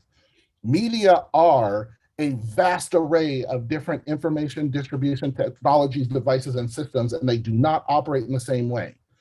Every time for the rest of your life, you want to put the word "the" in front of media, as though those are capital letters, don't. There is no such thing as the media. It's a construct. It is not like after this speech is over, you're gonna be in your room and then you're gonna go out in the hallway and the media is out there waiting to jump you and beat you up. That is not how it works, okay? There is no the media. But in this country, there is a real push for you to boil that vast array of systems down into one singular thing, the media, so that you can get your brain around it, mostly so that you can be mad at it. When people say the media, what they most often mean is news media, and even news media don't operate in the same way. CNN is not Fox, Fox is not MSNBC, MSNBC is not CNBC, and so on and so forth. Though even that's not a monolithic entity. There is no the media. It is one of the ways that those of us who study media closely know who knows what they're talking about and who does not. So that's the first thing. You're taught to think of things individually. Let's extend that out. Let's play a game. Let's play a game. We're going to play a game. This is a game that I play with my freshmen. So you can play, I promise. This is your opportunity to unmute a little bit and play along with me, okay? I'm going to try to teach you how media work, because media do not work individually. That's not how the world works. Everything in our society is connected into environments, into systems, especially ideologies. So today I'm going to try to teach you to think about things systemically, because that is how media actually work. They work systemically. So here's a game I play with my freshmen. It's a very easy game. You can play. There aren't very many rules. The only thing you have to do in this game is name the film. Okay? Name the film. Now, here's the thing. I picked 5 films. I don't want you to get fixated on these 5 films. I just only have a limited amount of time. We could add 100 films to this. It wouldn't change anything at all, and actually probably just make this stronger. But I picked 5. I picked 5 films that I thought adult human beings in America would have seen by now. Okay, just 5. So all you got to do is name the film. Everybody ready? Okay. All right. Film number 1. Oh, Star Wars. Star Wars. Which Star one? Wars. Which one? Star Wars 1. A New Hope. Number 1. Return of the Jedi. 4. It's A New Hope. It's either 1 or 4, depending on how The you first look one at that came out. it. Either number 1 or number 4, depending on how you look at it. So this is Star Wars. How do we know which one this is? Debbie, can you go to the other office so she can do the flavor? Yeah. Obi-Wan How do we know Kenobi's which in it. Star Wars this is? Sorry. Oh, it's okay. Obi-Wan is still Obi-Wan. there. Oh yeah, because of the. You're right. Well, because of the way they look. Because the Obi-Wan way is they in it. look, because Yeah. the way they look, Han Solo's there. Obi-Wan Kenobi is still alive. That's a good way to do it. Chewie. What's this Still one? there. Oh, Phantom Menace. That's one. Star Wars Phantom Menace, the first Yeah, one, Phantom Menace, or the yeah. 4th one, depending on how you look at it. It'd be the first one. It's either the first one or the 4th one, depending on how you look at it. How do we know which one this one is? Again, the pictures, the young characters. Yeah, the pictures. Yeah. Obi-Wan is in Obi-Wan it. is Qui-Gon young. Jinn and Baby Anakin, Anakin is yes. young. Baby Qui-Gon Anakin. Jinn is still alive. Right. You got it, and then you got a young. What's this Young guy down Padme. here? Yeah. Anakin. Anakin's young. Anakin. Yeah, you kid. got a young. Yeah, the Anakin. baby Anakin. What's this one? Harry Harry Potter. Harry Potter Potter. Harry Potter. Which one? and the Sorcerer's Stone. Sorcerer's Stone. Interesting thing about Harry Potter. So just so you know, for 10 years, I was the chair of Harry Potter studies for the Popular Culture Association, a chair that I founded. I have written 6 books about Harry Potter. Harry Potter was my major research artifact. I know a lot of shit about Harry Potter. I'm going to tell you a story about Harry Potter. You're not going to believe it. It doesn't make it any less true. You're not going to like it. That really doesn't make it any less true. When Bloomsbury, which is the UK publisher, came to the United States with Harry Potter and went to Scholastic, the American publisher, and said, hey, we have this really great book we want you to publish. They said, sure, we'll publish that on one condition. And Bloomsbury said, what? And Scholastic said, we want to change the title to Harry Potter and the Sorcerer's Stone. And Bloomsbury said, well, why would you do that? The Philosopher's Stone is like a real object. It's like a real mythological object. People have known about it for years. And Scholastic said 2 reasons. Number 1, American kids will think sorcerer is more exciting than philosopher. And Bloomsbury said, well, that's kind of dumb, but okay, whatever. What's the second reason? And Scholastic, the American publisher, said, Americans can't spell the word philosopher. And that is why, if you live in the United States, this is Harry Potter and the Sorcerer's Stone. And if you live in literally any other country on earth, this is Harry Potter and the Philosopher's Stone. I believe Like it. I said, true story. Doesn't make just because you don't like it doesn't make it any less true. We got bad spellers here in the United States. Okay, she's Yeah. grabbing.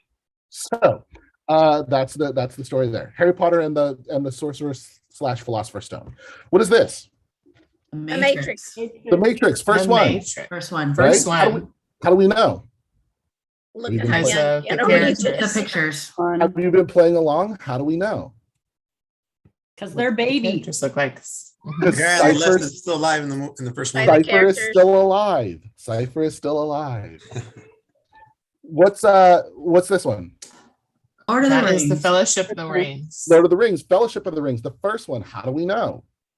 Characters in it. Yeah. Boromir is still alive over here. So here's my question to you. What I want you to do is to stop thinking of these films individually, because that's what you've been taught to do. Think of things individually.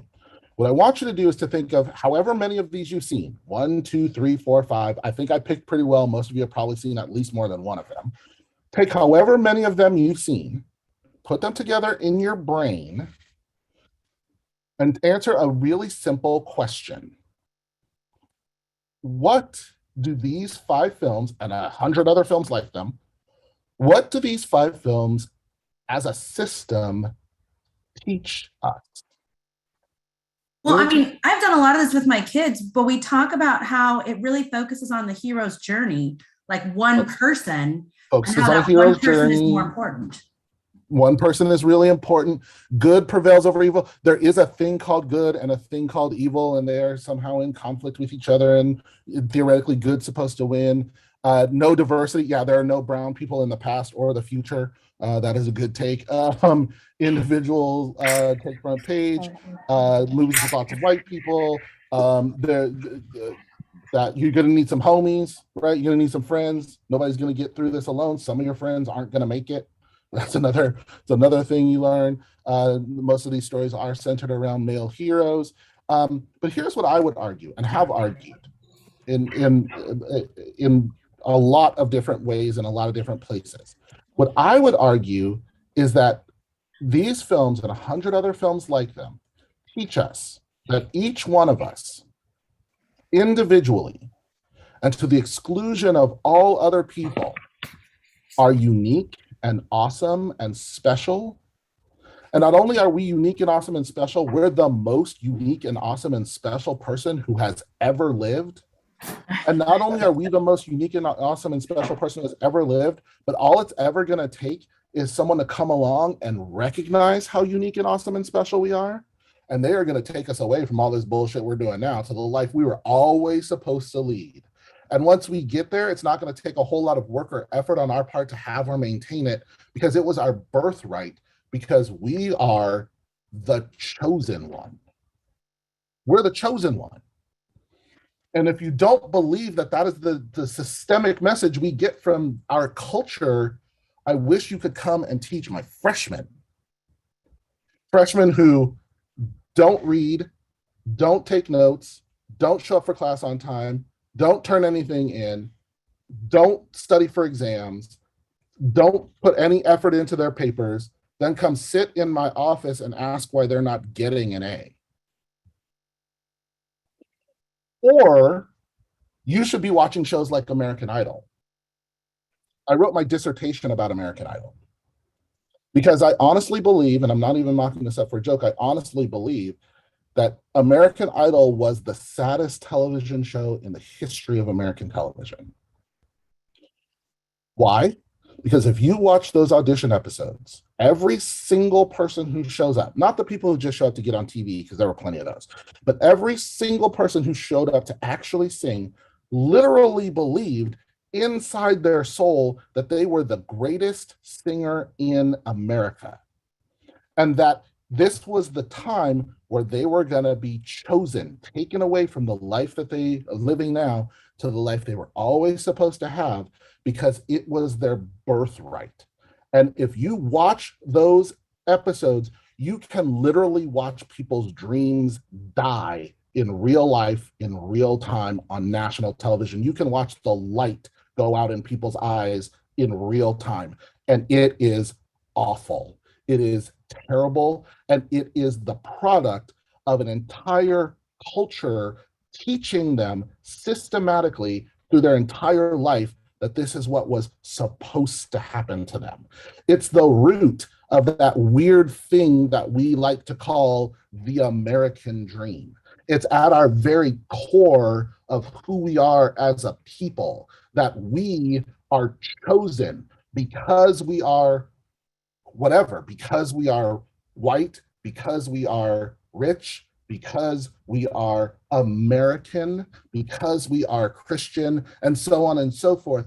Whatever category we want to attach ourselves to, the American dream tells us it is our birthright to be awesome because we are. And when you find out that that is not true, that there is a much bigger world than the stack of ideologies your worldview has been built on, it is crushing for some people. It is absolutely crushing. That is one set of messages. One. It took me about 15 minutes to give it to you. How many messages do you think you got today, or this month, or this year, or in your 19, 20, 30, 40, 50, 60 years on this planet? All day, every day, you are bombarded with messages from media about who you are, who you're supposed to be, what the world is like, and what your place in it is. All day, every day.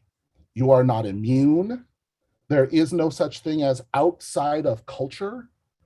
Every single person is involved in it. It is not a voluntary process, and you do not have to believe it is happening for it to happen. It is not a ghost or a vampire. It does not require your belief. Saying you don't believe that media are engaged in public pedagogy is like saying you don't believe in turtles. Turtles don't care if you believe in them. They go on about their turtle business. And media operate best when you believe they're not doing the things that they're doing. So this is one set of messages. Think about how many messages you get every day. That's the first piece of media literacy. Media are not innocent. There is no such thing as just entertainment. We like to talk a lot. If you're the kind of person like I am and you ask all these questions, eventually someone will be like, can we just watch this? This is just a movie, or it's just a television show. Can we just play this video game?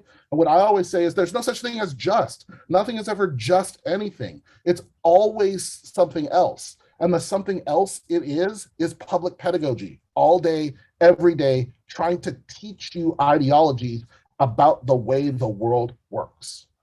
Every day. No matter what you consume, it doesn't matter what channel you turn on. It doesn't matter if you don't watch television at all. I know it's like the hipster's badge of honor to be like, I don't even own a television. Nobody cares. You know why? Because we do. And you still have to interact with us. And you know who owns all the companies who publish all those books you think are so superior to television? The same people who make the television shows. And the answer to art cannot just be art is no, it can't. It has no ability to do that. It's always something else. And most of the time, most of the people who create it, and this is the thing I've learned being involved in the industry now for the past year, most of the people creating it have no idea what they're putting in it. No idea. They think they're just making art. They think they're just telling stories. And what happens is all of this systemic knowledge that you carry around with you all day that you have no idea is there is influencing every decision that you make in the creation of that art. Every decision.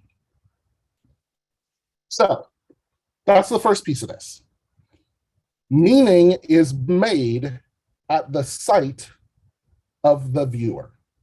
And what I mean by that is media are in the process of negotiating the difference between the intent of the author and the impact of the work. Sometimes an author, sometimes a creator wants a thing to mean something. And so they make this film or they make this television show, they make this painting or whatever, and they go, here's what I think it means. And they put it out into the world. Sometimes the audience gets that same meaning. So when the audience, when the work has the impact that the author wanted it to, the author intended, we call that a preferred reading. It's the reading that the author would prefer. If I said this means, this is the story, I think it's a story about race relations. And then it goes out to the audience and they go, yeah, that's the story about race relations.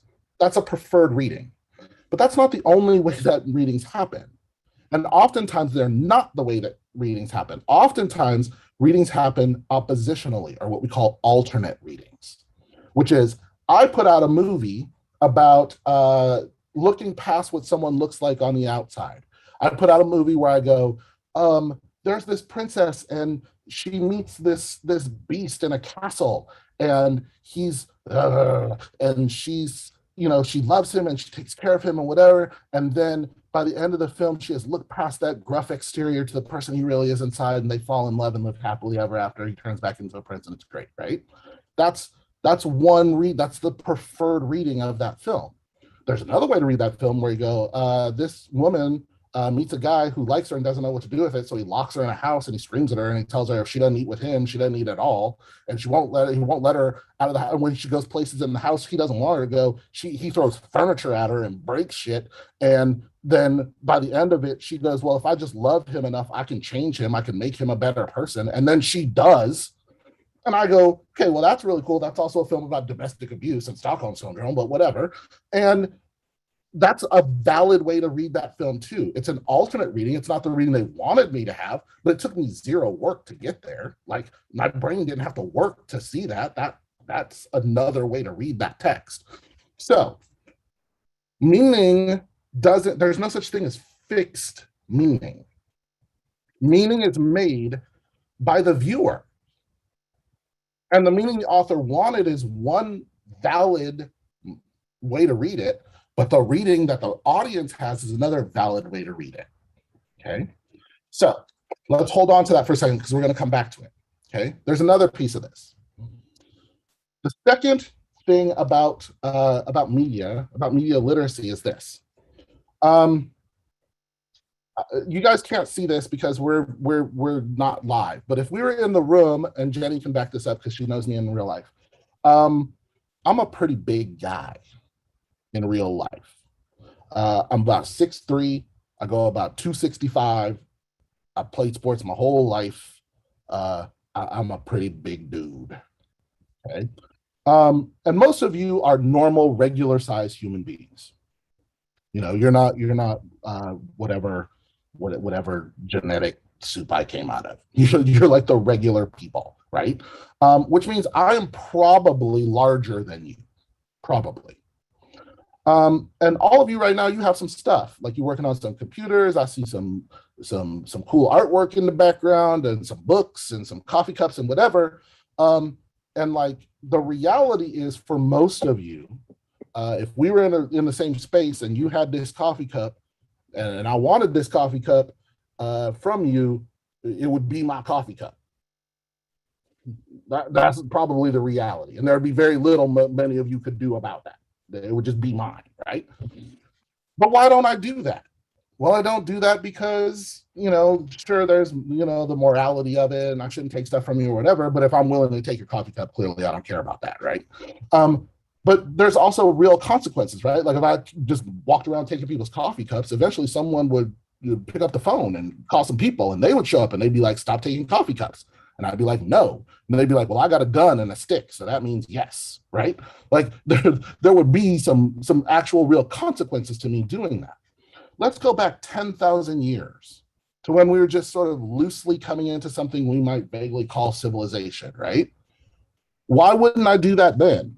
Like, I'm a big dude. Why wouldn't I just walk around and like throw open the flap of your hut and like stab your husband in his sleep and now your children are my slaves and like, why wouldn't I do that? Well, I wouldn't do that because 10,000 years ago, you know, there's many more of you than there are of me, and I got to go to sleep sometime, right? Like you could all get together and stab me in my sleep, but that wouldn't be the worst thing that could happen to me. The worst thing that could happen to me is you could all get together with your sharpened sticks and you could push me to the edge of the village. And now I'm out there. And being out there by myself is like real deal scary. Like there are things out there that can get me. I probably can't hunt very well, so I probably starve. Like I can't hunt by myself, so I'll starve. There are animals out there much larger than me that could end my life. There are the gods in the woods, which I really don't understand. And that's really scary. But the worst thing is there are more people on the other side of the woods, on the other side of the hill. And if they get a hold of me, that's the worst thing that can happen to me. So it's in my best interest as one of the biggest and strongest in the tribe to protect the village. You know, I protect the village, you bake my bread, and we all live happily ever after, right? Except it's not 10,000 years ago. 10,000 years ago, I needed you. It's 2022. I don't need you. I don't. In a very real way. I mean, I need you if you work at Domino's. I need you if you keep my internet on. But beyond that, I don't need you. Except it has been programmed in my DNA for 10,000 years to need you.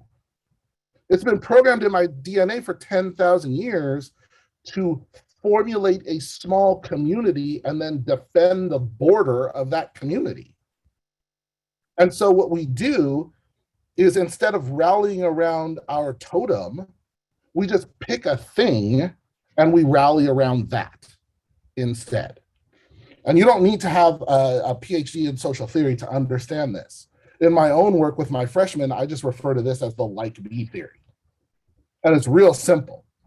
We have a preference towards people who sound like us, look like us, dress like us, act like us.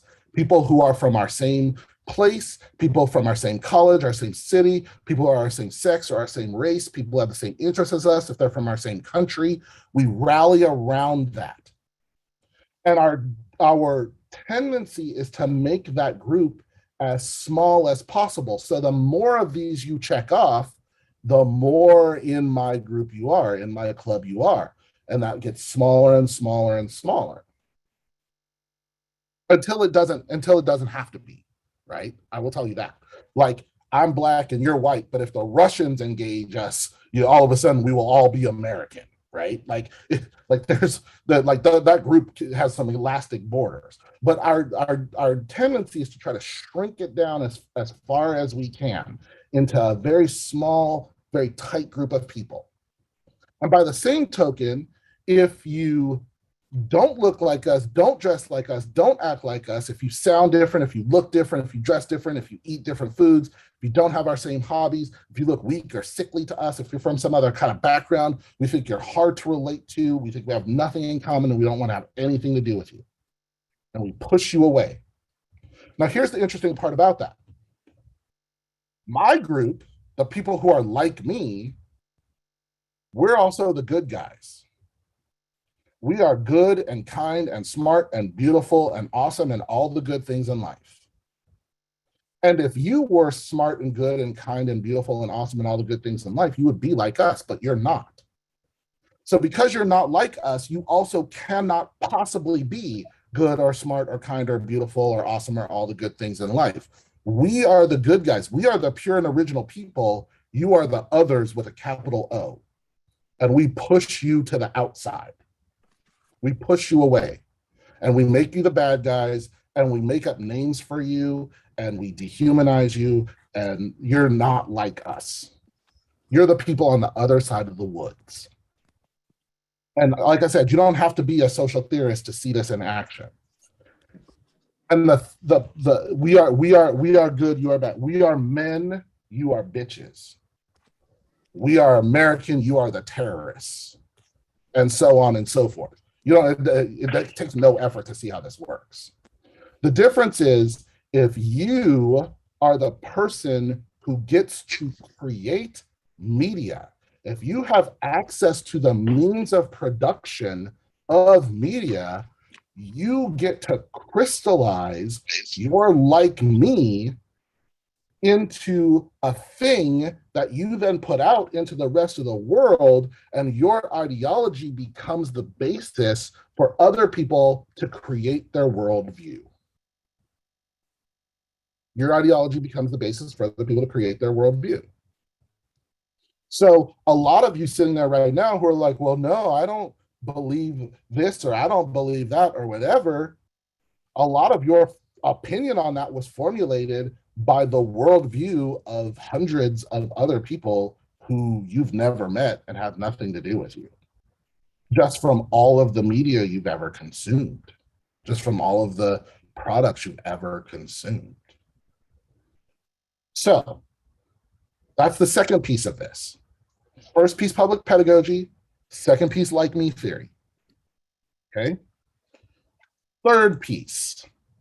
Oh, by the way, if you want to see like me theory in action, let me give you an example from my own wheelhouse. Some of you guys know who these people are. Even if you don't know who these people are, most of you can name at least one of them, right? Most people at least know the guy in the middle. Right?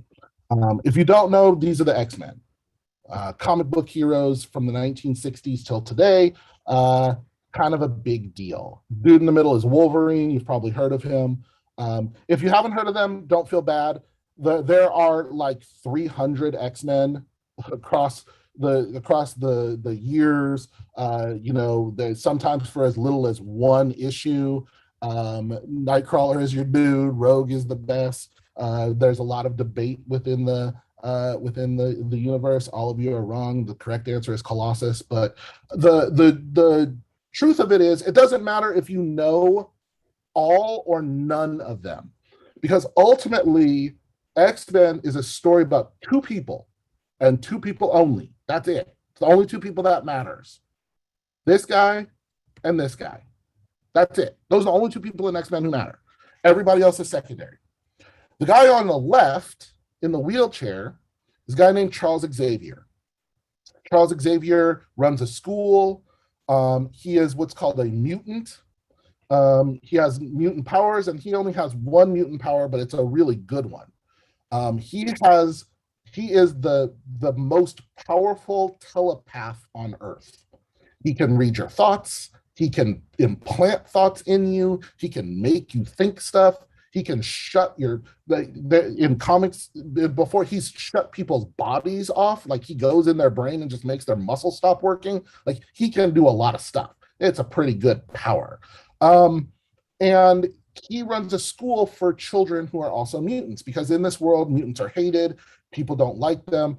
Think about it. Like, if we're all sitting here right now and we're having this really great thing and we're kicking in whatever, and then, Jen Morehouse bursts into flames, the rest of us will be like, what the shit's happening over there? Why is she on fire? And you would be terrified. Like, if someone could do that kind of stuff, you would be really, really terrified, right? So in this world, people hate and fear mutants. Xavier runs a school and he says, hey, mutants, come to my school and I will teach you how to use your powers in ways that don't scare people. I'll teach you how to use your powers peacefully, and everyone will, we'll work together and we'll get our rights, because they're always legislating against mutants in this world, right? So he's always like, no, come together and we'll work together to get our rights. In his adulthood, he becomes friends with the guy on the right. The guy on the right is a guy named Eric Lenscher. Eric Lenscher is a Jew. He's a German Jew. And he is captured in the 1940s. He is sent to a concentration camp with his family. His mom dies in the concentration camp. His dad dies in the concentration camp. He gets his sister and he tries to escape. And as they're trying to escape, the guards shoot his sister. And in that moment, he gets his mutant power. And he only has one mutant power too, but it's also a good one. He has control over the Earth's core. And that gives him two very important powers: the power over gravity and the power over magnetism. And he uses those two powers to crush the concentration camps and to free all the Jews there. And on his way out, there's this really famous comic panel where he says, no one will ever oppress me again. And as an adult, he fights against the humans, the normals.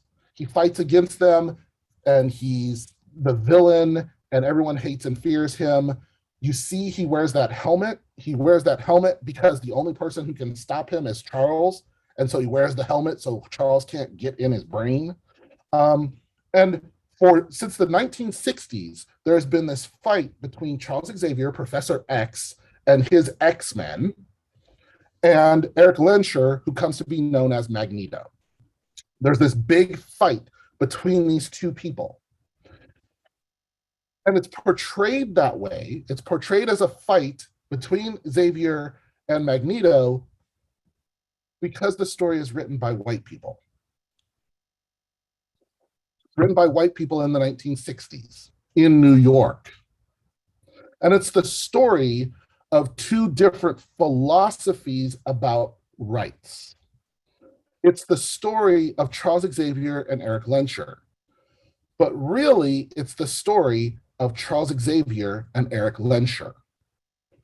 It's the story of one guy, the good doctor, the good teacher, who says, come to my school and I'll teach you how to use your rights for good in ways that people are comfortable with, in ways that don't upset anybody, and we will work together to get our rights in the system in ways that don't scare people.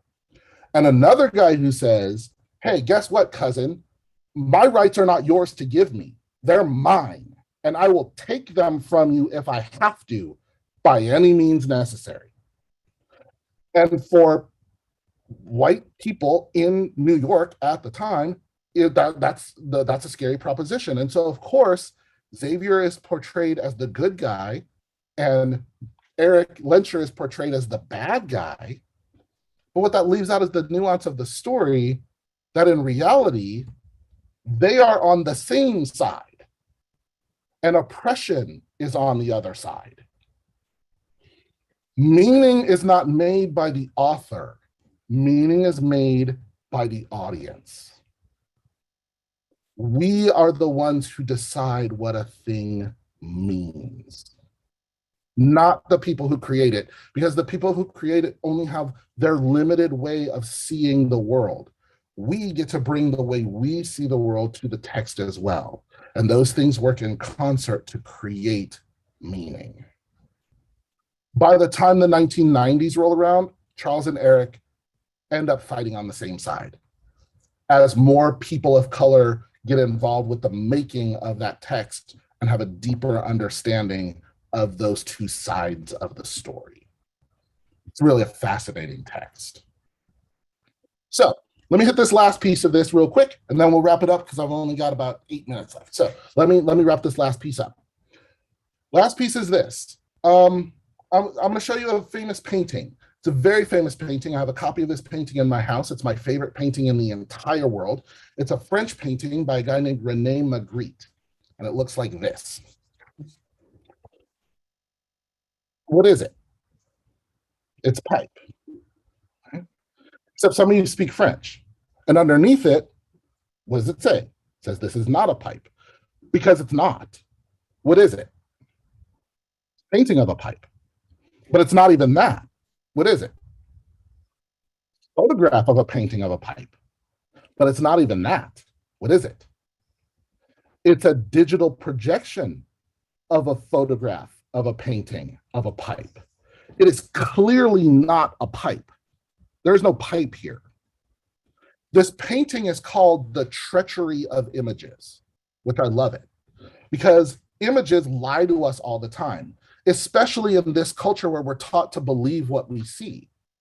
What you see lies to you all the time, especially when it comes to media. Media are in the business of lying to you about what you see. For example, what is this? No, I see your mouth moving. It's not a cow. What is it? It's a digital projection of a photograph of this cow. It's a specific cow.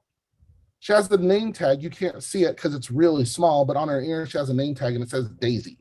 Daisy is a very specific cow who lives in a very specific field somewhere. She walks around, she eats grass, she makes milk, but you don't care about Daisy and you don't care about cows and you don't care about her cow problems. So what your brain does is it puts it in a box marked cow and then it moves on with its day, which is fine when we talk about cows. It's not fine when we talk about Asian people, but your brain does that too.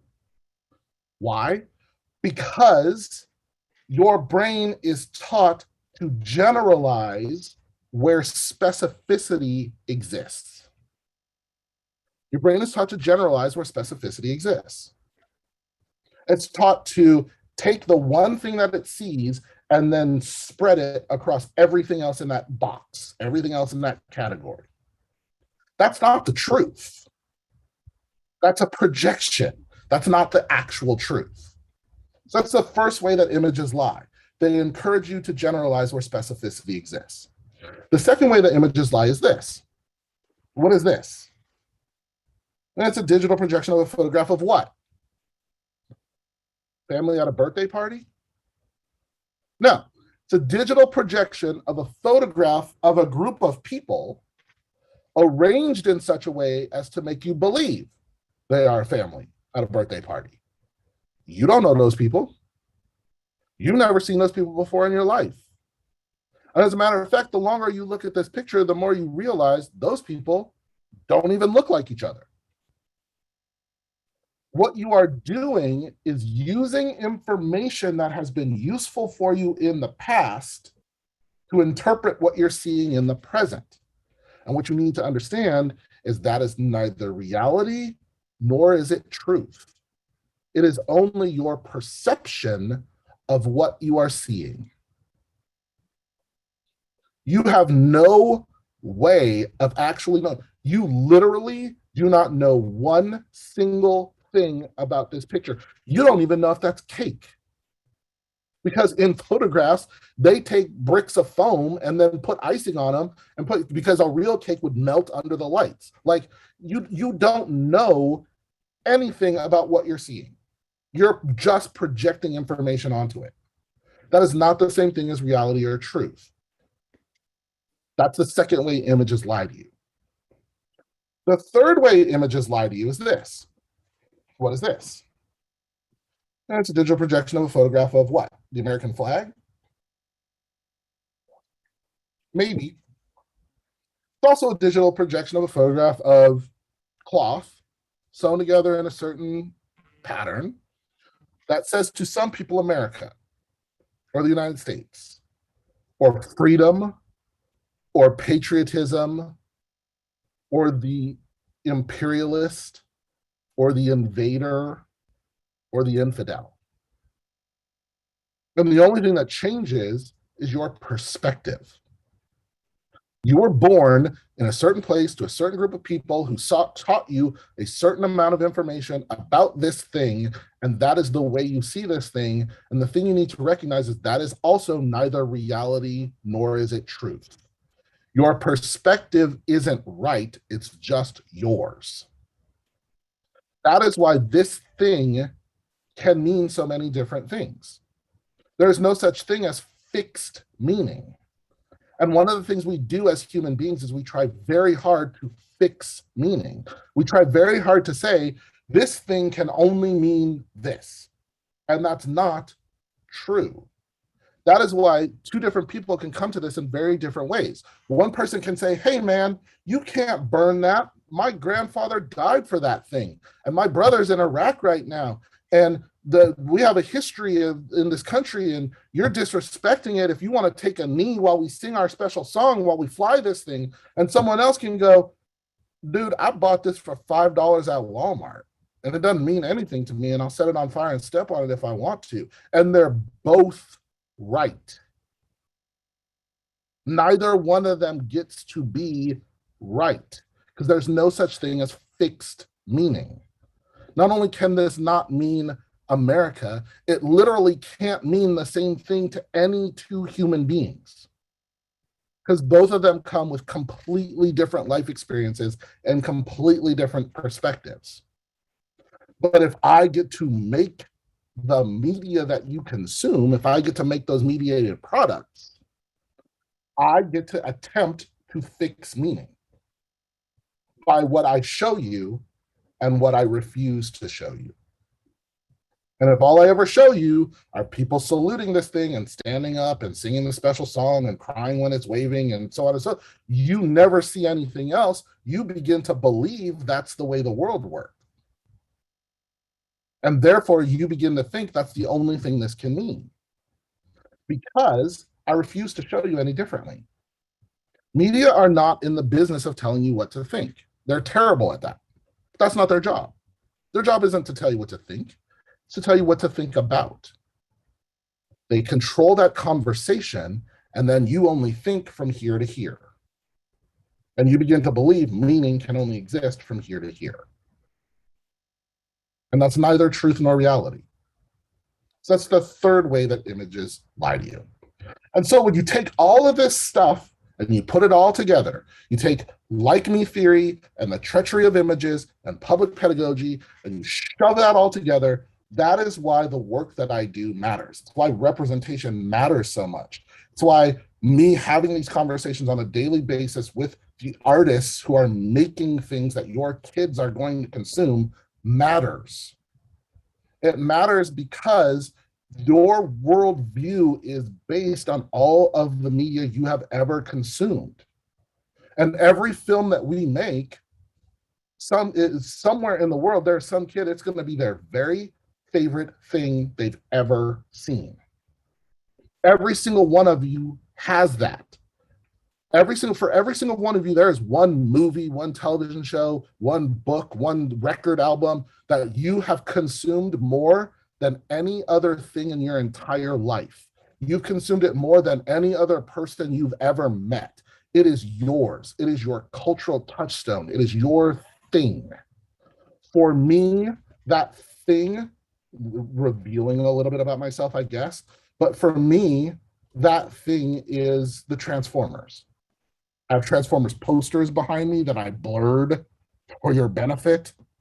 I have literally thousands of Transformers on a shelf within arm's reach. I collect Transformers. Why? Because in 1984, when I was just 8 years old, Transformers came into my house and into my eyeballs, and it was my very favorite thing I ever saw. And I have consumed more Transformers media than any other person I've ever met, than any other person I know. It's my thing. You have your thing. For every one of us, we are going to make something, we're going to put it out into the world, and for someone that might be their very favorite thing they've ever consumed, and that is why knowing what's in it matters so much. That's why being conscious and careful about what we put in it matters so much. That's about why being a conscientious creator matters so much. Purposeful storytelling. Storytelling is all powerful in a culture like this. A culture that is 100% media saturated. Storytelling matters so very much. What story is being told matters, who the story is about matters, and who tells the story matters. So that's the work that I do. As I said, it has nothing to do with what you're doing today, and then also everything to do with what you're doing today. I'm so glad that I had the opportunity to come in and to talk to you. It looks like I've built this in a little bit. I've got like maybe 6 minutes. I could answer like 2 questions probably. But thank you so much for hanging out with me today.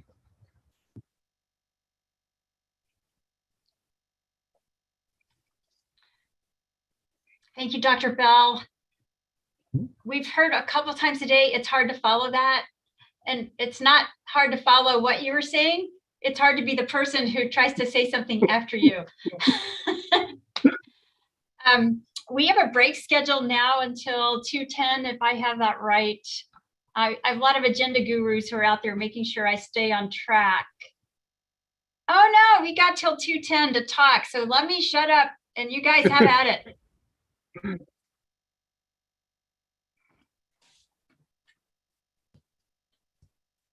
As I said, if anyone has a question, feel free to I ask. do have a question. Actually, I'm curious about how you feel about influxes of intercultural media and how they shape the public pedagogy, right? I mean, I'm a big otaku. A lot of my students watch a lot of anime. I consume a lot of JRPGs and things like that. And sometimes they're similar and sometimes they're different. So how do you see that affecting what we do?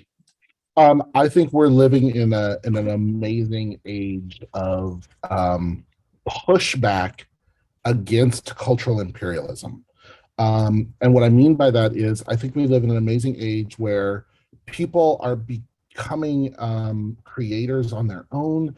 People are making their own stuff. Companies are recognizing they don't have to follow the American model in order to get their messages out there. I love this upswing in anime, this upswing in independent animation, independent artists. And that's not just happening in animation, that's happening everywhere. I mean, anyone with one of these and an internet connection is a media producer now. And so we're getting to see so many different kinds of things we never got to see before. And companies here in the United States are having to then respond to that and to change the way that they're doing business as well. You can't just tell stories about, white male heroes and then expect those stories to sell all over the world now. People want to see themselves in the stories that are being told. And more importantly, people want to see themselves in the people who get to tell those stories. And we see that in every venue, if you don't believe me, for all of the people out there who want to like bang this drum of like, go woke, go broke, or whatever the dumb phrase is, right? The reality is Black Panther up until 3 weeks ago was the #1 solo superhero film of all times in terms of box office. The biggest opening in superhero film history was Captain Marvel, which is a female superhero. Like, the people want to see themselves in the stories now, and they're not taking no for an answer. I think it's so vital to who we are as a people.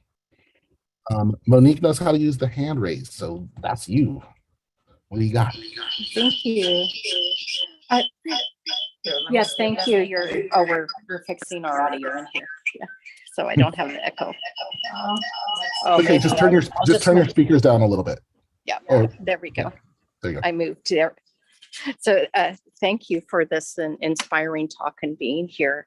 And what I wanted to ask you is, when we're coming from a place of, educators, what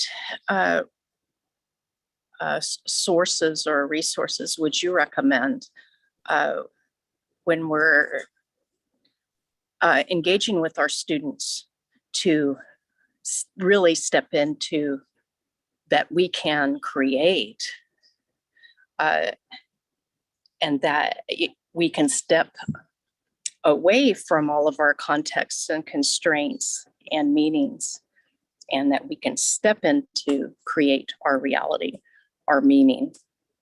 Yeah, I think the way that I would answer this is twofold. Sure. I think #1 is an understanding of media, and #2 is an understanding of culture. Mm-hmm. And I would like for those two things to happen before we move to that third phase, which is creation. Mm-hmm. So media literacy at the top of the list. That's where I would start with my students, teaching media literacy skills. And it doesn't matter what field you're in, every single field, every single discipline on campus can integrate media literacy into their curriculum.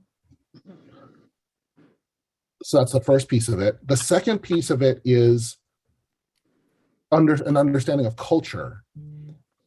We're so invested in intercultural communication, particularly at the collegiate level, without an understanding that most people have never done any intracultural communication. Most people have no idea about their own culture, let alone able to then see something in someone else's culture. And so I think those two pieces need to happen functionally before we step into that creation piece. Because it doesn't do us any good to create from a position of ignorance. And I don't mean ignorance in a pejorative sense, I mean it in the literal sense. It doesn't do us any good to create when we don't know enough about ourselves or about the world or about the mediums that we are trying to step into. Thank you.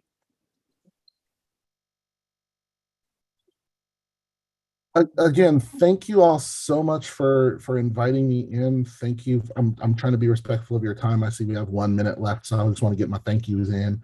Thank you for this opportunity. Thank you to Jenny for inviting me in. Thank you for coming. I've spent the last year in the world of animation, and I miss my classroom dearly. So this was a fun hour of getting to just do the thing that I love to do the most, which is just lecture and talk and discuss. So it's been really great. Hopefully it was useful for you. Have a good rest of your day. For me. So, we're good. So, thank you, Dr. Bell. Thank you so much. I really appreciate it. Thank you. Dr. Wilkinson, before you move along, I wanted to remind everybody as you go into your Canvas, into your Dean things before break, refresh your Canvas because a lot of the links have been updated. So refresh your Canvas before you try and then message me that you can't get in. Okay, Dr. Wilkinson, Yeah. it's you now. It's me now. So I don't want to stand in the way of a break. That's pretty important. But I do want to just acknowledge there's a bunch of people behind the scenes making this happen, including the people who are trying to help other folks who need links and things like that. So what a great army we have assembled here at Hartnell to make this conference successful. I don't know about you, but I just goggled. What is media literacy and why is it so important? That's what I'm going to do for my break. You guys have a nice break and log back into Canvas, find your dean. And if you don't know who your dean is, pick a dean. And they're all great. So have a good time with your deans. Refresh tonight. We'll see you tomorrow, 8 a.m. for fun and games. And 8:30, the official conference kicks off.